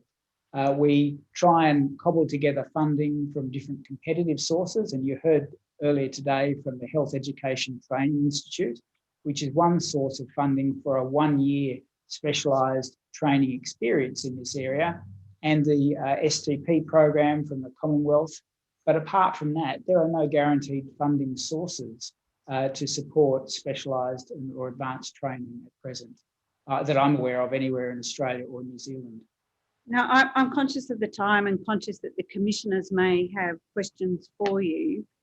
One topic I do want to cover before we finish is what's currently happening with the national roadmap, which you remember we heard evidence in February before COVID-19 that there was going to be action taken. And then I think there's been some recent work and meetings in November. But commissioners, may I check if, before I turn to that topic, if the commissioners have any particular questions? Look, I did have a question. I think the first panel we had, there was some acceptance that there should be a national capability framework. There being some distinction made between a capability and a competency framework. Do you see any distinction between the two, and if so, what is it? Look, I'm not the expert in this area, but I'm aware that most of what I've seen in our own undergraduate program is based on capability rather than competency. And I think there is a distinction between the two. They're slightly differently defined. And to be honest, I'd have to refer back to the formal definitions of both. I don't think the distinction diminishes the argument. The argument is that something should be done that is prescribed at the highest level that drives that teaching, whether it's a competency or otherwise, is probably not a core issue from my perspective. Thank you. No, thank you. So I think you wanted to talk about workforce, so I don't want to overlook that. And if there's any particular points that I've overlooked that you wanted to discuss as well, can I invite you to make those comments, and then we'll end on what's occurred more recently with the national roadmap. So I think we need to deal with other medical colleges. I think we've got a blueprint in what we've done within psychiatry so far, but I'll leave that perhaps at this point. In terms of the existing workforce, we have essentially a medical workforce that's currently ill-equipped, and we've, for example, surveyed the New South Wales mental health workforce and asked them about what they see as their role and how confident they feel and their training needs. And it's unsurprising that, and this publication I refer to is by my colleague Janelle Weiss and myself in 2017, in which we looked at the preparedness and training needs of the New South Wales public mental health workforce. In general, the participants in our study, and there are over just under 600 of them, I think I recall, they agreed that intellectual disability mental health was a core component of what they felt they should be doing. They felt people had a right to effective treatment and the same access to their services, but the resources available to them were very poor. They didn't feel they had enough time to train in the area, and they reported low confidence in key clinical domains. And so this essentially is the situation to be likely experienced by not just the mental health workforce, but by all health practitioners in our public health system. So what can we do about that? And I think there we need to take some action. We would need essentially to think about how we draw on the disability inclusion action plans at a state level and implement them. And perhaps that's a lever for making sure that there is minimum mandated training in this area. I think I've said to others before that I'm required as a local health district employee to do mandatory training in different areas. And assigned to me are a range of mandatory modules I must complete at a certain frequency, some of which are completely irrelevant to my day-to-day practice, including understanding the emergency signs in the maternity ward and in paediatric healthcare, none of which I do. These could be easily removed, and content such as what we're describing that is relevant in everyday care for people with disability could be included. What else can we do? Obviously, we need to ensure that the Council of Presidents of Medical Colleges and perhaps the professional bodies and specialist colleges, and even consider perhaps the National Safety and Quality Health Service Standards might have a view to including this content and seeing it as relevant and important for those that they govern. So those some ideas, but essentially I think we need to contemplate this really in depth and have a clearly defined process for each component of the workforce. How long is that going to take? The simple answer is that it, done properly, it takes some time, but it's proportionate to the, or inversely proportionate to the resources that are available. And frankly, where are the resources currently?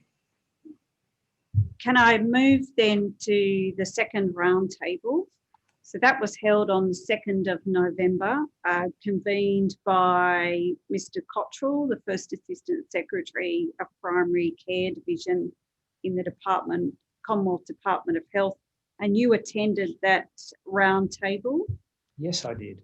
And Commissioners, you have a copy of the records of the roundtable behind tab 44 in your tender bundle B, volume 1. And the notes indicate, Professor Troller, that you outlined the key risk factors and barriers to healthcare for people with intellectual disability and gave an overview of their health status. I assume that that's a conversation that you feel that you've had thousands of times. Would that be right? That's correct. A summary of the evidence was given. And what came out of the recommendations for that roundtable, which appear on page 7 of the notes, is a number of high-level steps and considerations in further developing the roadmap. And that included consideration of identifying specific measurable outcomes to highlight the need for people with intellectual disability to be supported to make decisions about their health, and ensuring integration between the roadmap and other major reform agendas which were identified. And there's going to be some small group discussions, but the plan is for people to come back on the 24th of February next year. But there was also, was there not, a targeted group discussion on curriculum development in healthcare for people with intellectual disability? And that was held on Thursday, the 19th of November. And you presented a PowerPoint slide at That's that, correct. And probably said things that you feel that you've said thousands of times before. Is that right? With a focus on medical education, similar to what we've been discussing today. And the Commissioners have got a copy of the notes from that meeting, and also the relevant attendees, some of whom were witnesses in the proceedings over the past 2 days and also earlier in other public hearings that the Royal Commission has conducted. Reading those notes, can I ask you this? Where is the curriculum reform and curriculum development heading with respect to the roadmap? And what does the Royal Commission need to know and understand about what process is presently underway under the Commonwealth Department of Health's auspices? Essentially, we await the detailed response from the Commonwealth on this issue. So the series of meetings that have occurred have been very productive and important to shape the national roadmap. The original intention, I think, of the national roadmap was as a relatively small piece of work that, as the needs have been exposed, seems to have grown in size and become complicated by the COVID-19 situation. But at present, it's still unclear what the next steps will be and what the Commonwealth will direct to happen.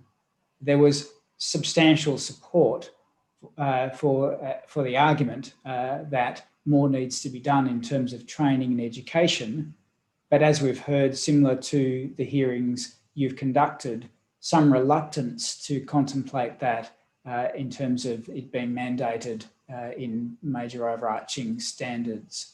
So we yet to understand really where this will head to next. I don't want to end on a negative note, but looking at the key points raised in the discussion, and they are reproduced on page 4 of page 5, is it seems that what came out of the meeting on the 19th of November somewhat reflects some of the views that the Royal Commissioners have heard over the past few days, which is very much focused on identifying the difficulties. So the crowded curriculum, the fact that it's complex, it's going to take time, there's a lack of expertise, etc.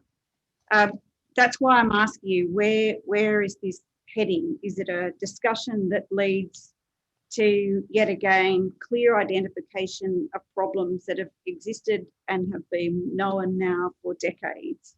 Or do you see that this process is likely to actually affect some real change? I have confidence in those conducting the roundtable and the series of meetings that some definitive action will be taken. I'm unsure of the constraints regarding budget that's assigned to this particular initiative in the Commonwealth. And I would think that may be a potential piece of the puzzle, which, if insufficient, will not allow the sorts of reforms that we're talking about to be driven. Where is the lever to affect change? Does that come at a state or territory level? Does it come at a Commonwealth level? Does it come at the colleges? Is it the medical deans? Is it the AMC? I mean, where is the lever that at least will be the catalyst for change? What's your view on that? The best evidence we can draw on for guidance is from international jurisdictions such as the UK, where it's required both a legislative framework in the Equality Act 2010 and also substantial listening to the lived experience of people with disability, including to the experiences of Paula McGowan and her family, which have catalysed now a trial of training for health professionals regarding the needs of people with intellectual disability and autism. So this has been supported at the highest levels, including within the UK Parliament. My sense is that unless we have this whole issue aired and discussed at high-level meetings, including things like the COAG health meetings, led by the Minister at the Commonwealth level and supported by state and territory health ministers, we won't have a definitive action. Professor Trollo, thank you once again for being so generous in your time and expertise with the Royal Commission. And thank you also for your reflections on the hearing over the past 2 days. Commissioners, that concludes the evidence for these 2 days, but I'm about to ask you whether we may add a third day to this public hearing to explore some of the other health I shall just see whether there are any further questions of Professor Trollope. No, thank you. No, thank you. Again, fully endorse, and I'm sure my colleagues fully endorse, the thanks that Ms. Eastman has expressed to you, not only for your evidence today and your reflections, but on all of your contributions to the work of the Royal Commission. I think you should derive, if I may say so, considerable satisfaction from the influence your work has had so far on our thinking, and I'm sure will continue to have an impact. Thank you very much indeed. Thank you, Commissioner. Yes, Ms. Eastman. So, Commissioners, as I said, our initial hope was to complete this hearing in one day, and as our preparations for this hearing developed, we realised that we needed 2 days. But we would very much welcome the opportunity to explore some of the other areas of health, including dentists, pharmacists, psychologists, and perhaps some other allied health disciplines. And we anticipate that we should be able to do that in an additional day's hearing sometime early in 2021.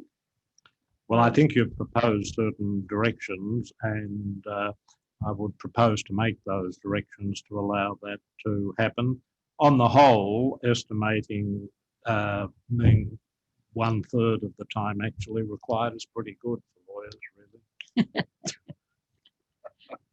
Underestimates of time. Said like a true retired judge. The directions that we shall make to enable this to occur are these. 1, by Friday, 22 January 2021, any witnesses who took questions on notice during this hearing should provide their answers in writing to the Office of the Solicitor assisting the Royal Commission. These answers should be targeted and concise. 2, the Royal Commission will schedule a one-day hearing on Tuesday, 2 March 2021 as a continuation of this public hearing 10, which will involve a further exploration of the education and training of health and allied health professionals in the care and treatment of people with cognitive disability. Ms. Eastman, is there anything else from you? No, nothing else from me. I just want to make a very brief statement.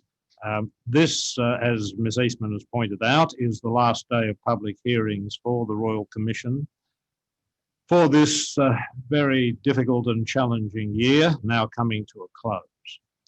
Despite the difficulties, we, the Royal Commission, have managed to hold 6 hearings since we resumed in August 2020 after the hiatus caused by the COVID-19 pandemic and the restrictions associated with that.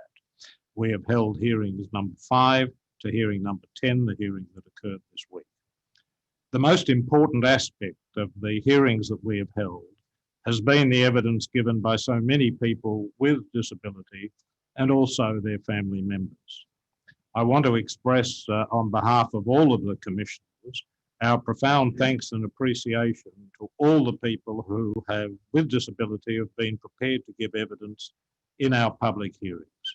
As we have said on a number of occasions, this is not an easy thing for anyone to do, particularly when nearly all the evidence has had to be given from remote locations using temperamental technology.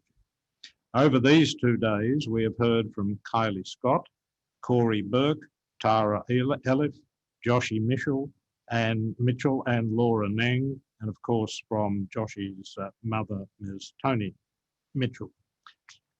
The evidence that we have heard this week and at all the other hearings that have been held during 2020 from people with disability, that evidence has both informed and enriched us, and it's been a privilege to hear the stories of the people who have given evidence and also their suggestions as to how Australia can become a more inclusive society, thus preventing violence, abuse, neglect and exploitation of people with disability.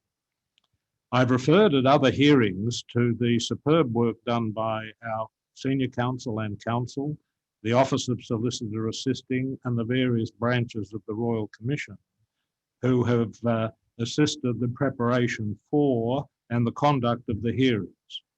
We have covered a remarkable range of topics during our hearings in less than ideal circumstances. Today, I just want to make specific mention of the teams who have provided support to witnesses with disability, before, during and after giving evidence. We are, of course, committed to ensuring that witnesses, or for that matter anyone engaging with the Royal Commission, is not re-traumatised, is fully supported and feels safe and comfortable when giving statements and preparing statements and giving evidence. The staff within the Royal Commission, especially the lawyers within OSA and the counsellors who provide support to people with disability giving evidence, have done an outstanding job throughout this year.